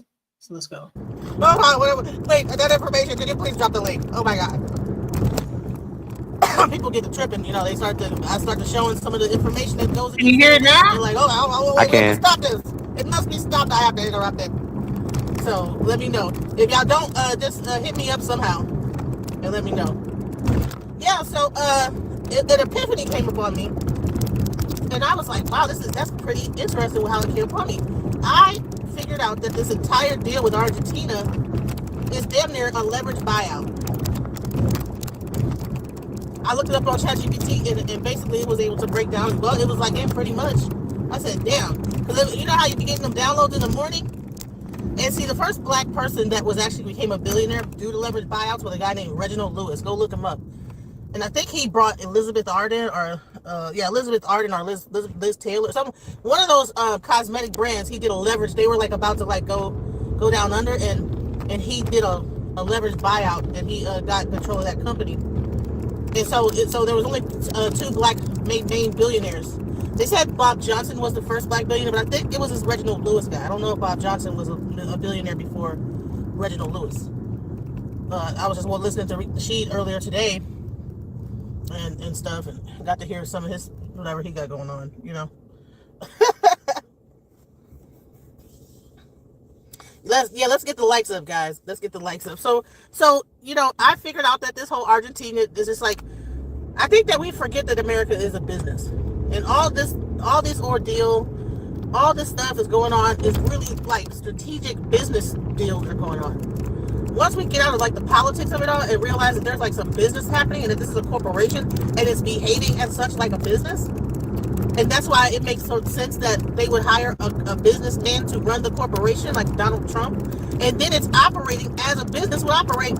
And you know what it is? It's because the business is very cutthroat, and we're pretty much employees of that business.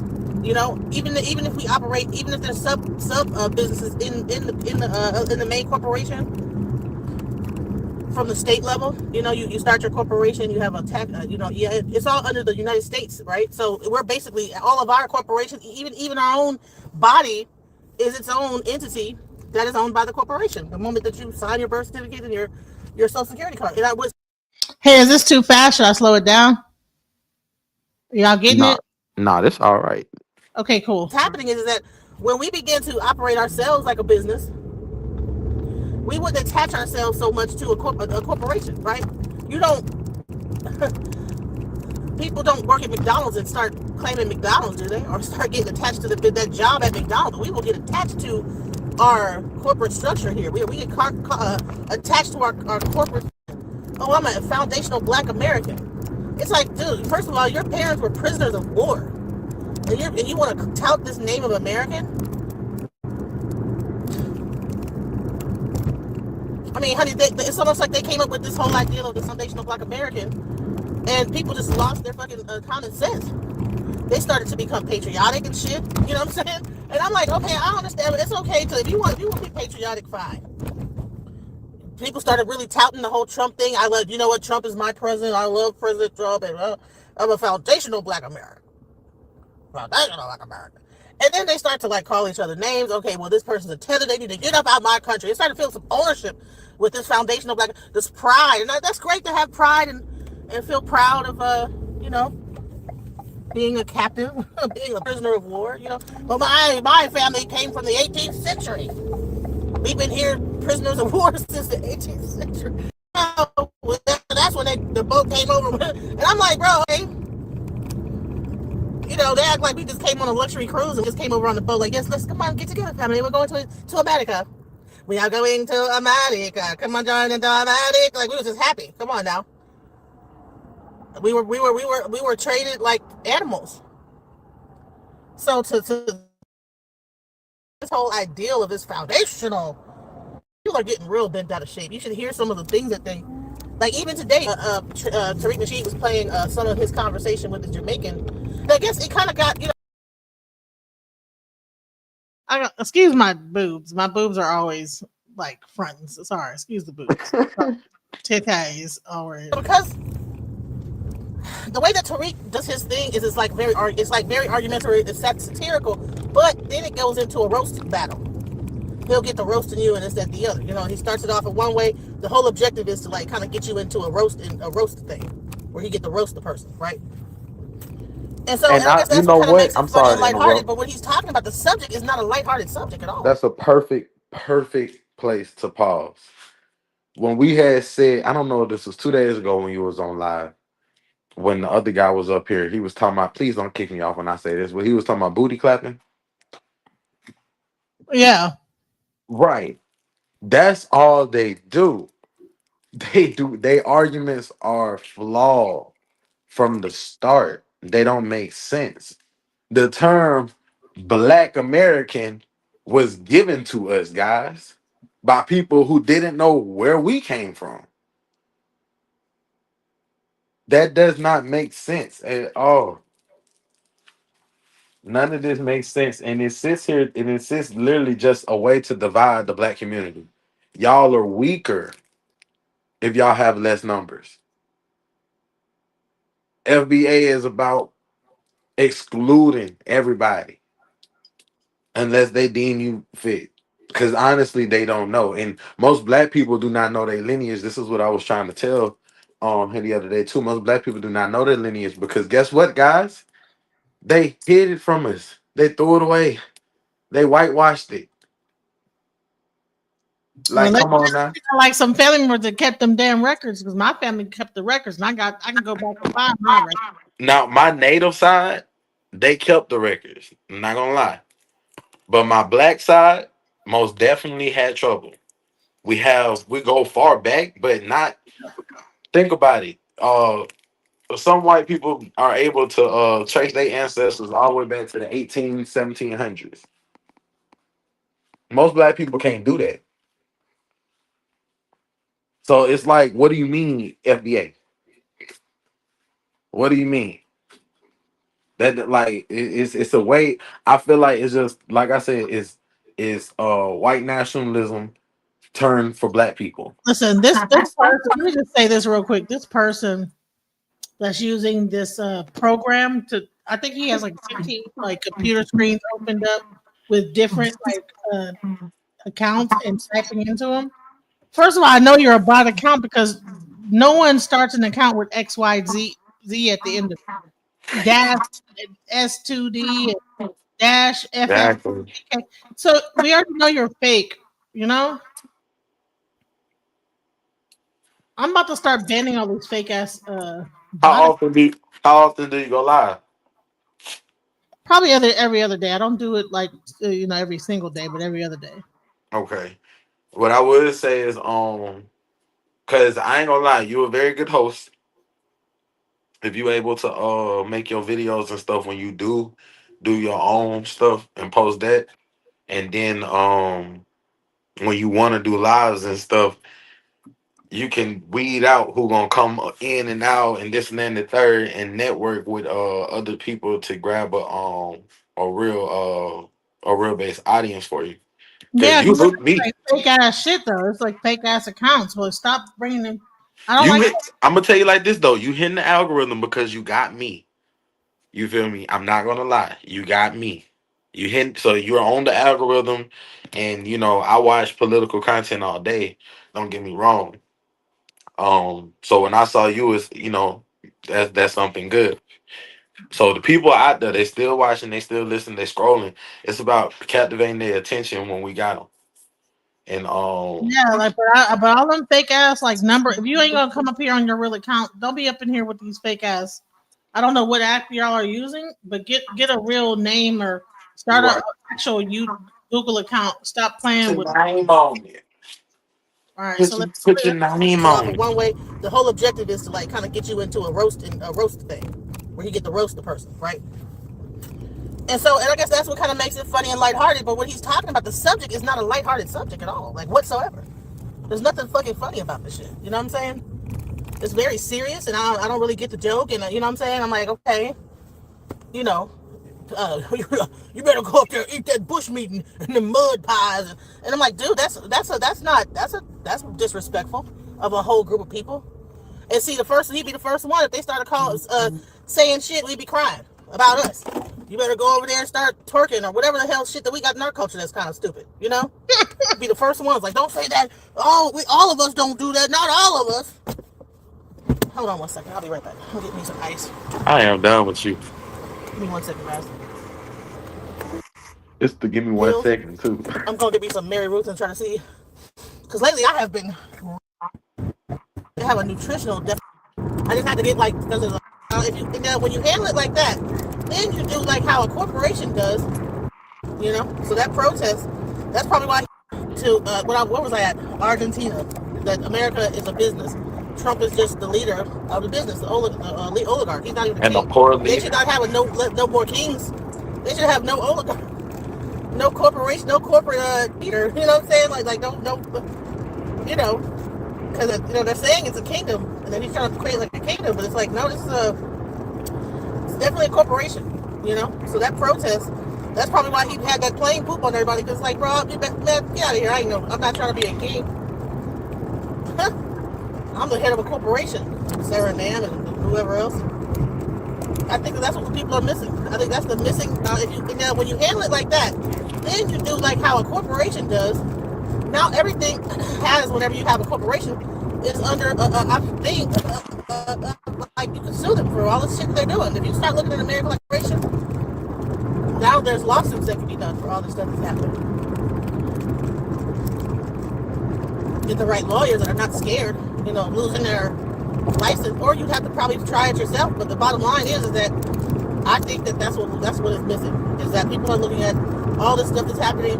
Oh yeah, he's doing deals with Argentina, and that's messing up the American farms, and well, that's part of business. He's not beholden to the people within the company to do it. He can always outsource. You can have people that's in the company that's saying, okay, well, whatever, and it's going to be this amount. I want to get, if you get hired and they're trying to find farmers and it's too much and they can get it cheaper, that's what any business would do. It's the financial thing of the business to do what's best for. It's the fiduciary responsibility of the corporation to do what's best for the corporation. So once you understand the United States is a corporation, and you understand why it is doing it, the things the way it's doing it, and you won't be surprised. Like, oh my God, Trump is. He's giving $20 billion to Argentina. All that shit is to secure. I think that's to secure something when he leaves office, trying to invest in the peso and build up the peso for future shit in the future, or whatever he's trying to do. When these people do stuff, they don't do it for right now. They do it for later on.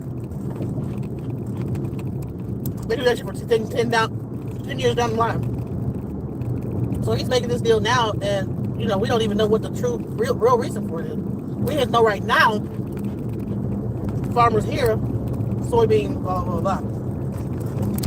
But man, they put crack in the black community, and we ain't covered since.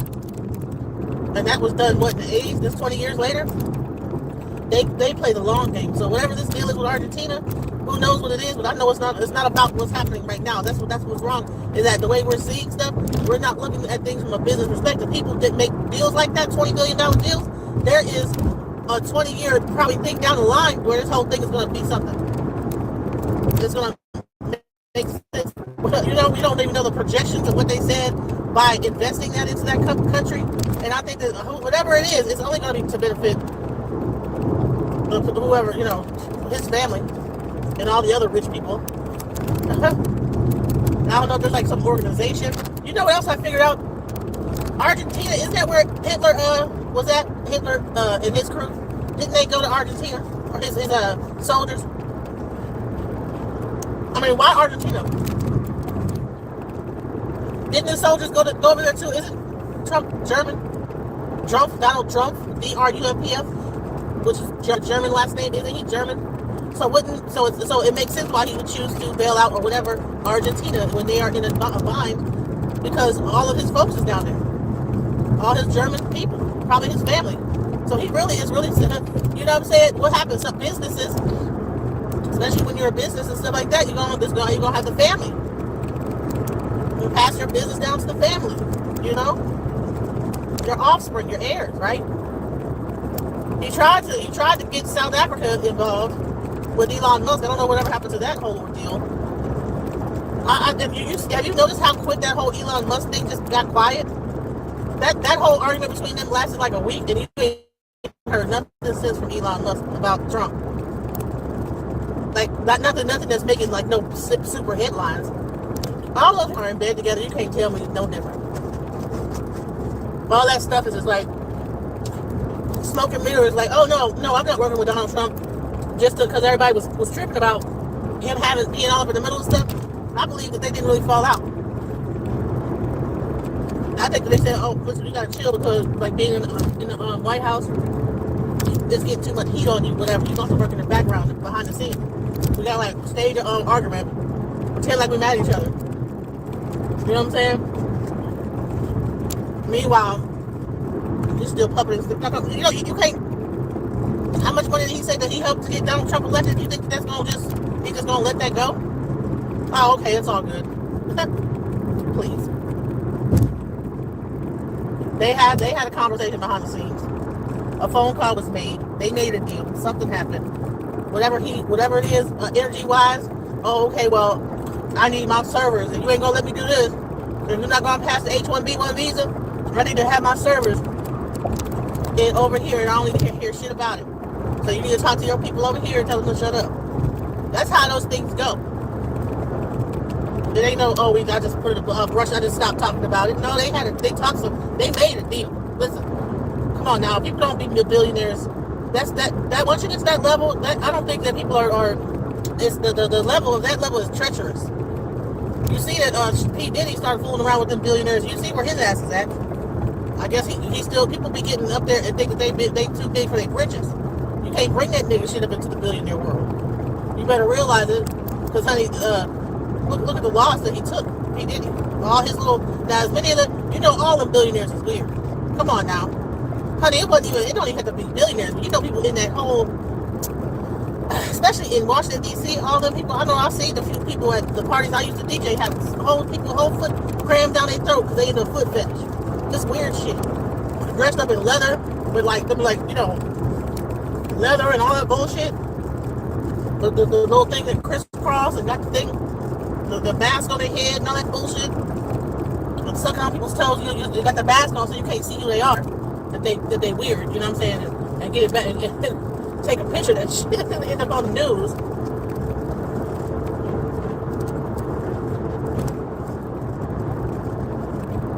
Yep. But yeah, so that's what I've kind of pulled from that whole thing, that whole Argentinian deal. I'm gonna create like a video about that and go over that. But later on tonight, I'm gonna go get into this whole FBA thing, because this whole thing is kind of irking me, because I don't think that we need to hate that Caribbeans, Africans, and other black people in the diaspora need to hate each other in order for us to be able to delineate. We don't have to be at war with each other. We don't have to talk shit about each other in order to delineate. And I think that Tariq Nasheed has definitely lost control of his movement. I think that the younger guys that have listened to his rhetoric, they're basically using his rhetoric to basically make it into something completely different. I think that by the time that Tariq Nasheed looks up, that whole FBA thing is going to be something he had no idea of where it's going to turn into. And he's not really doing much to really control it. He's just letting people, he's saying that, oh no, it's not a movement, it's a lineage. And since he doesn't want to take the leadership role of it, then you have other people that can step up into that role. So it leaves an open spot. A person that's way more aggressive and don't give a fuck about the government probably coming and beating the door down because they're just like a crazy ass person. That's what that does. It allows one charismatic leader to jump up and claim the same ideology and then add a little stake onto it. And next thing you know, it's completely changed into something different, completely other than what Tariq Nasheed made it into. And so you have a lot of these young FBA content creators that is developing cult-like following. And they are not as, their rhetoric is way more extreme than Tariq Nasheed's. Like, at least Tariq Nasheed, he talks to a Jamaican person, because what they'll do is, the first thing they'll do is, of course, when they're talking to somebody, the first thing they're going to ask you is, where are you from? Right? So what country, where are you from? Okay. Then they go, after they get out into where are you from, and they figure that out. If you disagree with them, no, you're a tether. No, you say, I don't believe you because you don't agree with their rhetoric. Then you're automatically a tether. And that's another thing, is that people are calling everybody a tether. It's like, what part of tether are we talking about people that are immigrants, or are we just, you don't agree with me, so you're a tether? You know what I'm saying? Like, what Sal Rasool said, he said, is that, you know what, the whole FBA movement is tethering off the Pan-African movement. So how could you say that the Pan-Africanism is dead, but then you got all of your things from the movement that was about being Pan-African? That Pan-African movement existed before the FBA movement ever existed. So of course, which one came first, right? So you use the momentum of the Pan-African movement, and then you want to turn around and tell your mom basically who you got birth from, right? Because that's all it was. That stuff birthed the rest of it. I don't think that you have to down Pan-Africanism in order to be an FBA. Okay, you got your lineage, you have your thing, you want to delineate and here's the thing, people get delineation wrong. Delineation does not mean that we hate each other and this is a war. It just means that take the benefits of like this imaginary reparations that's never gonna fucking happen, that we think that we're gonna get. You know what I'm saying? Or that Tariq thinks that he's gonna be able to make happen. I don't know. I still don't know what a lot of this stuff is really based on the past and we started hip hop and you guys can't tether on us and get our reparations. That's it. Where is these reparations, sir? You guys can say that you're Black American and get our benefits. So what benefits do we have, sir? We get the benefit of getting your ass whooped by the police? Like, what is the benefit? And then when I try to like say, hey, look, listen, it's not. We need to be worried when we see stuff like black people getting beat up by ICE and stuff like that. That's not a good thing. And we want to jump around and say, well, no, everybody need to get out of our country. Tariq Nasheed said that that's not what he was saying. He's not saying that the Caribbean people need to get about the American country. Now he will say, well, you fled your country, and he will say that. But my thing is that okay? If they had like some odds or whatever they needed to beat and they needed to flee their country, who the fuck is going to stay in a situation that's of dire? Who wants to stay in that situation? Or you should have stayed there and fixed your country. How could you fix anything from a place of weakness? If you're in the trenches, how are you going to fix your country?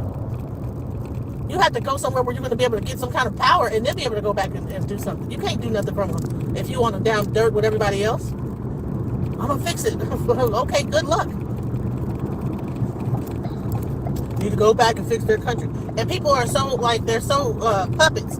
People just robot, like they just, it's almost like somebody got like a damn a thing on their back and just stood their hand and they just all parrot the same bullshit. I'm like, dude, since when has black people, but maybe that's how we've always been. Like one person says something, we just all parrot after, NPC parrot after everybody. Nobody has any original thought. And then when you actually talk to them, they're saying, all they're doing is parroting the exact same talking points as Tariq Nasheed.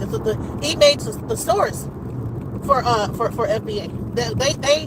They will say the same, okay, shit, plebiscites, rambling these plebiscites and your delineation. Here is the FBA the source. D for delineation. P, plebiscite, babbling. That means a person. I don't exactly know what he means by that. Plebiscite, babbling, fleeing. You fled your country. Mud pies. Don't try to pretend like you started a Wakanda. He'll say that just because you say that it might have been good in whatever, or your country might have something going. Oh, don't try to pretend like you have Wakanda. You know, just stupid shit. I mean, I don't know. It's to me, I don't know. Some of it, I get the roasting part of it, but I mean, I don't know. Maybe that's for the young kids. Because to me, that shit is childish. Because while he's roasting, he's muting the other person, so you can't even hear what their retort is. So he got into Marcus Garvey. He was telling us how Marcus Garvey's whole thing failed at first, and he told them. He told the Jamaica guy, how come you guys don't own anything on your island in Jamaica? How come you don't own the stores on the beaches in your community? I'm like, bro, we don't own the stores in our neighborhood either. Shit, hell, we don't even have a community. Where's our community for? At least they got a community. At least they got an island. At least when they do come over here, they find their community and be around their people. They have their little Caribbean store, and honey, they party in that store. They come together and talk to each other in that store. All the Jamaican people start going to that store. Hell, I think black Americans find themselves in the Jamaican store more than we do in the soul food restaurant. I'll see more black people going to the Caribbean store to get food. So I don't really get the whole, we gotta cut that out, bro. And the guy was saying, like, we need to stop, we don't need to be enemies. Because this stuff's gonna get harder. We gonna need each other. He said that the Jamaicans are the warrior class of people, and that's where Tariq Nasheed kind of got pissed off. Like, no, you guys aren't the warrior class. You guys got jacked up. Y'all did this. It's like, well, hell, well, we can't say we're the warrior class either, because hell, we got jacked up too. I mean, what the fuck? I don't really get it. Hell, are the Haitians a warrior class? Because they fought. I think Jamaicans did fight too. He said that Jamaica was a breeding farm, or not a breeding farm. It was a breaking farm. But it had the sugar cane. I think that was probably the most brutal, one of the most brutal plantations because of the whole sugar plantation. But I don't know if it's because of they were trying to break people, or is it that the people that was the slave owners there were just brutal, people. They just had some kind of a masochistic mindset, the French, right? And whoever the Jamaican, whoever those particular slave masters were just wild, Or maybe they did more of that breaking because of the fact that these people were more aggressive slaves. But rather than having a meaningful conversation, it's like he began to make fun of the fact that these people were getting butt broken on Jamaican plantations. And I'm like, what are we doing here? I don't agree with that. And if there's any people from Caribbean, just know that not all of us black people, FBA or whatever you want to call us, agree with that shit. And just because I'm light skinned and I'm not from, and I might have a little white in me, don't mean I don't count as an FBA. Because my family goes back to Virginia, and it's the Smiths, and it's my grandfather's Obadiah Smith Henderson, Obadiah Henderson and Smith or some shit like that. Whatever, it's the Smiths and the Henderson. That on that side, and then there's Lockett on this side. And there is some Caribbean shit going on based on my DNA. I don't know what the fuck's going on my father's side. I don't, my dad died before I could find out. So I don't know but I just know that in my DNA it says that there may be some Barbados shit going on there. But it's mostly black and Nigerian and fucking Norse. Which is weird. I don't know where the hell Norse came from. Was the Norse slave owners? I don't know if that white came in through the slave, because it was in Ohio. Was there slave plantations in Ohio? Is Ohio considered the North? No, it's the Midwest, right? Was there slaves up there? I don't know. But somehow they fled from, we talking about fleeing. They fled from Virginia. They was in North Carolina, then they went to Virginia, and then they went to Ohio. I don't know how, or they did it on foot. Somehow they ended up in Ohio. And there's records of my shit. If you go on Ancestry.com, I got records of my family and where they came from. So you can't talk that bullshit to me, all that tether and this, that, and the other. It's just that I embraced Pan-Africanism a long time ago when I went to, became not a Christian, and I began to look into the African religions, what the truth was about all this stuff. And I found out what it was, you know what I'm saying? I had to say, hey, wow, that was a crazy revelation to me, and when I did the research, I'm like, okay. Now I know that my family does also have Native in it, some Native American as well. I think it's Cherokee, and I think because and I actually have I gotta go get the information, but that's on my grandma's side. See, my grandpa is one thing. My grandma has the Native American. My grandpa has that white stuff going on, and my grandma has a Native American. And she's Murray and Fletcher. So you have Fletchers and Murrays. And then you have, no, my grandfather's Murray, and my grandma's Fletcher. And I think the Fletchers and the Blanchards and all that stuff is all different things. Which just sounds like an Irish last name, so I don't really exactly know what the fuck's going on. But that's pretty much what's going on in my family,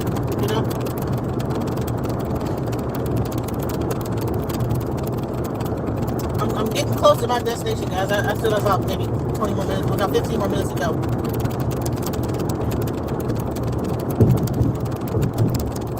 What else? So that's pretty much what's going on with that situation. The FBA thing is just ridiculous. And I'm going to review that. What else should I get into? I'm trying to improve my my vitamins. I'm very deficient in my vitamins, so that's one big issue I'm trying to get control of. Go back because I got too much sense to actually want to be.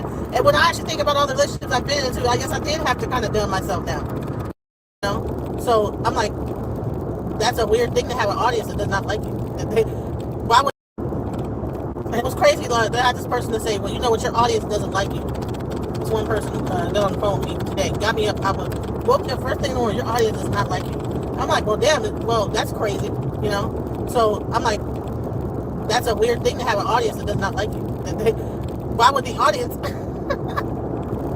sit there and listen and watch someone that they don't even like? That's crazy. Just to be sitting up there just watching the person. I don't like her. Look at her. For how long do they sit there just not liking me? You know what I'm saying? What a useless waste of time. Bro, the people. I just, okay. It sounds like you're projecting whatever you think onto my audience. I think there's some people that disagree and agree based on the subject matter. Depending on, there might be some things they agree with what I say, and sometimes it does not mean that they like or dislike me, because to be quite honest, nobody really knows me long enough, except for probably Jackie, my moderator, and some people that might know me personally. You don't even really know me to dislike me. You know what I'm saying? Because a lot of times, like, if you only get to talk to me for a second online or whatever, you don't really, if you got to actually talk to me on the phone and hear me and see who I really am, because I'm a mom, it's a whole lot of different parts. Even when AT2 met me, it's like he's like got a whole different picture of who I was. You know what I'm saying? Because it's one thing to see me online, and it's like, oh, okay. But it's another thing to actually, like, see me actually, in person and talk to me, And I don't put up with no bullshit. Scary. And half the time you get let off first thing in the morning, like at 5 o'clock in the morning, 4 o'clock in the morning. Nobody's on the road, and it's just you trying to make it home. Utopia society in Argentina. I don't know what the whole objective is here. They just want to take the whole country down and move to Argentina? Like, what's the... They're going to put all the money, give it to Argentina, and build it up out there, and then they're going to leave America when they get done. All Trump and J.D. Vance, all the billionaires, they're going to build their own, like, utopia society in Argentina.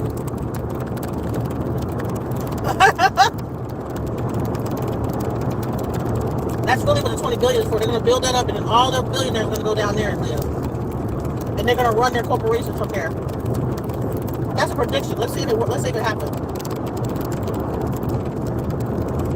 That's the whole plan,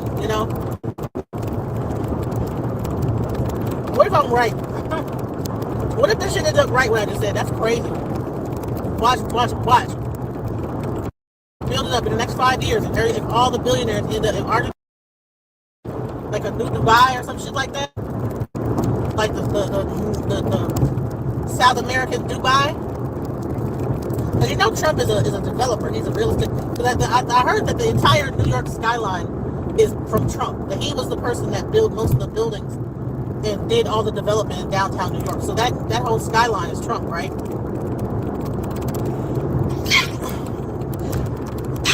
I wouldn't be surprised if he's down there trying to build some stuff up for cheaper. You know what I'm saying? Taking the American tax money and investing into that and making that into the next new super rich for all the American rich people.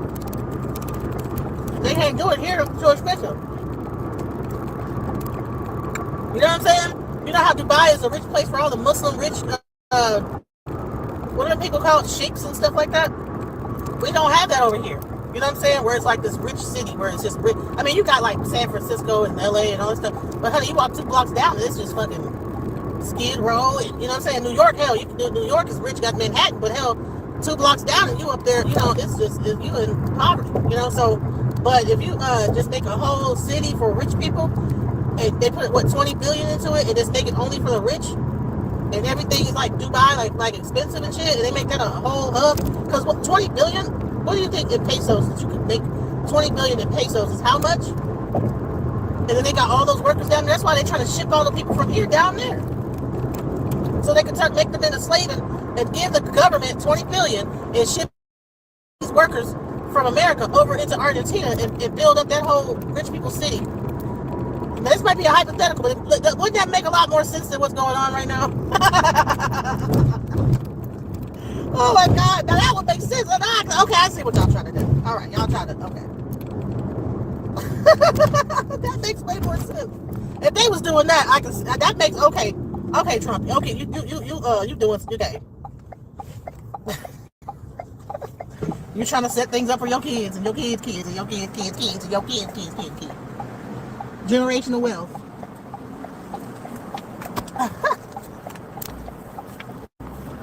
Cause I'm like, dude, I ain't never seen a person so old and stuff still trying to still trying to fucking just be like this super duper rule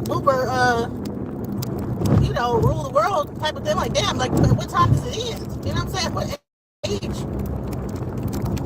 You're gonna be like 80 years old still trying to what is you ain't even gonna enjoy it. You know what I'm saying? Where you can't even really enjoy it. You have a colostomy bag, your fucking veins are popping, like I don't understand. Like at some point, like when you get to a certain age, it's like they don't. You know what? These people that run for these, they don't even get to be grandpa. You know what I'm saying? They don't get to like watch their grandkids and just do grandparent stuff. And he the president. He just play golf and do deals and stuff. Like he don't get to be grandpa. Like, do you think that what's his wife Ivanka, whatever her name is, does she get to be grandma? Like do the kids like drop off their kid and make her watch the kid, or is there like a nanny that's like, no, it's such a nanny watching the kid. Nanny. Watch the kid. And the nanny's probably Mexican too. Like, Lolita, come watch the kids. You know what I'm saying? That's the only one that get sit back by ice. Shoot.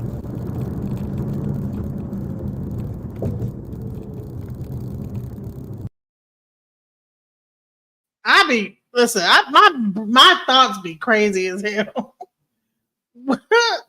That was my mind dump from this morning, y'all. Now we have the man in the high tower. He's been waiting patient. I'm gonna let him come up and spew his rhetoric. But I'm about to end this show, so hopefully it does not piss me off before I like it. Here we go. Go ahead. Where did the other person go? I think his phone died. Where did the other guests go from the other nights? No, I think his phone died. No, I'm saying where did the other panelists go from the other nights before? I don't know. It seems that no one wants to be a part of this whole detrimental movement that you're talking about. They don't want to. Why are you here then? I'm asking you, like, why do you think the other guests? Why are you here? Why are the other guests not participating in this? Why are you here? Why are you laughing in the car by yourself? Because I'm driving. Don't you have anything like optimistic to say? I said what I said. So what are the solutions that you have?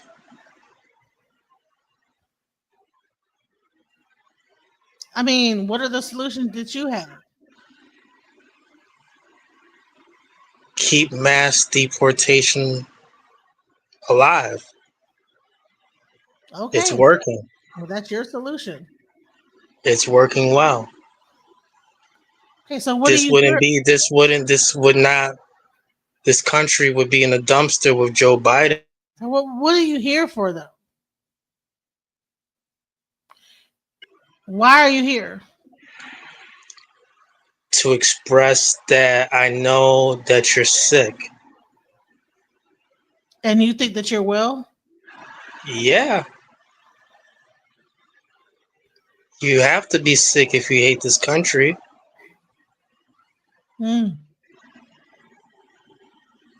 This is where your parents were born. Who said I hate this country? You have nothing good to say about this country right now. Not one. So why are you here? I'm expressing my love for this country. Why can't you do that somewhere else? Why do you have to be here to do it? First and foremost, your platform. You need help. And I believe that others should pray for you. I never asked you for your help, sir. Would you like to pray right now? Absolutely not. You don't believe in God? I don't believe in praying with someone that I don't fall in line with spiritually. So no. Will you pray for a better world? Honey, I will pray in my own way on my own. I'm not going to pray with you. Sorry.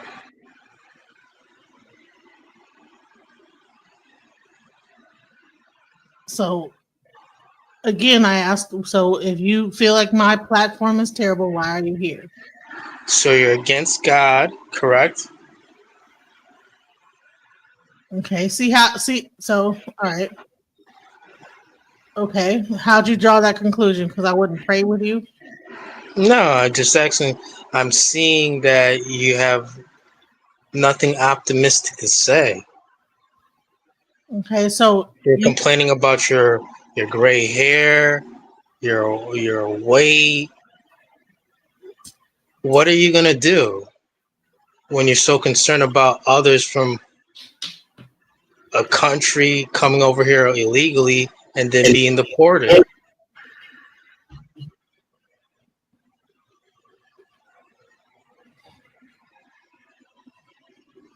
What is the purpose of this conversation? Why are you up here talking to me about anything? What is the purpose? I'm someone who is saying, hey, you can turn this around anytime you can and start having self-respect for yourself. So listen, here's the deal. I blocked you. I don't know how you got through the block, but I don't need your thought. I don't care what you like. What is the purpose of you coming up here telling me about having self-respect for myself, and you have no self-respect for your own self? I'm not the one who's praying and preaching hate for America. Shut the fuck up, bro. Again, I banned him. I don't know how he keeps getting up here. Why does he keep coming up here? I don't get it. Anyways, yeah, we sound like we just broke up. No, absolutely not. I don't even know who he is. He gets a kick out of coming up here and irritating the shit out of me. I don't know why. I think he's a stalker. So if you hear anything ever happen to me, you know who did it. That guy right there. Because I swear to God, I'm not like asking him to come up here. I will block him. I will ban him. I'll kick his little extra accounts he has up here off the thing. He keeps coming up. He'll create another account. Calls me. I'm like, bro, I didn't ask for all that. Leave me alone. So, okay. Anyways, I played my video and I want y'all to see. It's been 5 hours. Peace out, guys. Much love. Mission, trying to get it right. Transition, changing the way that I see life. Transition mind. I'm on a mission, trying to get it right. I'm transitioning my life. Making a transition. Ooh, making a transition. Ooh, making a transition.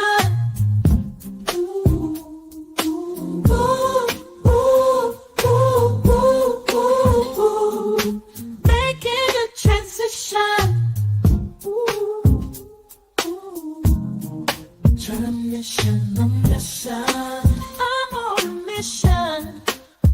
on a mission.